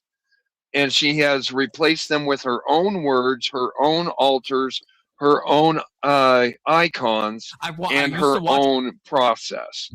It is completely disanalysis or analogous. Disanalogous. We've got a super chat. I got it there. You did. You did, sir.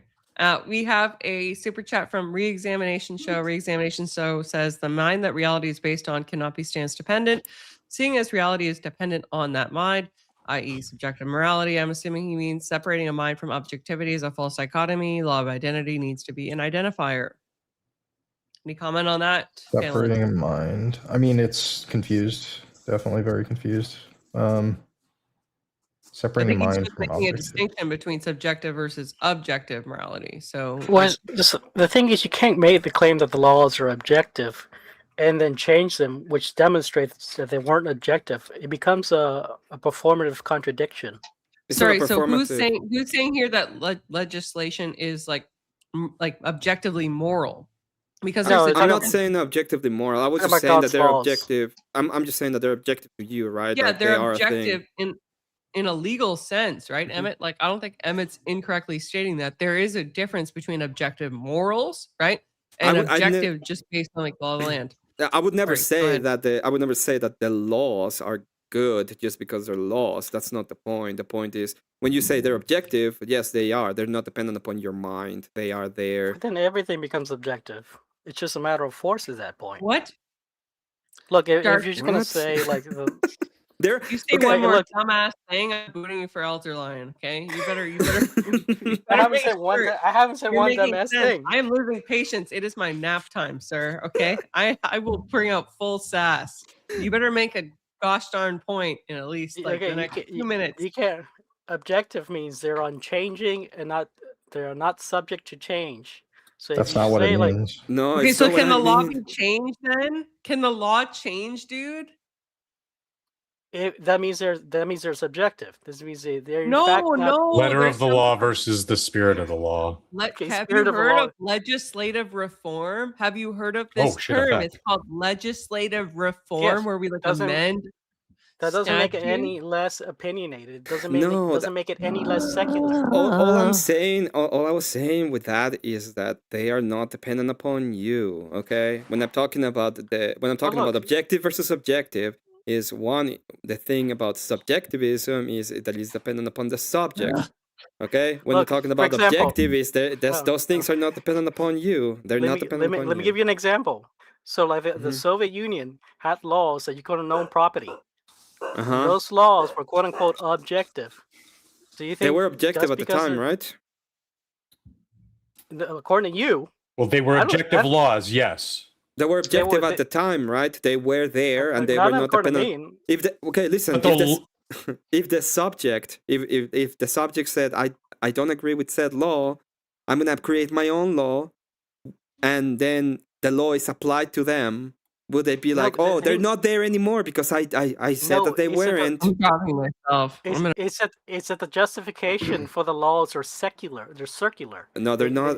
We're talking about justification. Listen, you're adding stuff. I'm not talking about the justification. I'm talking about the law. You need the justification. Law itself. No, you don't. You just force. Do my opinions. The fact that it's a law. Wait, no. Let me finish. The law itself. If I'm gonna say my opinions are objective, if I'm going to say that my opinions are objective, do I not need justification for that? You might need justification, but that has nothing to do with whether or not. I might need. Can I? What's okay, the justification for the fact that you need justification? Okay. Can there be? Wait a second. Just 1 second. Can there be a law? Can there be a law in any setting that is not justified? All laws are going to be opinions. So they're not justified. So I don't need justification when it comes to law, right? No, because I can say the same thing. Is there a situation where my opinion is not justified? When it comes to you yourself as a subjective thing, no, you can have any opinion you want, right? Exactly. See, it becomes secular. When it comes to you, none of your opinions have ever changed. No one's ever swayed you on any topic or educated about something and changed your mind about something. That's what I'm saying. If the laws are just opinions that can change, they're not really objective. The law. No, listen, you're not getting it. Okay, the law in and of itself, the law that is right now in the books, is subjective to you. No, what is objective is the might. The might behind those laws is what's Yes, real. but the But the system laws in of it, laws is the laws in objectively true, correct? no, what is true What is does the power. objectively true mean? No, what's real Okay, isn't the law. I don't What's real is know the guns. I don't know why we got to spend 45 minutes talking about this subjective law stuff like that, because Yeah, it I has don't get it. nothing to do with the freaking debate.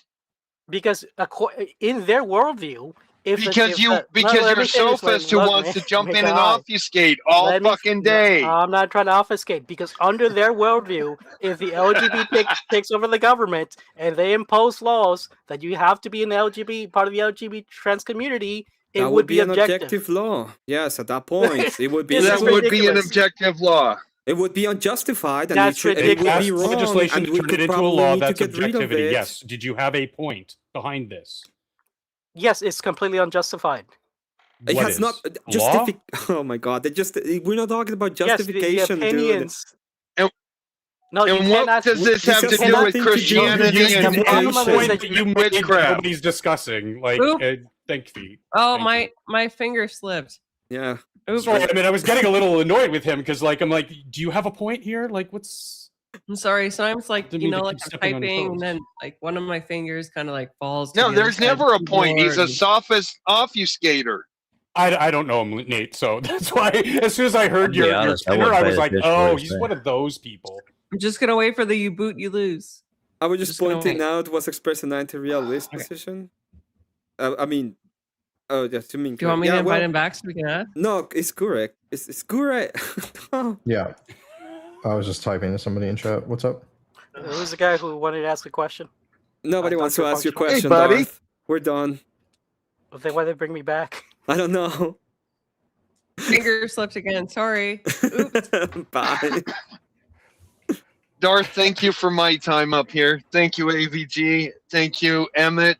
Hey, Witchy Bishy, thank you for having this so that I could jump up and yell at somebody for absolutely no connection to the debate at all. I'm going to lay down and go to sleep. You guys have a wonderful day. God good bless night. all of you, God whether bless you like it or not. And thank you, See, Nate, thank you so much Oh, for your yeah? support during this stream. It means a lot, sir. Thank you so much. Thank you very I much. support the movements that are putting thoughts where I want them to go.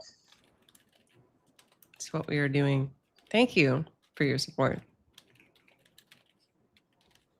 All right. Well, I just God wanted to bless. come up here because I was interested into knowing what Christian positions Witchy Bitchy actually gave Emmett, because I didn't hear any. All I heard was a bunch of Catholic positions being thrown at him. They don't count. No, they don't. Not when she's debating Orthodox, right? She's debating against Orthodox. Well, that we're position, right? debating about what Christianity is when it comes to Christianity. But the There's an debate objective prompt is standard. literally Christianity is witchcraft. Witchy Bishy is on the actual like affirmative, right? She has to prove that Christianity is witchcraft. Her entire position was to advance things like, okay, this seems like a ritual. This seems like a sacrifice.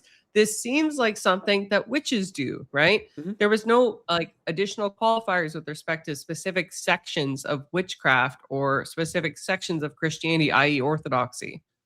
What's well, the working definition Yeah. of witchcraft that you would accept, Emmett? Oh, the one Oh. that was provided, like use of sorcery and magic, rituals and practices and corporate belief in magic that are associated, especially with neo-pagan traditions and religions. But and the idea of magic, which is the second definition and the one that we actually went for, is the use of means such as charms or spells believed to have supernatural power over natural forces. In this case, it means that you have capacity to access supernatural powers and utilize it against natural forces, which is where the whole idea of she had access to the energies of God, which was one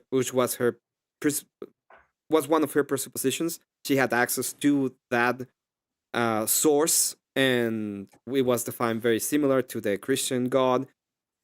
And finally, I went through that and gave the refutation, and the refutation has to be done with how it is that Christians actually have access to the energy of God, and why is it different from a just position of I do it because I can, because it's within me.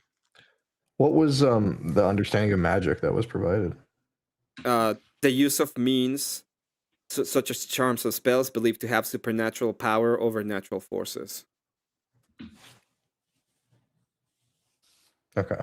I wish you hammered her a little bit harder on those definitions, because I think that would have made it completely fall apart. Because like I said, there's several different parts of what is, and you actually just said it, which I can't believe I missed when you said it before, neo-paganism, which unto itself is its own new sect. But it doesn't matter if it's neo or not. I don't know, because she fluctuated a lot between Wiccan and old pagan forms and other that's what ideas. I'm saying. And she was all over the place. The point that I'm making with that is that if it doesn't matter when it's the justification for her use of the supernatural comes from herself and her own ideation. That's what I kept on bringing up, that the difference within Christianity is not that we don't have access to the supernatural. It's how we do it, and it's nothing to do with me as the source, but Christ and God as the source. Hey, if Bill wanted to hop up, I can let him go up instead of me. He'd probably be better at this than I would anyways. So just as a matter of housekeeping, I do need to nap. I've been like up until like 4 or 5 in the morning every single day for the past 3 days, and like I can feel it in my bones. I need to nap for at least 3 hours to, like, muster up the strength to eat. So what I thought is, like, yeah, if you want to drop for Bill, I'm perfectly fine, but I only have like 13 minutes left of me. So go to bed, Daria. Let's go let him up. We are waiting to Emmett, and Emmett, I anticipate, if he is going to be a little bitchy, pun intended, is going to review a certain stream where they're coping very hard. Oh, and they're I sent him coping the right link now? to that. Oh no! Is there magic on the stream? I sent you the link in the Discord. Okay, I know what it is already, and you didn't send it to me, but it's fine. You're tired. I did. What do you mean? I did send it to you. No, you didn't. Who's coping? Am I tripping out? Yeah, I see. Yeah, my bad. Jeez, but I know people are coping. It's gonna be a copious amount of cope that we're gonna get out of this debate for the next couple. Yeah, of maybe months. you could make some content on it. So, how about this? Including we're bad atheists, because I'm sorry, bad Christians. The bad Christians. Awful. Yeah, the worst. awful. The worst. The worst. Elder Lion, do you want to drop for Bill? Is that what you're offering? Yeah, if he comes up, I'll drop. Okay, Bill, are you still there? Paging Bill. Paging Dr. Bill. It's like Dr. Phil, but like based. And I understand. I understand that the argument is because if I just showcase and I just say, well, you have your access to the supernatural, and I have the access to my supernatural, and not explain why is it that they don't have access to it, then it becomes a just preference based kind of thing, right? Like, well, you can, if you prefer it, you can say it, but I need to explain why. That's why I brought up the idea of why is it that they don't have access to it. Hello, everybody. Hello, Bill. Hello, Bill, you big meanie. How's it going? Sorry to chip into your 15 minutes. I'll only be 5. For I'm you, going brother, okay. in moderation, I will give you another 2 minutes for my time. Okay. Thank you. I hope you're doing well as well, and get some rest. I'm just walking my dog right now, so that's what the background noise is. Toby? But anyway, Toby. Yeah, that's Toby. Yeah, that's right. Little what you call it? Jack Russell Cross Chihuahua, Jack Wawa. Emmett won't tell me the names of his birds, otherwise I'd shout out his very Christian, very based birds every time I did a stream. Okay, with him, I can tell you the names. Does he bark in Australian? One is Greenbird. One is Greenbird, also known as Conflucius, because Confluence paid for that one. The one is called Louis, and the other one is called Cloudy, and those are the names of the Louis, birds. Cloudy, and Confucius. And Conflucius. Confucius. I noticed they went to bed. Anyway, so the witch left. So that was curious. I think it's because of their extreme hatred for witchcraft. It's dependent upon light. The moment light goes down, they stop. No, don't say that. It's the animals have the sixth sense. All right, that's the reality of it. We all know that to be the case. It's like canary in the coal mine. They're sensing danger. Yeah, exactly right. So I just wanted to jump on. I'll try to be keep this short and sweet. Now, I grew up not really into the occult or New Age per se, but I did say like dabble with psychedelics and encounter, I guess, these spiritual realities where by default, if you go into these sort of states of mind, you kind of start to be more sympathetic, let's say, to New Age bullshit, right? And I guess the long story short is that for people that feel that like the world, is lacking a spiritual reality to it, occultism and neo-paganism is very attracting because immediately once you send out that distress call, I mean, God is always there for you, but he's got to be more subtle about it. What you're going to get instead, a bunch of demons feeding your bullshit into your little eardrums there, making you feel so special. But the price of that isn't going to be so great. So I wasn't really here to discuss the debate as such, just I guess give my own 2 cents about God veiled our noose for a reason, because it's dangerous for those spiritual realities to be open without proper training, without proper discernment. Now, we do have access to the supernatural through God, through following his commandments, through the sacraments, and just being as pious as we can be, not signaling our piety, but, just trying to get close to God. And it's all through humility, which means the classic phrase, thy will be done, not mine, right? So whenever we receive anything from God, we might say, oh, God damned me or God blessed me, but we don't see the bigger picture. Quite often it is for our own salvation.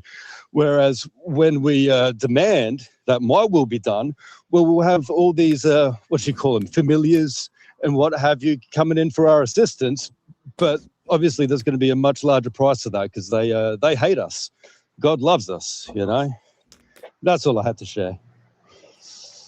And did you want to show your channel, Bill? Why did I say Bix? Like, why did I combine your first name and your last name? Bix.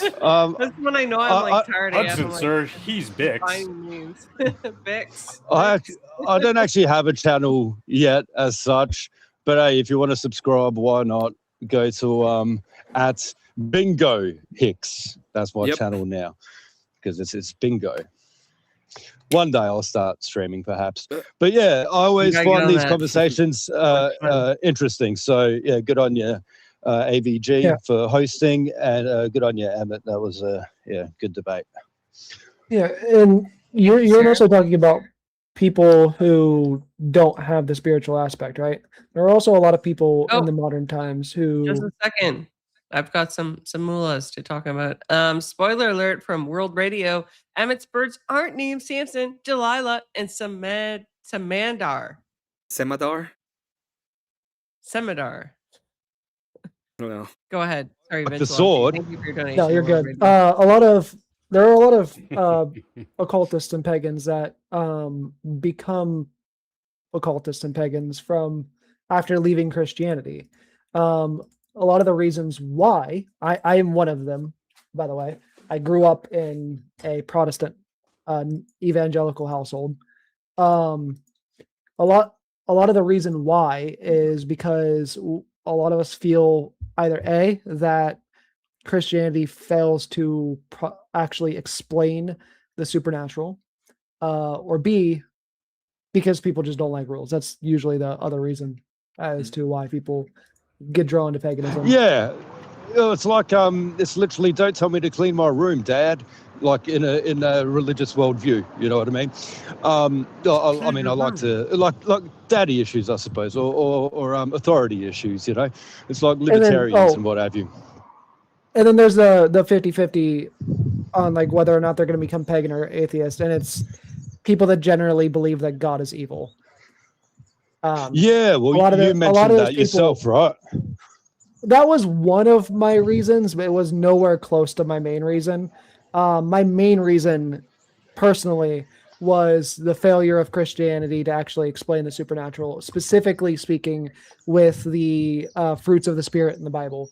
The only thing that you're really taught, like I even went to my pastor at the time, like before I ended up leaving the church, and was like actually seeking guidance with the fruits that I had at the time, and there was the only response that you really get, at least in the Protestant dominions of the church, is just trust in God, and that lack of explanation is what drove me away from the church.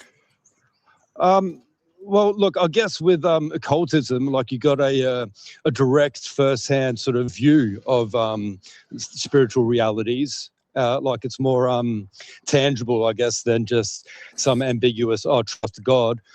And now I will just say, and I'm sure many other panelists here, well, I don't know, might be split 50-50. We seem to have a few pagans and what have you in here. But a lot of us would suggest you seek out orthodoxy in particular, because Protestantism, does lack proper answers. That's true. And they'll just say, oh, God works in mysterious ways. Now, obviously, we would also agree that we don't know the big picture. We don't understand why God does what he does in our life. And we do have faith that it is for the good, So, like, we will give a similar answer. But I think for deeper metaphysical or theological Christians, you'd probably be better off seeking out a Orthodox priests, but even then, like not every priest is going to be an expert in those questions, Like I just suggest you keep on researching, because we do believe that it is from God and it is the way, the truth, the life, and anything else is just an imitation. Doesn't matter how convincing, and that includes Protestantism. All right, I'm going to boot you guys in order of no particular importance.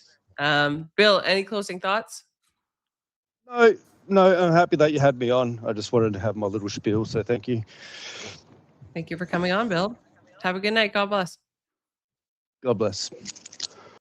May the Lord bless the rest of your apostles fast. Kier, thank you so much for coming on. Sensei of DSD. Do you have any closing thoughts? I would just I really only came on to remark on one thing, since it's something that I feel somewhat confident to speak on. Sorry if I didn't participate too much in the witch elements of the debate. I would just advise Christians to investigate moral realism, because there are auxiliary arguments for that position which can be defended, and it's just asserted usually, even though it's not clear the implication. And I would try to not reduce God's positions to a type of anti-realist position, because that's rude, and God doesn't like when you're rude. So you should figure that part out. Well, you don't know that. We're meanies here. He likes that. Yeah, that's all. Thanks for having me. Thank you, Kieran. Yeah, thanks for coming on. Continue to guide Dark Side Deaconess in the ways I cannot as a woman. All right. Dr. Functional. Actually, you know what? Vigilante, your closing thoughts, please. Do you have anything you'd like to say? Yeah, I appreciate getting to come up and go against the idea that Christianity is witchcraft from the actual witch perspective. There is a lot of witches that do believe this. Unfortunately, I think it's a misguided cope in order to cope with the idea of witchcraft, that we should accept everybody and anybody can be a witch, like the idea of Christian witchcraft, which I don't believe is really a thing. And I differ from a lot of witches on that. I think it's bullshit, and I'm glad that I could actually get to agree with you guys on something for once, because most of you are going to argue with every single fucking opinion that I have, especially Emmett. We reserve the rights to do that after this stream. We do. All right. Thank you so much for joining, and have a great night. God bless. Have a good night. Later. Dr. Functional. Hi. Not an actual doctor. Do not rely on him for medical advice. Do you have any closing thoughts? Do you have anything you would like to show? No, it's fine. But I do have some closing thoughts, in that the real winner tonight was me, because utilizing force, I have caused Darkside Deaconess to acquiesce to the fact that I am now her husband and now control her. And she will now come to me and not people like Dusty. Sorry, whose husband? Who are you Darkside marrying? Deaconess. She admitted Oh. tonight on the after panel. She said her new husband. She never told me this. I just said it was happening. You're just And then using her for a green card to America, aren't you? No, I'm a dual citizen. What do I need to use her for? You're a dual citizen? Yeah, I was born in Michigan. Oh. Well, of course, because you never ask. You never ask how I'm doing. So yeah, I had fun. Thank you for the debate because it was interesting. That's crazy. I was born in Sarnia. That's like I used to go to Port Huron all the time. That's crazy. You're such a hoser. She's such a hoser, people. Hoser. She talks like such your stereotypical Canadian-y.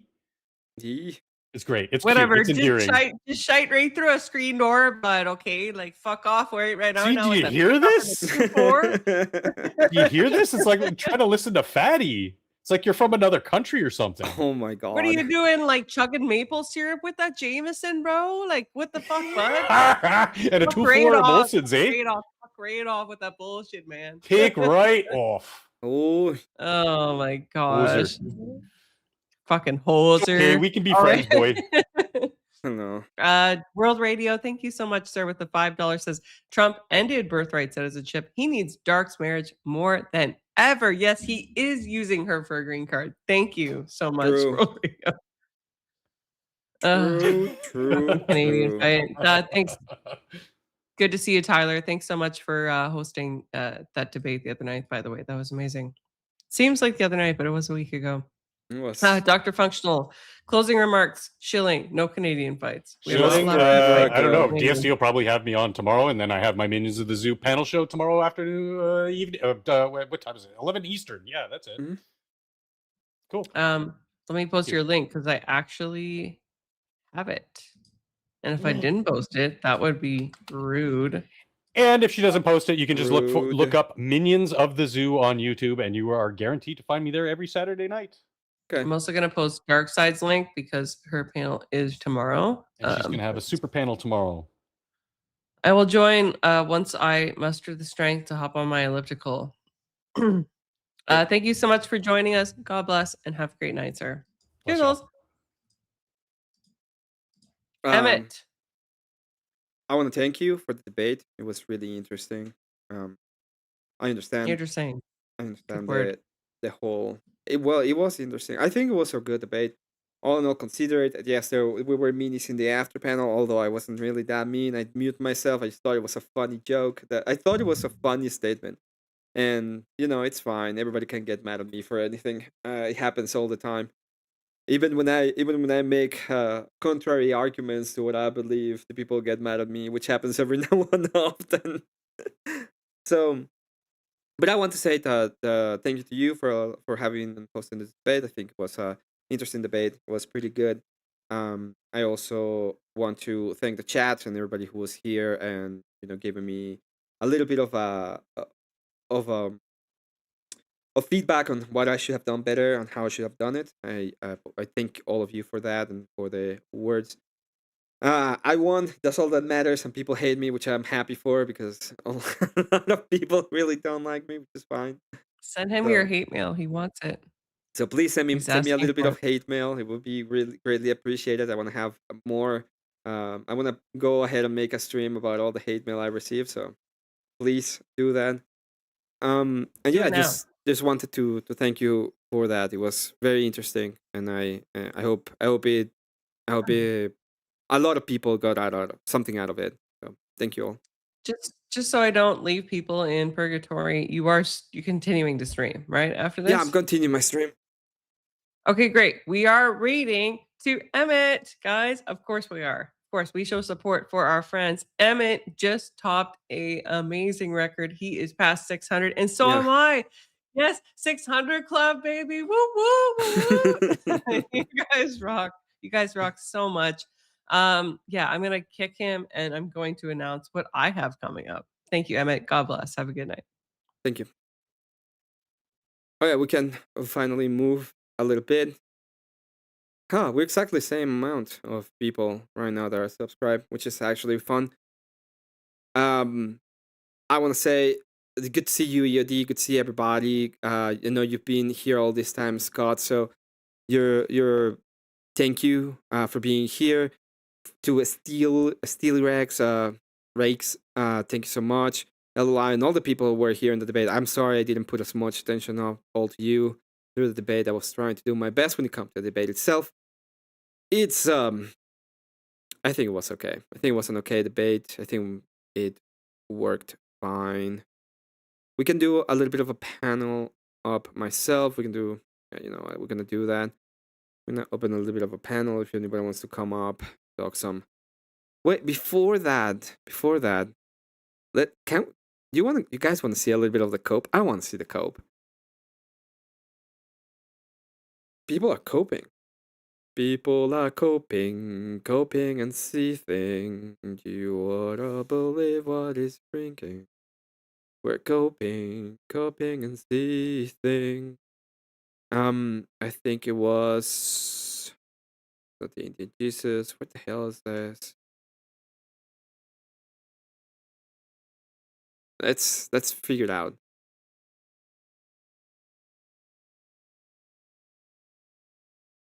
Oh.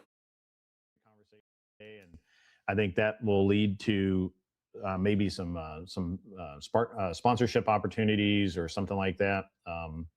At least they'll come on my show and help out, which will be great. And right, you can just go here. Well, and you know, okay. Let's listen to the cope. I want to listen to the cope. Okay. I don't care about that much. Let's bring it up.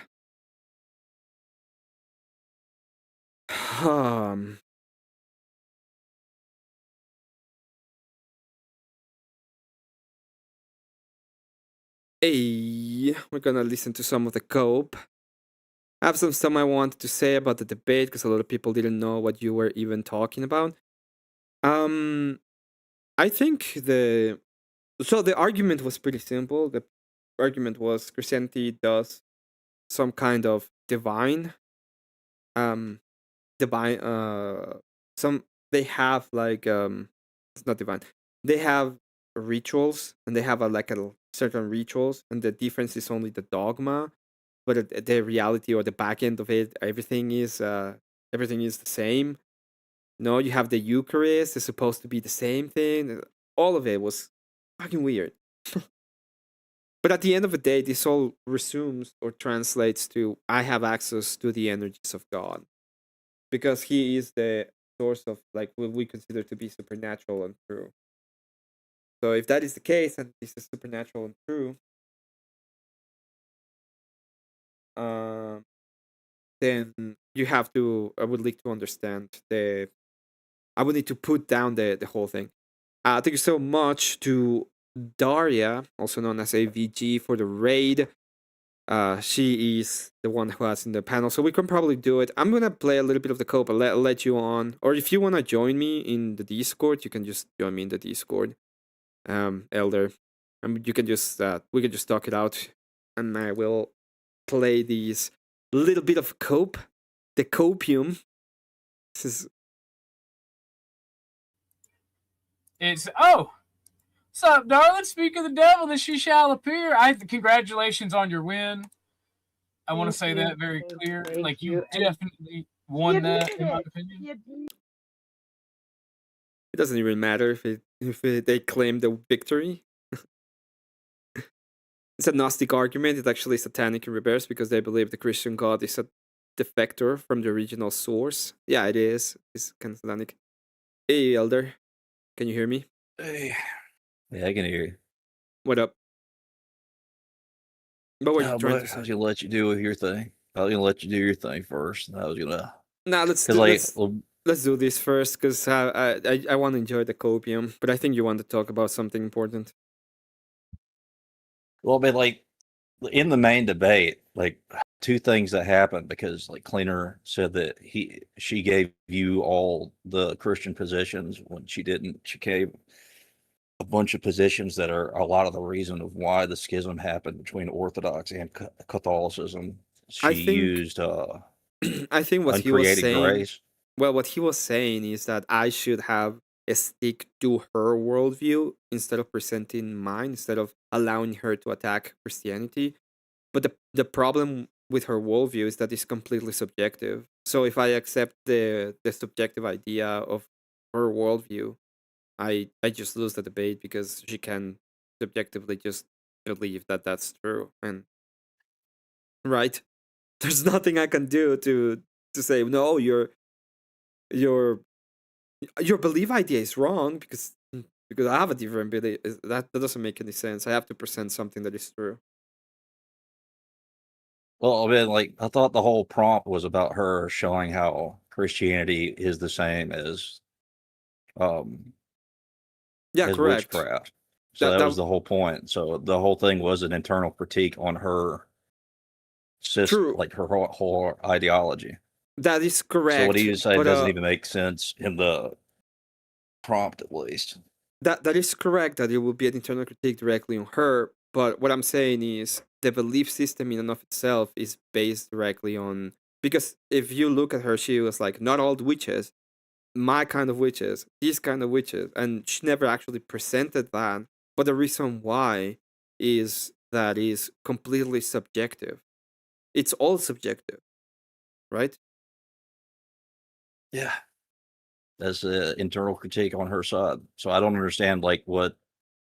That's what was bothering me about it. I wanted to talk to Cleaner, but I guess he left before I could get there. Yeah. But So what he was saying was you could just be, oh, it's all subjective and win. And what I'm saying is if I just do that, if I just say it's all subjective, thus I win, I am not actually presenting why she's wrong and the reason why I presented why she's wrong, and say, well, in the Christian world, you don't have access to all of this, is to actually explain that yeah, you are only subjective, it's all dependent upon you, which is it's a complete anti-Christian position, and if that is the case, it cannot be Christian, and that is the point of the whole argument. Yeah, and then his criticism after that was that she gave you all the Christian positions, and not understanding what she was actually saying weren't even, to my view, real Christian beliefs. So, like, that's what I was trying to say. A lot of the criticism from her was like well, you make you put the bread on top of you and you make it God, and it's like, oh, that's a bad position from from the Roman Catholics that I have in trouble with the energy, with the with the energies. Oh God, the person. Yeah, Essence energy. She confuses Catholicism with she confuses Catholicism with Eastern Orthodoxy. And I guess, like, a lot of people do this. There are actually pretty big doctrines that separate them, and in essence, energy distinction is the biggest one of the biggest ones, at least. Yeah, they have created grace, where in Orthodoxy, as I understand it, does not. No, well, and she was making a lot of arguments from a created grace type of model. Yeah, it's just not the same. So it's just weird, and it ends up being like it just ends up in subjectivism, which was my whole argument about against it was we don't believe in that you have the access because you have the access. We believe that you need the church so you can actually partake within God, so that you have access to Him. Otherwise, you don't. You're just lying. If you cast a spell because you have some kind of divine connection, that divine connection is wrong, and you don't have access even to the spell. And then there was one part that I was at work and I spurred out on.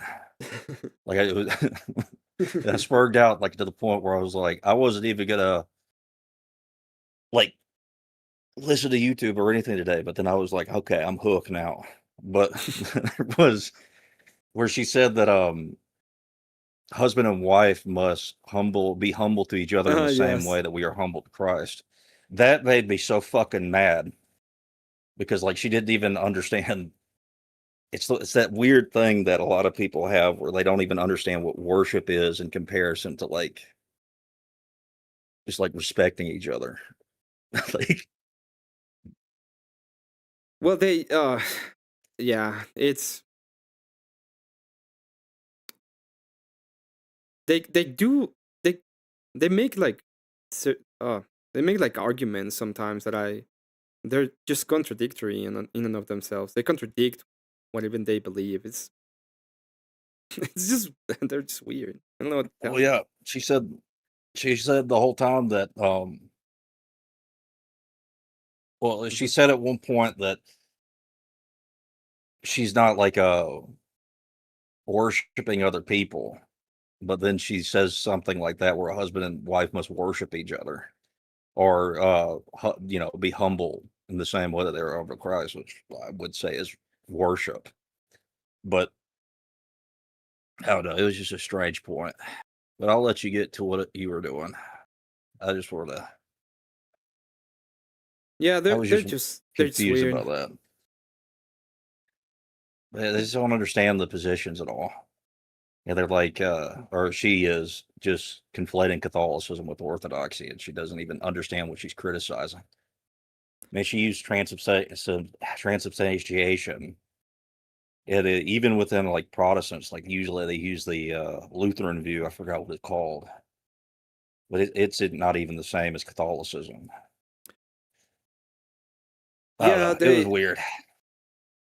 It was a little there was a little bit of straw man on the arguments from her end, not because obviously because she was trying to make it more global to what Christian is, and it is the end of the two things end up in you're gonna have problems with them.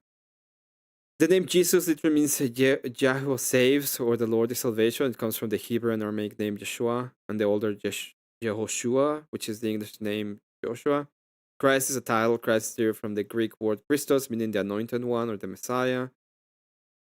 Her picking and choosing what it is to her is a special kind of protection. Just for her was definitely weird to me. She didn't clarify what exactly makes old. The name was a combination of two elements. Jeho, an abbreviation of Yahweh, mean the God of Israel. Shua, Hebrew verb. Joshua means to rescue, deliver, or save. In the Bible, the angels will explain that this meaning when commanding Joseph to name the child Jesus, for he will save his people from their sins, which is true. That's pretty much. Okay. Let me play this for a little while. Admitted it that the church takes a viewpoint of having a monopoly on magic. Yeah, because we do have access to the energies. That's the point. That is the only idea. So if you are claiming to have the same kind of energies without going to the church, that will be a difference between you and Christians. Thus, that will make that would make your position false. But okay. I'm gonna turn your volume up. All yeah, you could try. I'm gonna have to turn the laptop back on, but the battery was dying, so I had to turn it off. Well, never mind her statement saying the definition of Christianity is according to Webster. Well, when I try to clarify what prayer is, which is give thanks, and you can request you can request like spiritual things for you, but that doesn't mean that it's not something, it's not a spell. It's not like I want a wife and God's gonna work on that. That's what I asked, like, can you request a blind a blind wife, which was a joke, but I'm also a meanie, so Yeah, it's like I don't understand. That's the kind of the separation between like what pagans do and what Christians do is we don't try to work outside of God's will. We try to submit to it always. Mhm. We try to remove ourselves from it. Yeah, the Or try to idea, remove our own will from it. one of the ideas of Christianity is specifically that, is to lower yourself, to actually try to portray humility. By the way, I will talk about this because I thought it was funny. I had Moses be a little bit mad at me in chat. He would call me a PDF leaptard.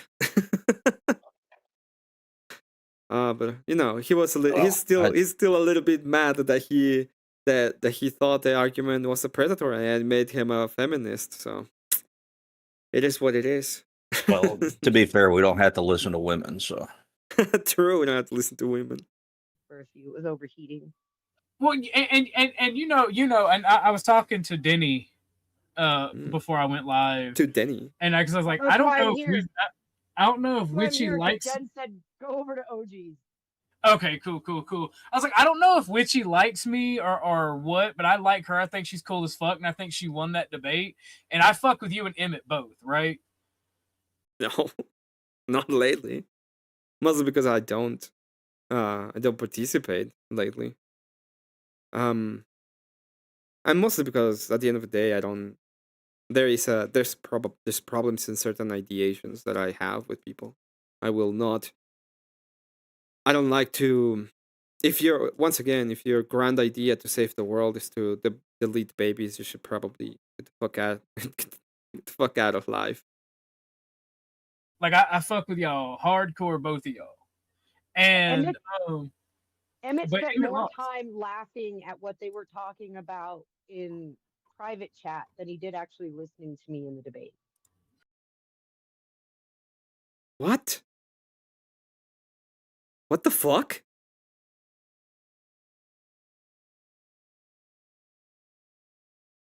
Hey, Dr. Functional, I did.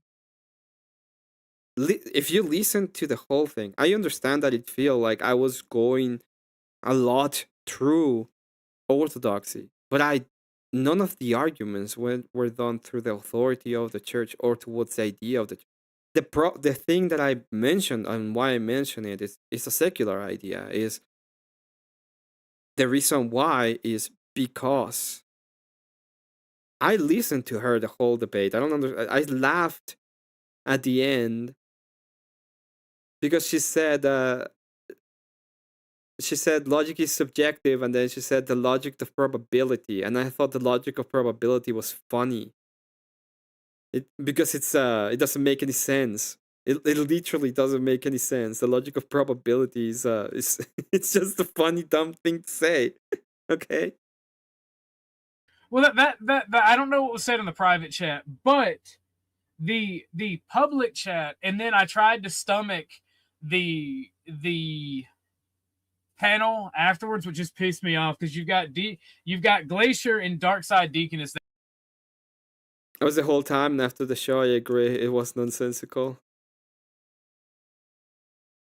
Yeah, I didn't make any weird stuff. I just laughed because I thought it was funny. When people say dumb stuff about logic, sometimes I find it funny. That's mean, Emmett. I can't believe you did that.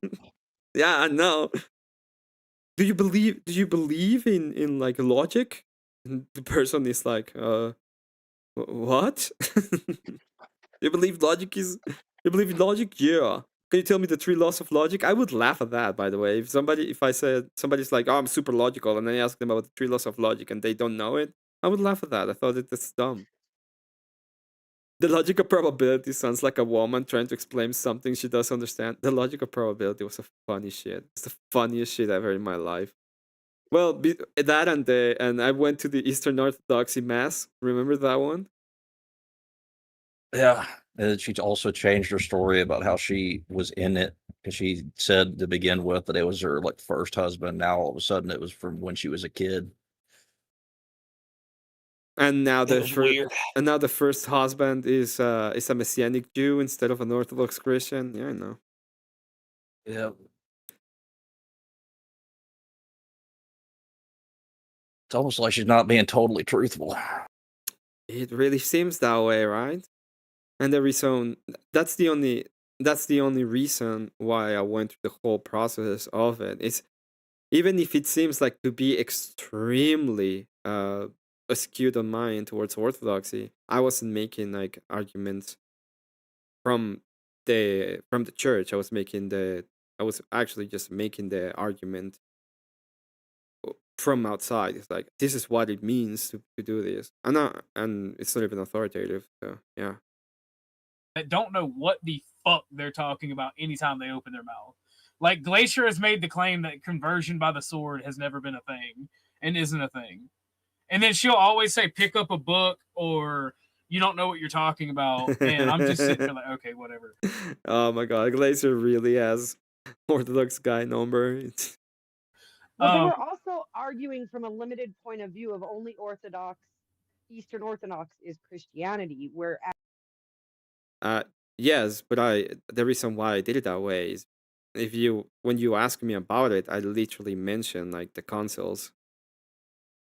Yeah, I will go through the consoles. I will explain why Christianity has to do with the historical standard. It's not something you say. The fact that you say I'm Christian doesn't make you one. That's not the way. You can also take the position of orthodoxy being true and not being an authoritative source of it, the truth of it. Like, you could say it's true and use that as a position in a debate and it not be you representing a church.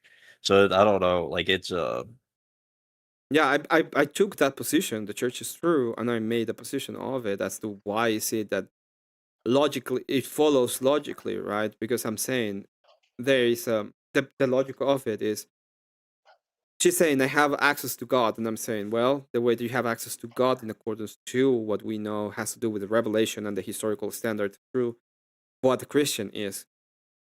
And then and the reason why this is important is that she goes on and mention in a lot of ideas like, oh, I'm like a Christian. I'm doing the same as a Christian. I'm doing the same as a Christian. So that is the point. You're not doing the same as a Christian. You're not a Christian. And witchcraft and Christianity are completely separate and different because one has actual access to God and the other doesn't. Yeah, the standard is orthodoxy, as far as I understand, through the historical and even the positions they have are the most logically sound and coherent. So you could use like that. That's why I think that they're true. That's why you could use them in a debate, and they don't understand that's why. And also, like the internal critique to her position ends up in, it's my opinion, like it's what I believe, right? So that is the end result of the internal critique to her idea. That's why I had to present. I had to present a reason why she's wrong, and that's why I went through the whole process of explaining you don't have access to the energy. Yep. So it's not just I understand that there's a lot of people that say, hey, why are you presenting this? Because I need to present it to tell her why she's wrong in a standard that makes sense. Otherwise, it if it's just the internal critique, it will end up in, well, it's my preference, and I think it's the same. Like, okay, well, I don't. And then it will be why. Oh well, there's this reason, so that's Christianity as a big umbrella. And I was being nice. I wasn't like throwing out fucking evangelicals, but he wants to bring up like Satan. You should have. Part of You my shouldn't be nice. Yeah, it's like you should bring evangelicals. Hey, let's do it. My argument as to why you're wrong. You can't have brought up. I actually told her, you can bring them up. I can tell you why they're wrong. I can do it. And then even like the critique on her position, why couldn't we use a historic argument from their part? Like, why would we just follow one individual's opinion on what that position is when there isn't a historic standard for their position as well? Just because they don't submit to it, and it doesn't matter. It'd actually be better for them to submit to that. And it follows the same argument that I'm making against her. It's like, yeah, well, they also have problems when it comes to fullness of the truth. They also have problems to actually partaking within the energies. I would say that no, they don't have access to the energy of God, just like you don't have access. And when you're saying I use magic, you're saying that you have access to them. So there is a difference. You see, you cannot claim Christianity when it doesn't affect. And I did it, and she never brought it up again because that's exactly the problem. Like, yeah. But I was trying to stick to the point that Christianity practices witchcraft. They do magic. That was magic is an internal usage of something that is supernatural we don't do. Okay? We don't use it for ourselves. That is not the position. That is not the idea. You don't get to do things that way. It's not a selfish religion. It's a service based. Maybe you big mini head. Why can't you bend over backward and sing for? I did bend over. Like I did allow her a lot of talking time, and I allow her to make her points. She did a lot of. She did some ish galloping. Like she would start with one point and end up in 3 different places, and I had to move between 2 of them or 3 of them. So, that like I was the debate. I could have been a lot meaner in the debate. The whole point of the debate. They do magic, and he willfully admitted at the very end, near the. I pressed her on the definitions the way I did because she says Christianity and witchcraft are the same, therefore should be used in definitions of order under Christianity. Was I wrong? No, but the debate itself wasn't done under the guise directly of orthodoxy. It moved to orthodoxy as the argumentation moved towards it. So I was using her own, like I was fine using some of her ideas, because that's not the end all be all. Because I could just, one of the things that the debate could have gone, and I thought about it, was we say we are Christians, we have the power of what Christian is, thus you are not one. And that is a valid argument in the reference of what Christian is, but it doesn't go towards me calling her a liar, which is what I did at the end of the day. I was just calling her a liar. You don't have access to the power, you cannot use it. You just pretend you do.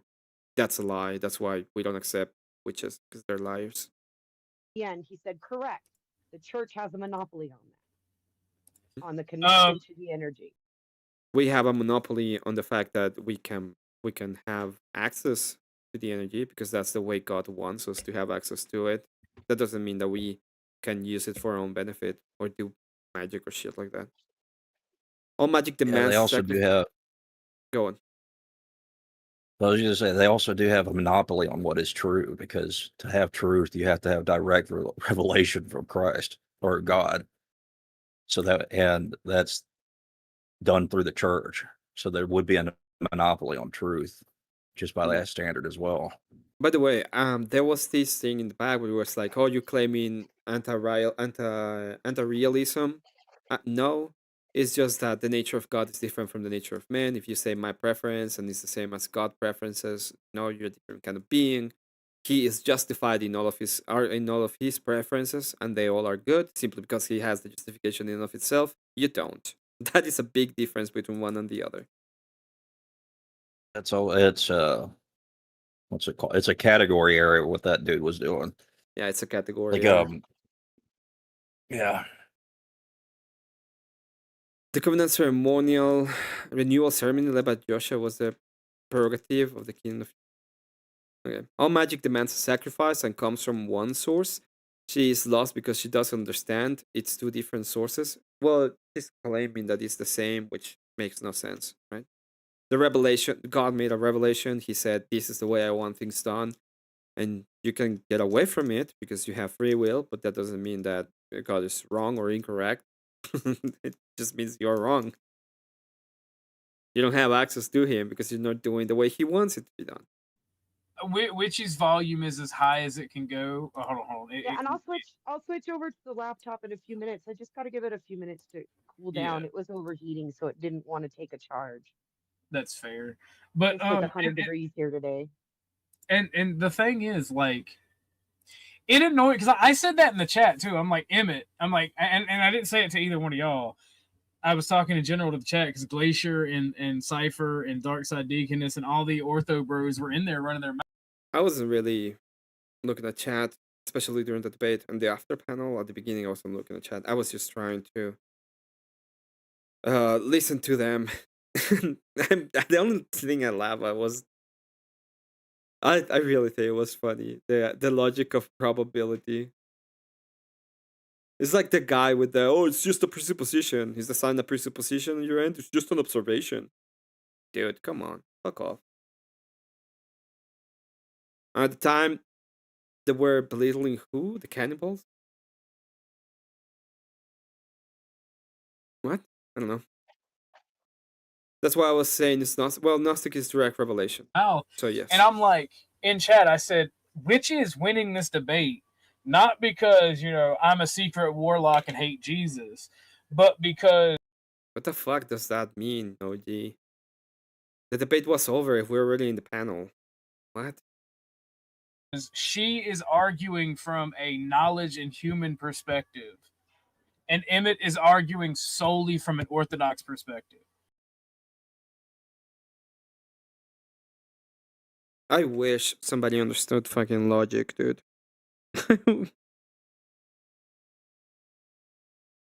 That's mean. Come on now. Everybody gets logic. Don't you need probabilities and shit?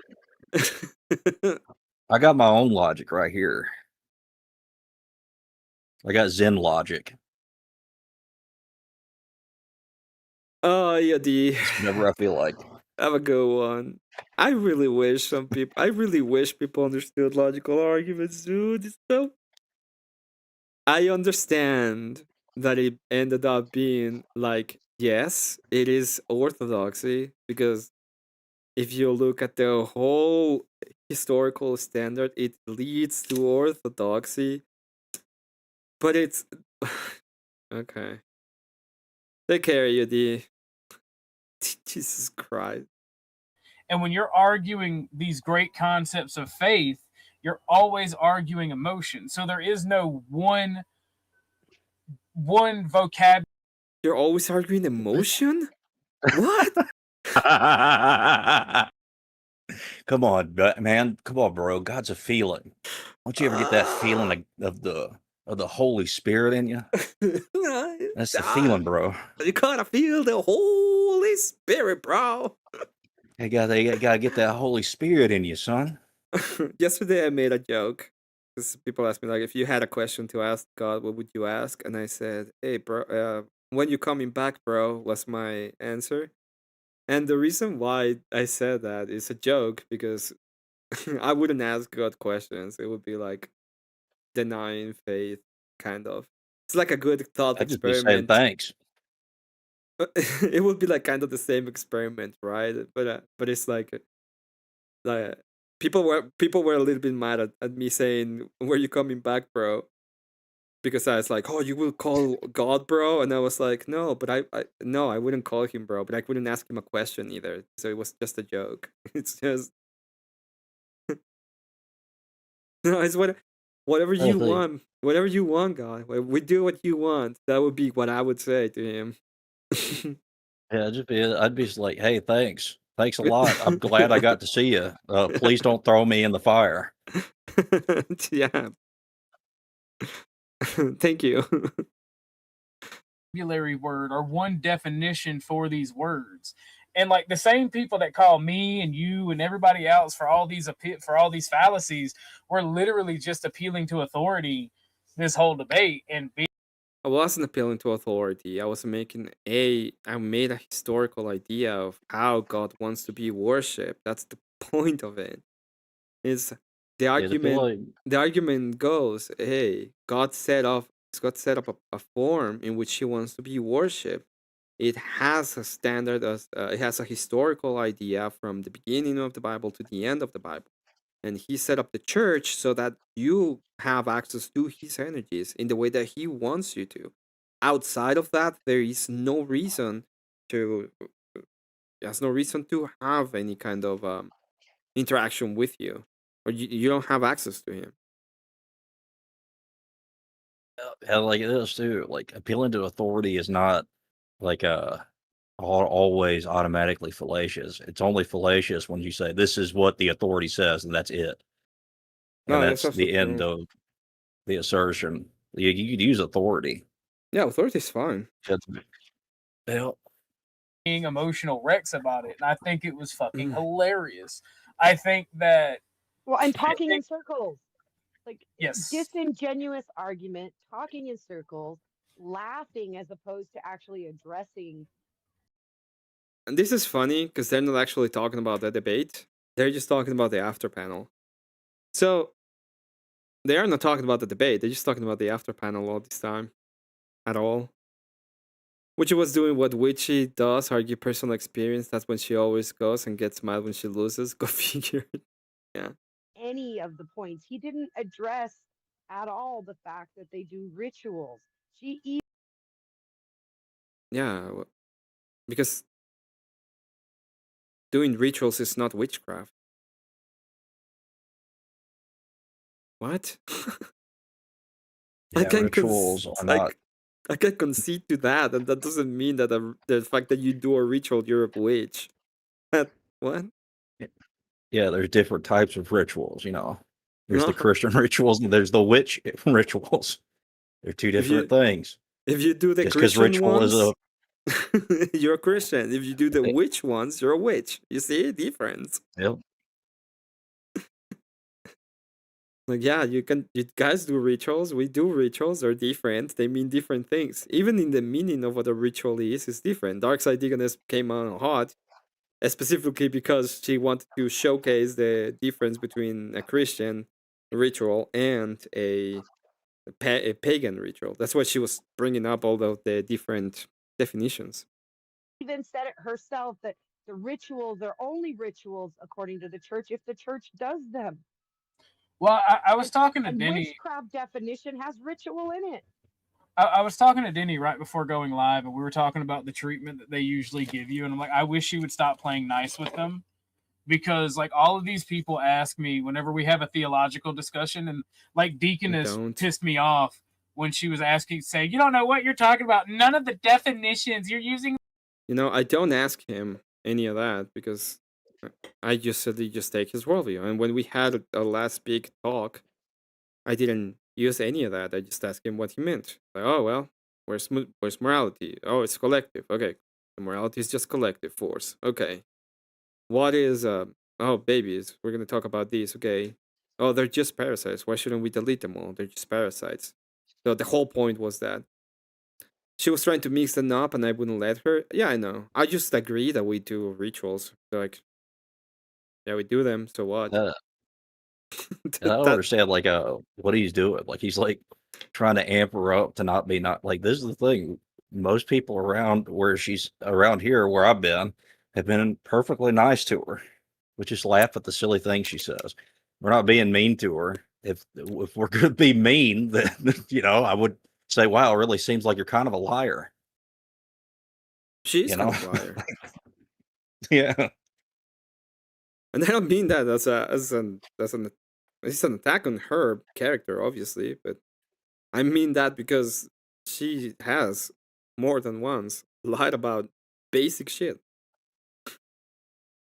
Yeah, it's enough to where I would just completely discount her opinion, like in general now. So it doesn't. My favorite one is still the one about the Eastern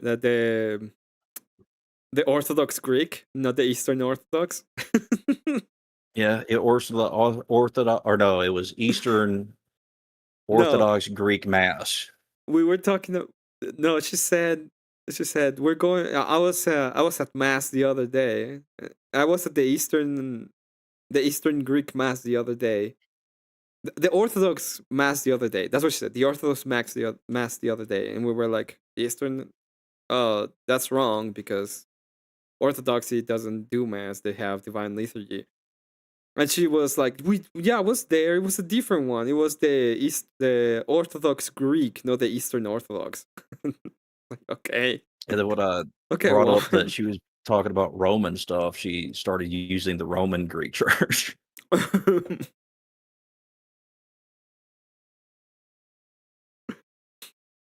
Yeah. Like, bitch, words are words. They have definitions for a reason. And like that RX guy really fucking annoyed me because he thought he got you with that slimy little "what is it, witchcraft?"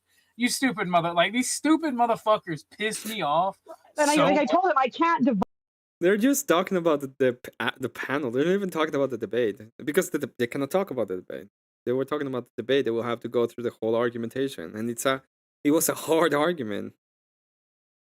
Me trying to explain the essence energy distinction was painful because it's so hard, and I still don't get it 100%.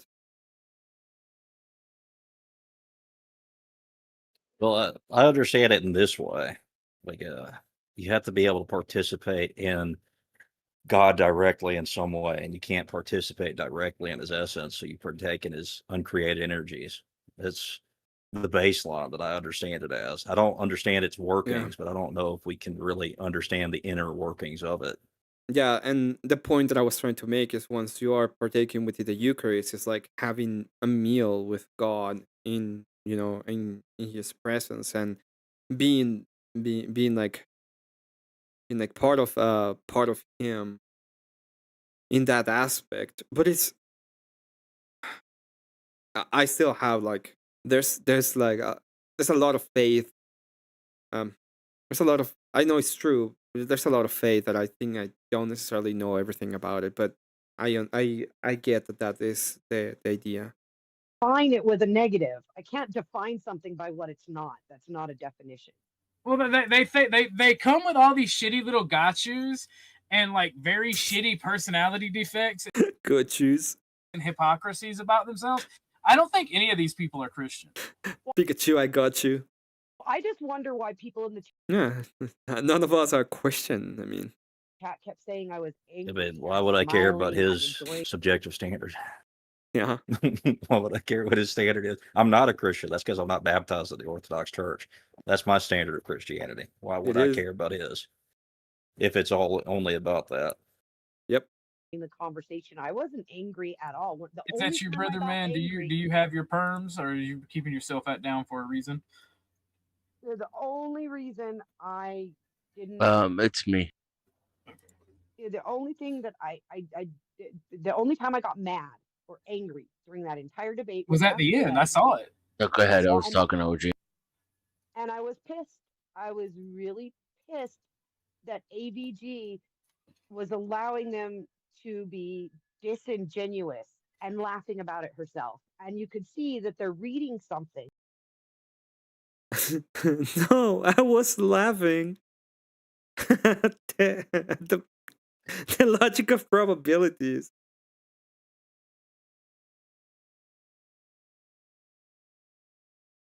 You gotta get them probabilities and shit. Come on now. It's really gotta be logical. It doesn't make any sense. The logic of probabilities just doesn't make any sense. It's not a thing. It's What not. about- It's not a thing. It's Well, I so built my dumb. logic on ham sandwiches. What about the ham sandwich logic? Where's the cheese, Emmett? In truth, there is the cheese. In truth. Exactly. So you get it now. I can't believe it. I can't believe that they got really mad because I was supposed to be reading something. So I started laughing at the logical probabilities, and Darkside Deaconess put in the back chat, stopped, and then I that made me laugh more because she was laughing about it. So now I'm laughing because she's laughing at the logical probabilities, which I thought it was dumb already. So I couldn't stop laughing. It was so funny. It was so funny. It's so dumb. What do you mean by the logical probabilities? I can't believe you're still laughing about it, Emmett. This is so mean. I can't believe you're doing this. It's a good thing I'm here to keep you in check. You got to quit being so mean all the time, Emmett. Let me tell you about logic, okay? It goes like this. 50% of the times it works.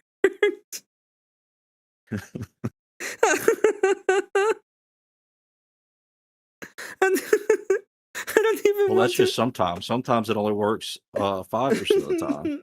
Okay. How do you know? Which percentage do you have for it to work?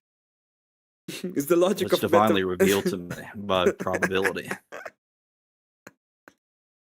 I use magic.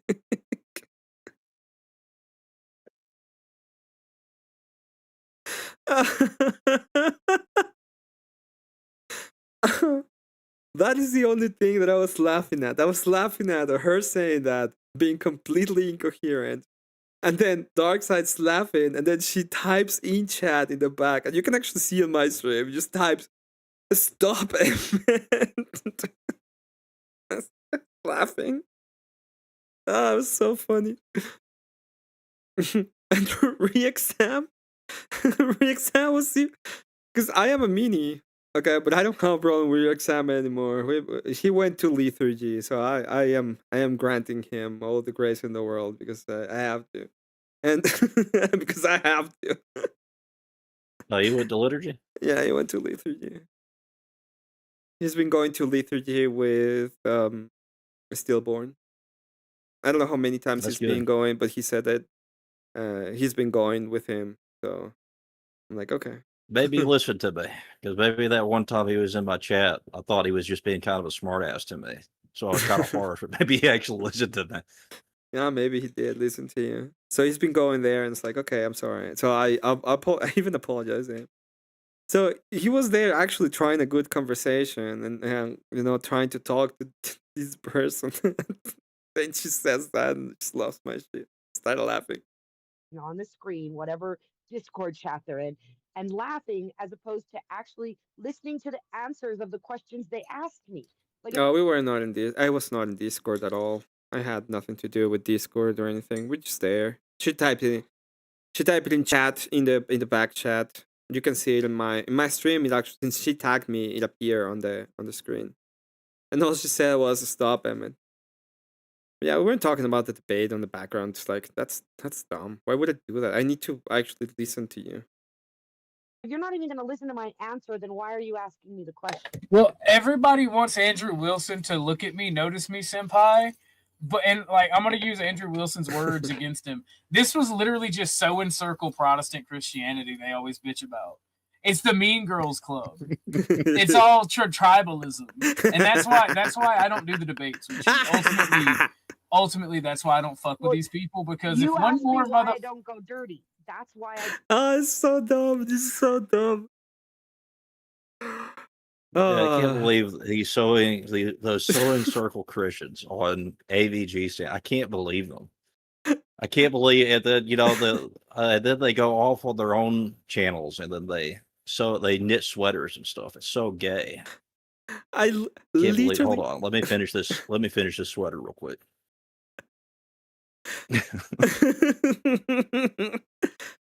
I am literally the least of the sewing circle.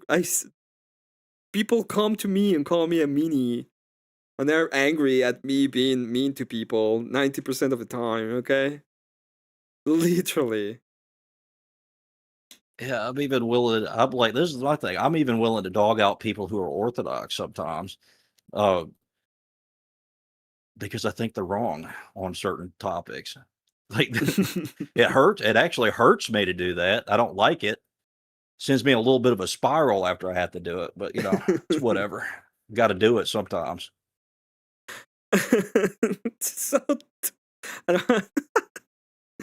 Oh my god! We're suing. Now we're the suing circle Christians, okay? Except they're the ones that complain about me laughing.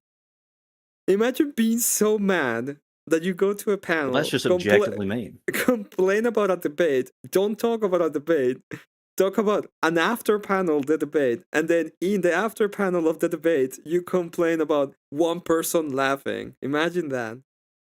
Eat the flesh, drink the blood, tells you one. Don't go dirty, because at the end of the day, I can walk away from that knowing that the only person who I said an ad hom to, I wasn't debating and was being disingenuous to me. I don't sink to that level. We're having a debate. We're not having a mudslinging competition. And it keeps them there because they claim to be Christians, so they can't sling mud first. And they keep waiting for me to sling mud. So to me, that alone is a win. The fact that you can. I didn't sling mud. I didn't do anything against her when it comes to the debate. I went to a debate. I had a debate. It was logical. We were going on. It was nice. I didn't attack her personally. She didn't attack me personally. We didn't escalate. This is one of the interesting things that I see a lot of the time with people that have a lot of problems with my debate style and my debates is that, and I don't know why this happens, especially with me. It's like they think they can do a better job. And maybe they could do a better job, but it's not your fucking debate. Just stop projecting upon my debate. Do your own. Get your own fucking debates. I take the model of one of the most base things that I ever read when I was reading through the council. When Saint Nicholas came up and just backhanded. I think Arius was his name. I think I don't remember who it was, but just backhands him and calls him a dumbass. I like that idea. Sometimes you gotta keep your pimp hand in check. Sometimes you have to make sure somebody's being a retard. I don't think there's anything wrong with that. No, I know, but when I'm talking about the ideas behind them, like when people come to me after the same thing happened with Grace Thorpe. Okay, I had a lot of people come to me and say, you were not, you didn't take her, like you didn't take her to town. You didn't take her to stop doing these in such and such way. You were not mean enough, especially with Grace, right? And I was like, what the fuck do you mean? You want me to bring up her drama? You want me to make this a mudslinging debate with one of the persons that quite literally all she does in debate and in the internet is do weird fucking drama? What right now I can go to Grace and be like, hey, did I mistreat you? Did I attack you? Did I do anything like that? And she will be no. And you know why? Because I didn't do it. That's the only reason. And it actually, if I had gone on into her personally or be like, you are a bad person or any of those bullshits, it would have been worse for me because she has way more experience being doing weird fucking ass drama on the internet than I do. Just saying. Yeah, there's also like what if you're going to a debate, what are you there for? To actually discuss the idea or to just belittle the other person? And I mean, like this is the thing. If somebody's not a good like moral person or whatever, sure you could use that as an argument of why they shouldn't be allowed to do the debate on whatever space that they're doing. But otherwise, like it has nothing to do with the argument itself. Yeah, I would not take in the debate if that's the case, right? If there's a person that is completely redeemable, why would I debate with them? In this case, when there's a lot of people, it's like, why did you answer her questions? Why did you bring up forth an argument? Why didn't you just stay with her and get a gotcha or something like that? This is the kind of panel that would have been about my debate if I had done any of that. Instead of them complaining about the after panel, they will be saying these kind of things about me. Which it's a win for me, okay? They can complain about the fucking after panel. I don't give a shit. It doesn't even matter. The reason why I was laughing, I can explain it. It's very simple. I think it's idiotic to say the logic of probability. It doesn't make any sense. When we're talking about logic, we're talking about the loss of logic. You can go a little bit further if you know more about logic. You can go to informal or formal logic. You can go to absurdism. You can go to different forms of philosophy, but it's very unlikely that you end up in some kind of logic that is based on probability. That would be very weird, especially if you're saying I follow the logic of probability. Like even the presuppositions for it will probably make no sense. See them on the edge of their seat waiting for me to sling mud so they can. To give them permission to act not like Christians. Fair enough. Like it's crazy to me, and like I want to review the debate, but I'm not going to review it while she's live in any capacity because I feel like that would be bad. No, the only reason I agreed to come over here instead of staying there was the blatant disrespect. I would have stayed there. I've sat through these panels before where ABG's people have come up and yelled at me. Well, there's someone because she knew that I was laughing at the logic of probability, and she probably felt like she was disrespected because of that. This is fine. Don't care. Okay, I'm not a suing circle Christian. You feel disrespected, get over your fucking self. Unless it's something actually really bad. You don't have to cater to the feelings of somebody who says something that stupid. They should probably look inward of why that was so silly to say, rather than the person laughing at you.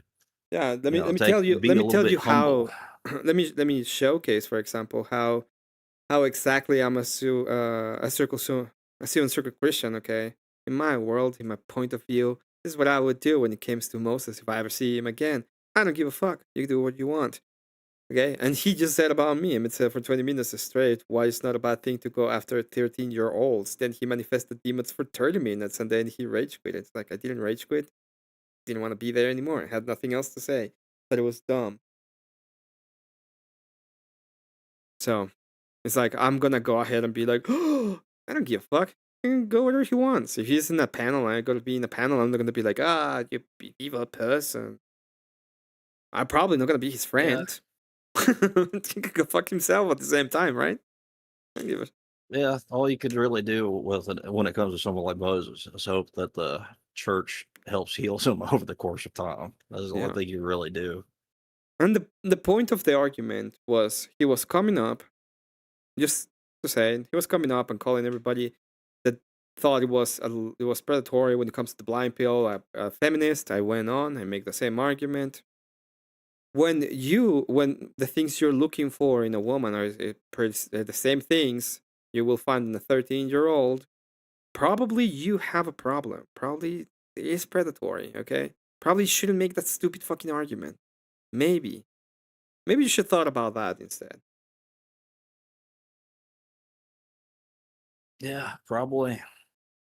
And disrespected me, but there comes a point where it's just like, if you're not even going to ask me genuine questions, why am I wasting my time being here to answer them?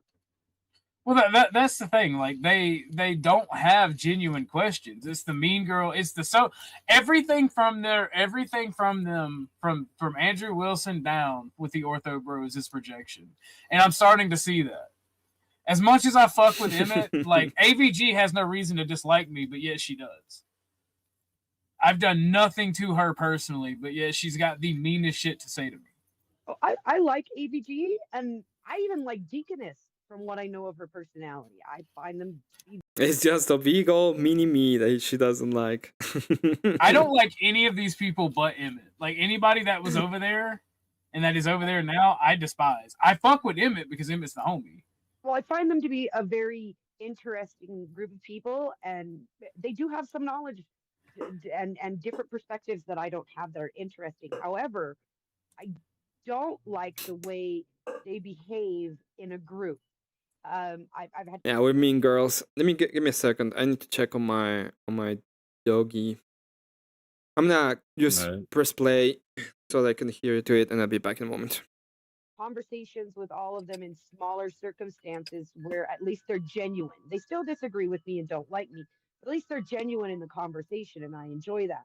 But what happened tonight was just completely disingenuous. It was somebody's trying to redefine the entire debate, and the only reason you would want to do that after everything's said and done is because you know you lost.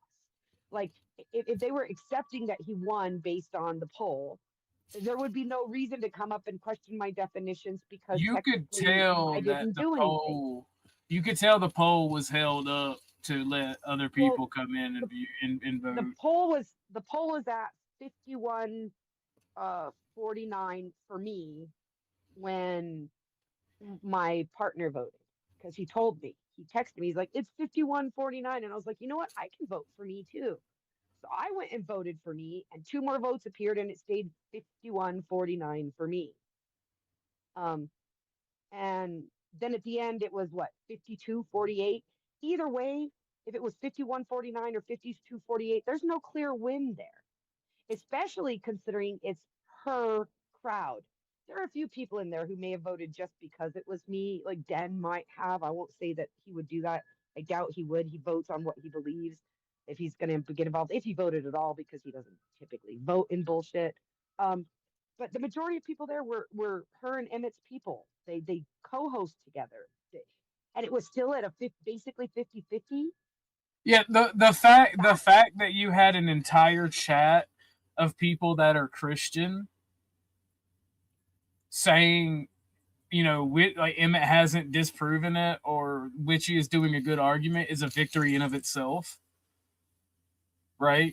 And like I I don't get that behavior. I expect better from Emmett, and I don't think you can tell me if I'm wrong. I don't think Emmett participated in that bullshit of just attacking you. I don't think that he was Oh, he there. was actually sitting there laughing too with Deaconess about whatever they were reading from the private chat. Well, I can't speak on that. I don't know about Openly on camera, laughing so much their bodies. Called her a baby killer. Yeah, The he did mother call of her a baby 5. killer. When did I didn't call her a baby killer. What? What the fuck? During the debate, I called her a baby killer? What? What kind of fucking cope is this? Well, you know. What the fuck is these people saying? One, I will comment on that. One, if you think there's people that don't like me on the internet, you're blind. I've been to several channels, and I know there's people who know that I debate, who follow me, and they go around and try to get as many people galvanized to vote against me. It doesn't matter what. The other day, there were like 5 to 10 people watching a debate of me with the stillborn Abe and me, and there were like maybe 20 people watching in total, maybe a little bit more. The votes, I think it was like 50 votes in total. Like there were more people voting than there were watching. So I know there's a lot of people who galvanize against me that will go on around and try to vote against me in any way, shape, or form that they can. You got secret Discord groups about you now, Emmett. Well, Shit. I have server. Yeah, I do. I also do that. So when it was very obvious what I was laughing at, I laughed at, and I will continue to say it, to her a statement of the logic of probability, because it's so illogical. It's funny. But the other part, like me laughing in a private chat with Deacon, no, she just sent me a message saying stop laughing because we couldn't stop. I was laughing at that. Darkseid started laughing, and I started laughing to her, with her, because I thought it was funny. OG came here screaming before white knighting. Really? I didn't see him. I don't know what he said. I was really not looking at chat. I had to I was trying to make arguments, try to figure out what was going on. Subscribe monthly. I'm not entirely sure what exactly happened at AVG's chat either. I don't think there was like a big hatred for Emmett either. Maybe maybe he saw something I didn't see, but I didn't really see it, but I wasn't paying attention. I was at work for most of it. Emmett laughing as he calls her a baby killer. That's what happened, y'all. I didn't call her a baby killer at all. I don't know where the fuck did you say that. I said that witches historically have that. Thank you very much to W Radio. If you're a broke boy, just say so with a $2. Says Manar and Manar Report voted against you. Yeah, no. I know there's people who just hate me. Trench, I sent you an invite. Check your Discord. Join the server. Join the channel. Okay. You don't need anything He's special. On the call, but he's in the. Just get in the call. There you are.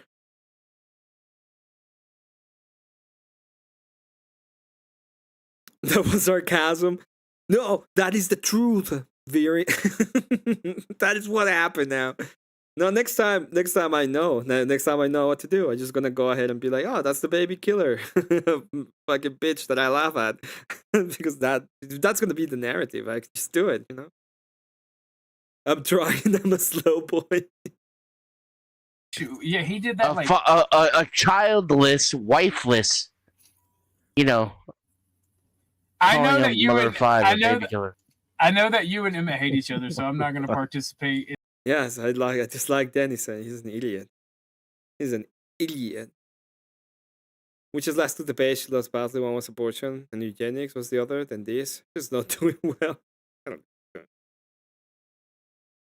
when a libertarian like Dennison talks, just completely ignore it.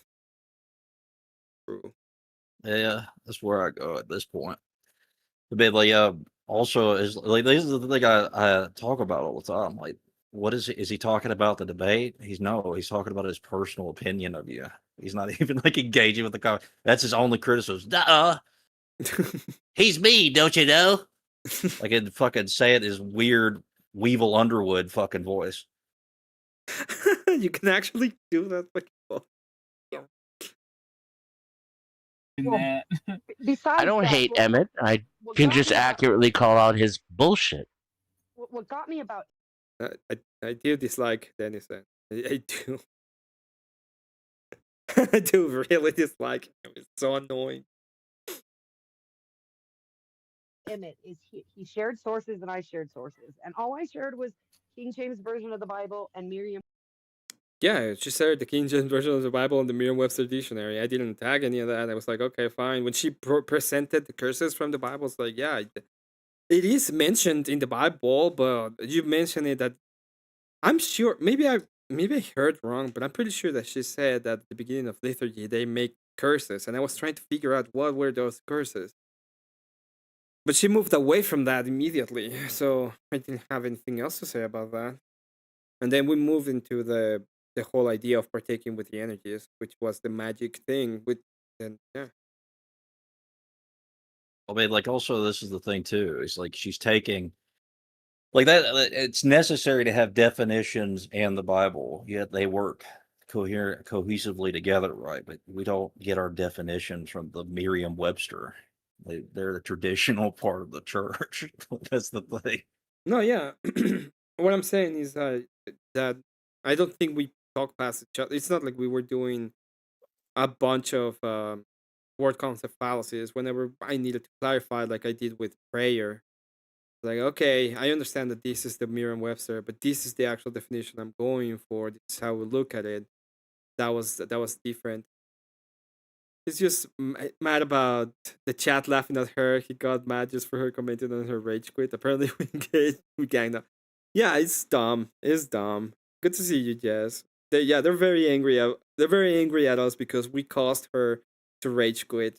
Webster as our. You know, like you know that thing that the Suing Circle Christians say. You're very mean. I think we are very mean. I think. Source. If we were going to argue definitions, we could look them up on Merriam-Webster, right? Yeah. Mm-hmm. And I offered the King James a search. We did that. We didn't need to do anything. They're just coping about the after panel. They're not even coping about the debate. King James version of the Bible, so that can you hear me now? Pull up a quote. We can hear you now. How's it going, French? Dude, the machine spirit is raging against me on my computer. Raging against the machine spirit? Yes. What do you think about the debate, dude? I rage quit a couple of times just because of the fallacy, but where I will, be nice is I could tell the debate you were holding back a lot and you were actually trying to get to the discourse and, hammer something out. But on the flip side, you weren't being a meanie. I don't know. That's a witch, dude. I lost my mind when she was making the analogy like God is some kind of genie that you can rub the Bible and make a wish and command God to do stuff for you. Well, she was like going back and forth on that really weirdly. It's like, well, you have access to the energy, right? You can just command God to do stuff. It's like, no, you can't. Sometimes you can, and sometimes you cannot. Depends on. Like, okay, well. And that's what I was trying to make, like the full-on argument. It was actually me trying to make the argument that you don't even have access to the energy, right? You don't have access to God. The normative way of having access to God is through the church. That's the only way. And then it's like, no, and there's shit, but like witches are everything is symbolic and Gnostic. I thought the virtue signaling was funny because if you know anything about Wicca, like here in Kansas City, there's a place called Camp Gaia out in the middle of nowhere. and that's where they all go to have like sex club witch orgies. Oh my like you God. pay a membership to be a part of a sex club. So it's like, it's all about the coom. It's all about making money so you can read somebody's tarot cards, which is a charlatan act of archetype blasphemy, in my opinion. It's just lies. It's just so much cope. And it's like, if you ask her about Christian oppression, I'm sure her mother and her grandmother were like staunch Protestant, Baptist, Presbyterian, something rathers, that were the salt of the motherfucking earth, that never did anything to them. And it's just all this boomer liberal. This is what it was: is that her first husband was an Eastern Orthodox, a Greek church, Roman. Who she went? Who she went to catechism when she was like 13. And a Messianic Jew at the same time. It was and a Messianic Jew. And the Messianic, it was So she blended everything together. She pulled a what's that guy who debated Jay? He was like, I'm Catholic, and then he's, lo and behold, I made it all up. Black Sheep or something like that. He's always got the fucking Patriot, Misfit Patriot. That's his name. He's got that Black Sheep hat on all the time. This is wait, before that. They I would have confound- loved to join that panel if at the time I could, but God kids need me a lot and I'm busy. Yeah, I understand that a lot. And then Varen says, I think you got too deep into the weeds on Christianity. I think her argument was more that witchcraft, if you applied in a broad way, encompasses Christianity. Her view could just be too broad. It is too broad, but my argument against it was just to say, well, you cannot do magic. It's just it's just lies. You're a liar more than anything else, and the reason why you lie is because you don't have access to God.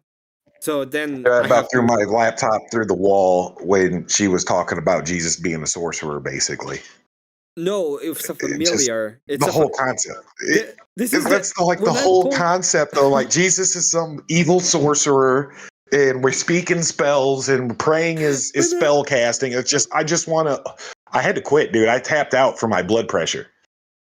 When I point, she was like, "Yo, Jesus Christ is just a familiar." It's like, to whom? To God. And I was like, why would? Because she defined familiar next, and it's like, familiar is something you use to have access to the power of the source. And I was like, okay, why would God need power need to have a conduct to himself?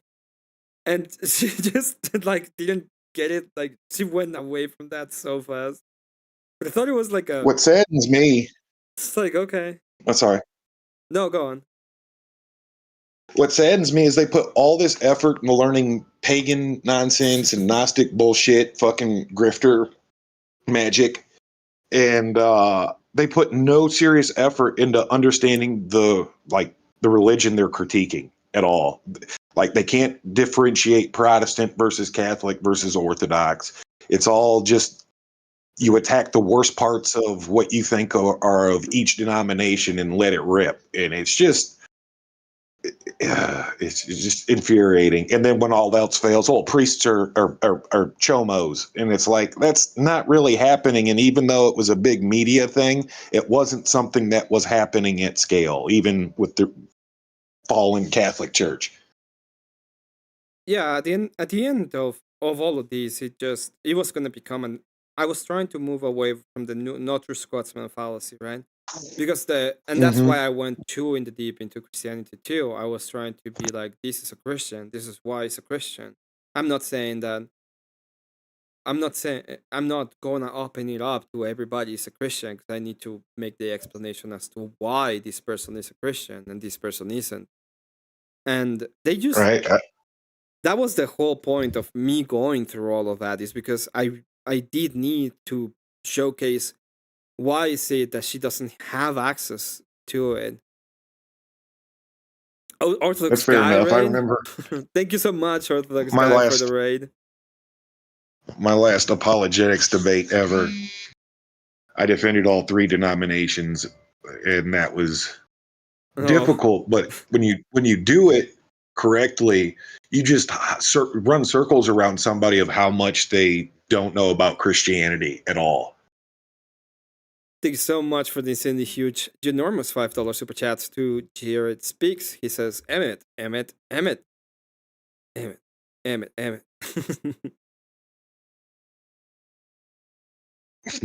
was I enjoyed. I thought Average did a pretty good job of mediating too. Yeah, she was fine. She did a good job. She's a litigator For so a she woman. knows. Don't let it get to her head or anything. Okay, yeah, true. She did as good as a woman could. The other day we went on Potatoes panel, and we did a little bit of a litigation. Like she was defending one part of like a law. We're doing it's not litigation. It's she was doing devil's advocate for the case of Chat the Builder, and I was like taking the opposite end on whether or not people should accept that's a tough one. his body of work as part of the argumentation for the trial. And was he Orthodox? Chad the Builder? I don't think so. He's just a YouTuber, dude. He's just a YouTuber. He was telling Like an Inquirer stage or something. Like, I don't know. I heard some rumors, but I know I'm on the like from the beginning. I said Carmelo Anthony was cooked. Like day one when I was doing the little TikTok circuit when all that broke out, and that reminds me I need to go back in there and get my told you so's. Do you think this guy's cooked? I think he's cooked because there's a strong antagonizer laws where he's at, and it's just that's where the water muddies. I don't think he's cooked. I think he needs like I think he really needs a great lawyer, but I don't think he's cooked. I think he needs a good lawyer. He could be, but especially with the Carmelo Anthony sentencing. It's like if you're encroaching, it's like in baseball encroachment. That's the easiest way to talk about like lawful, lethal force. That's correct, Hicks. There's more cases of abuse when it comes to kids in schools. Go on, sorry. If you're antagonizing, or can be perceived as the antagonist, you blow a whole wide ass hole, and now. What he was doing there, if it's lawful protest versus antagonization. I'm not a First Amendment lawyer, so it's not a First Amendment thing. It's a self-defense issue. That is why they were talking about the beginning. That's why we did like the argumentation from both sides. She was doing a little bit of a devil advocate. I was doing the disregard of evidence. I think he can. Yeah, I'm not invested in it one way or the other. I don't think he's completely fucked. I think he needs like a stellar defense, and he might be able to get away with it. I think it is self-defense. To be fair, I really believe he was using self-defense. I do think it's self-defense, and this is where I like draw the line between the Carmelo Anthony and him. Is like, who brings a fucking knife to a high school track meet, and who has a reasonable fear of getting lynched or killed at a school function? That is the insanity versus being an antagonistic, YouTube celebrity. You're out doing your thing, and someone actually rolls up with ill intent, trying to fuck your shit up. That's where I think it can win. But that's where the water gets muddied as far as state law. I don't know. I think can bring it up. He said, all right, let me see, Chat Builder. Especially if there's like evidence, like he tried to flee the scene, or like, hey, dude, this is just a bit. I'm fucking out of here. I'm sorry. And then it ended fucking south. Let me see. Because I don't presume to know all the side details, just like we didn't know the side details of like or say like I did that there are dozens of curses. Drawing a blank. But basically the victim of the Carmelo Anthony case, he said, bro, I'm not gonna fight you at a high school track meet. Yeah. Let me see. Let's watch this real quick. Viral video circulating online purports to show the chaotic aftermath of a racist streamer allegedly shooting a black man outside a Tennessee courthouse. Streamer Chud the Builder, whose real name is Dalton Etherly, shot the unidentified man during a scuffle on May 13th outside of the courthouse in Clarksville, according to the DA, who said Chud also accidentally shot himself during the confrontation. The 28-year-old has amassed an online following by filming himself spewing vile on me even after.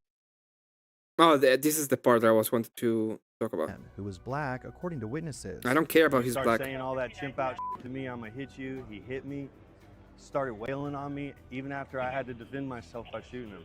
He's still wailing on me. Elsewhere in the 16-minute clip. Okay.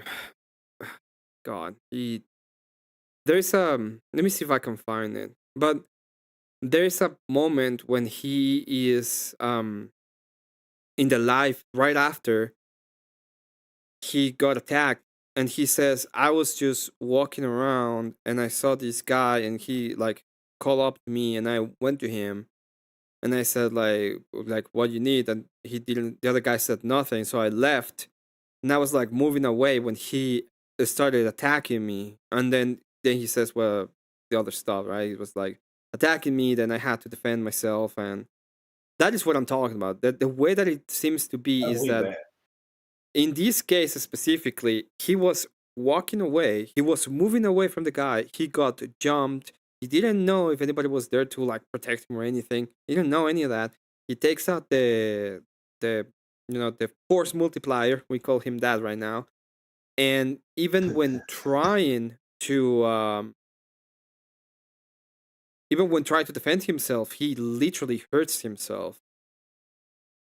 So that is I'm sure there was a fight, and from what I understand, this could all be disinformation for all I know. Like, dude was like actively looking for him for a physical confrontation. The other thing is he's been like, he said people are trying to say that because he put up a video online in which he said that he was carrying, and if people attacked him, he would defend himself. That is intent of him attacking other people, which is insane. I don't think that holds any water. This is what I'm saying, that he needs like a really good lawyer so that he will throw away all that kind of bullshit and just keep it to the case in and of itself. And I do think he was defending himself. I don't see any of these, and I don't see any way in which this is not self-defense. Well, here's my 2 cents of advice for the panel, for everybody who is a Second Amendment enjoyer. Take down any sign that you have on your front yard that says like trespassers will be shot, survivors will be shot again, stuff like that. All kinds of organizations advise against like making a public footprint of your willingness to use force.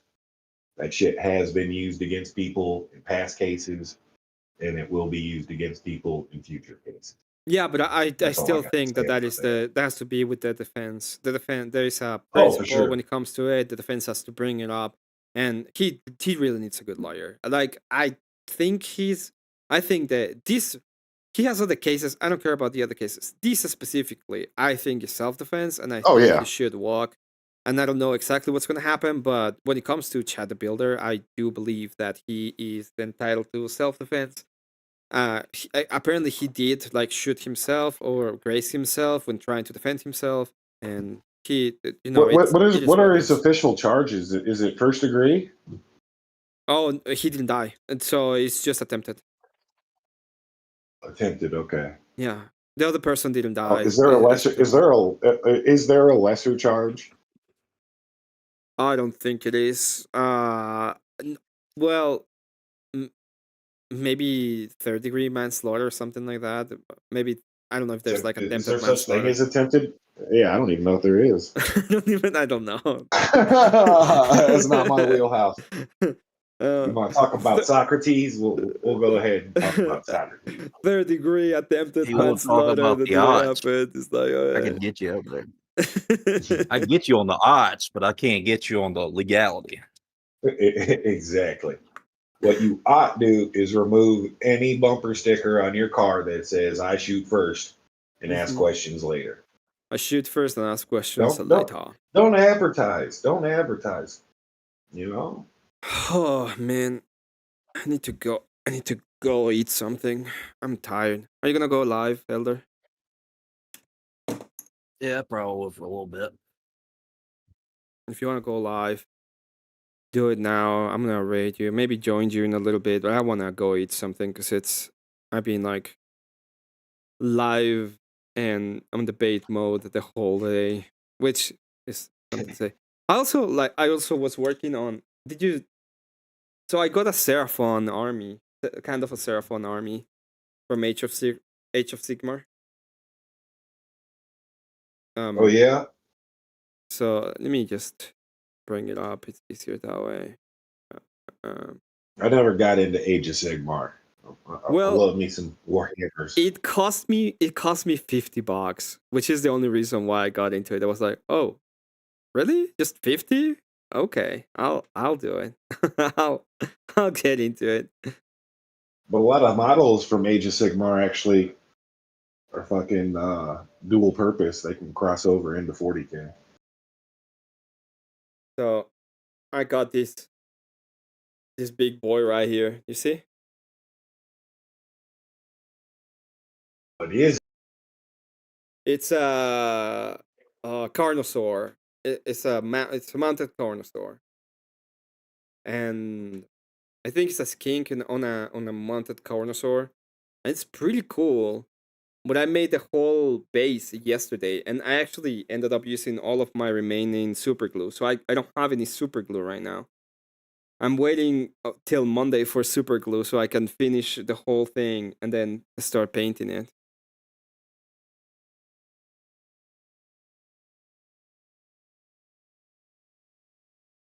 It'll be dope with that I gotta airbrush. set up whatever.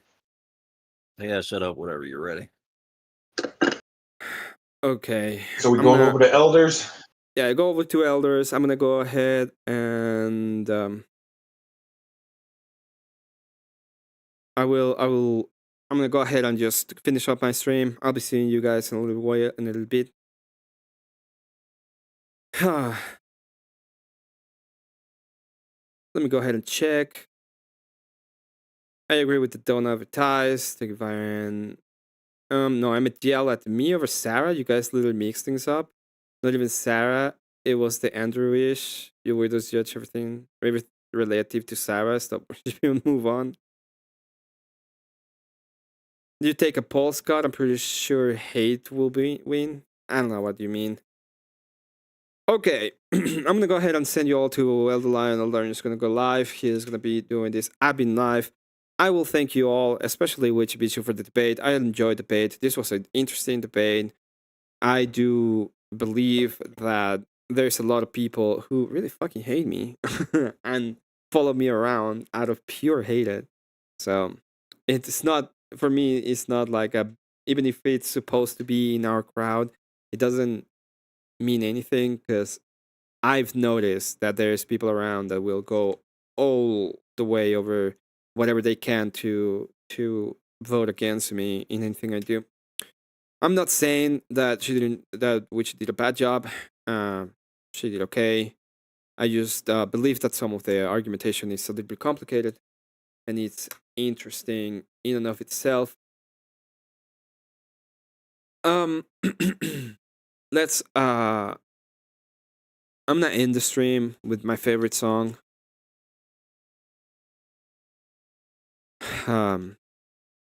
Okay. It was a great day. It was a great day when it comes to the whole thing. I really believe that I showcased my arguments. They were, even though the argument is related to Christian ethics, to the Orthodox way of looking at things, it was not a Christian apologia kind of thing. I wasn't doing apologetics for for Orthodoxy. It's just that that's how the argument works and how the argument has to be applied in that sense. So I hope that it I hope that it help you understand what is the proposition when it comes as to why Christianity has and partakes within the energies, and we don't do it through ourselves, we do it through service in accordance to God. When it comes to all other things, I don't care. I laughed at one thing only, which is at the fact that Witchy Bitchy said the logic of probabilities, which I think is super funny. I've always thought that kind of dumb stuff to say is super funny, and I wish people understood a little bit more of the logic and the ideas behind it. I'm a super good faith debater 99% of the time. If you attack me, I'll attack you. If you don't attack me, I don't have to attack you. It's the way that it goes, and it's the way that it will go. So I really enjoyed the debate. I thought it was great, and I hope everybody has an excellent time, and that you and all of yours are good. Enjoy the show with Elder. I'm gonna go eat, and then I might join him. And God bless you all. YouTube thumbnails full of smut. Some things you gotta just stay away from. Scroll while they try to hit the lust. Hit the lust button, make you do something dumb. How are you supposed to live chaste? Advertise execs hit you every which way. Turn you to a Kuma for the state. Better you should go blind than masturbate. Let me just speak it from the top. No sugarcoat, no whitewash. You're not meant to live like a dog. Looking for a stump to hump till the epilogue. Try to keep your mind on better things. They keep fashion images that got you panting. Don't give Lucifer another inch. Reaching for the images of his recruit's print. Cross yourself and say the Jesus prayer. Pray the Lord gives you strength not to go there. Their spells lose effect if you don't stare. Look away and save yourself from despair. Cross yourself and say the Jesus prayer. Pray the Lord gives you strength not to go there. Their spells lose effect if you don't stare. Look away and save yourself from despair. The world gets uglier every day. Uninspired buildings litter in the landscape. There's no beauty in the modern age.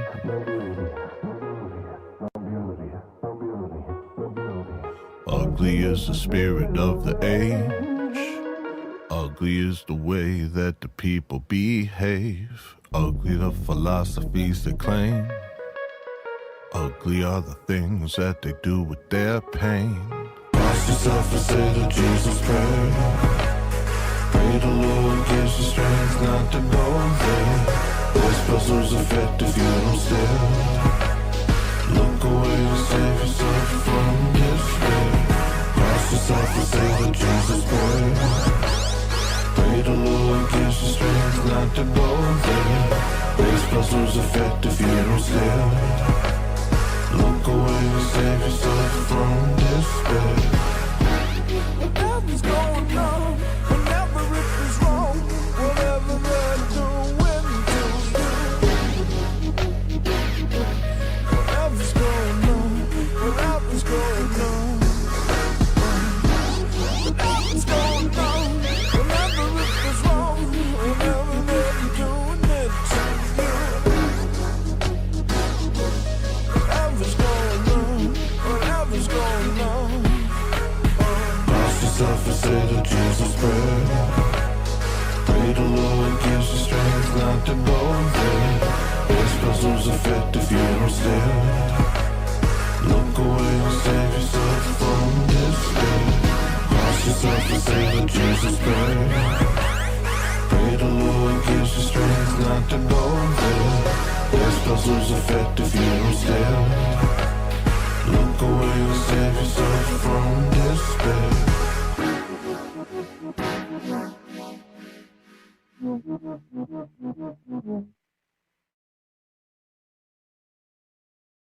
Once again, God bless you all. Okay? Take care.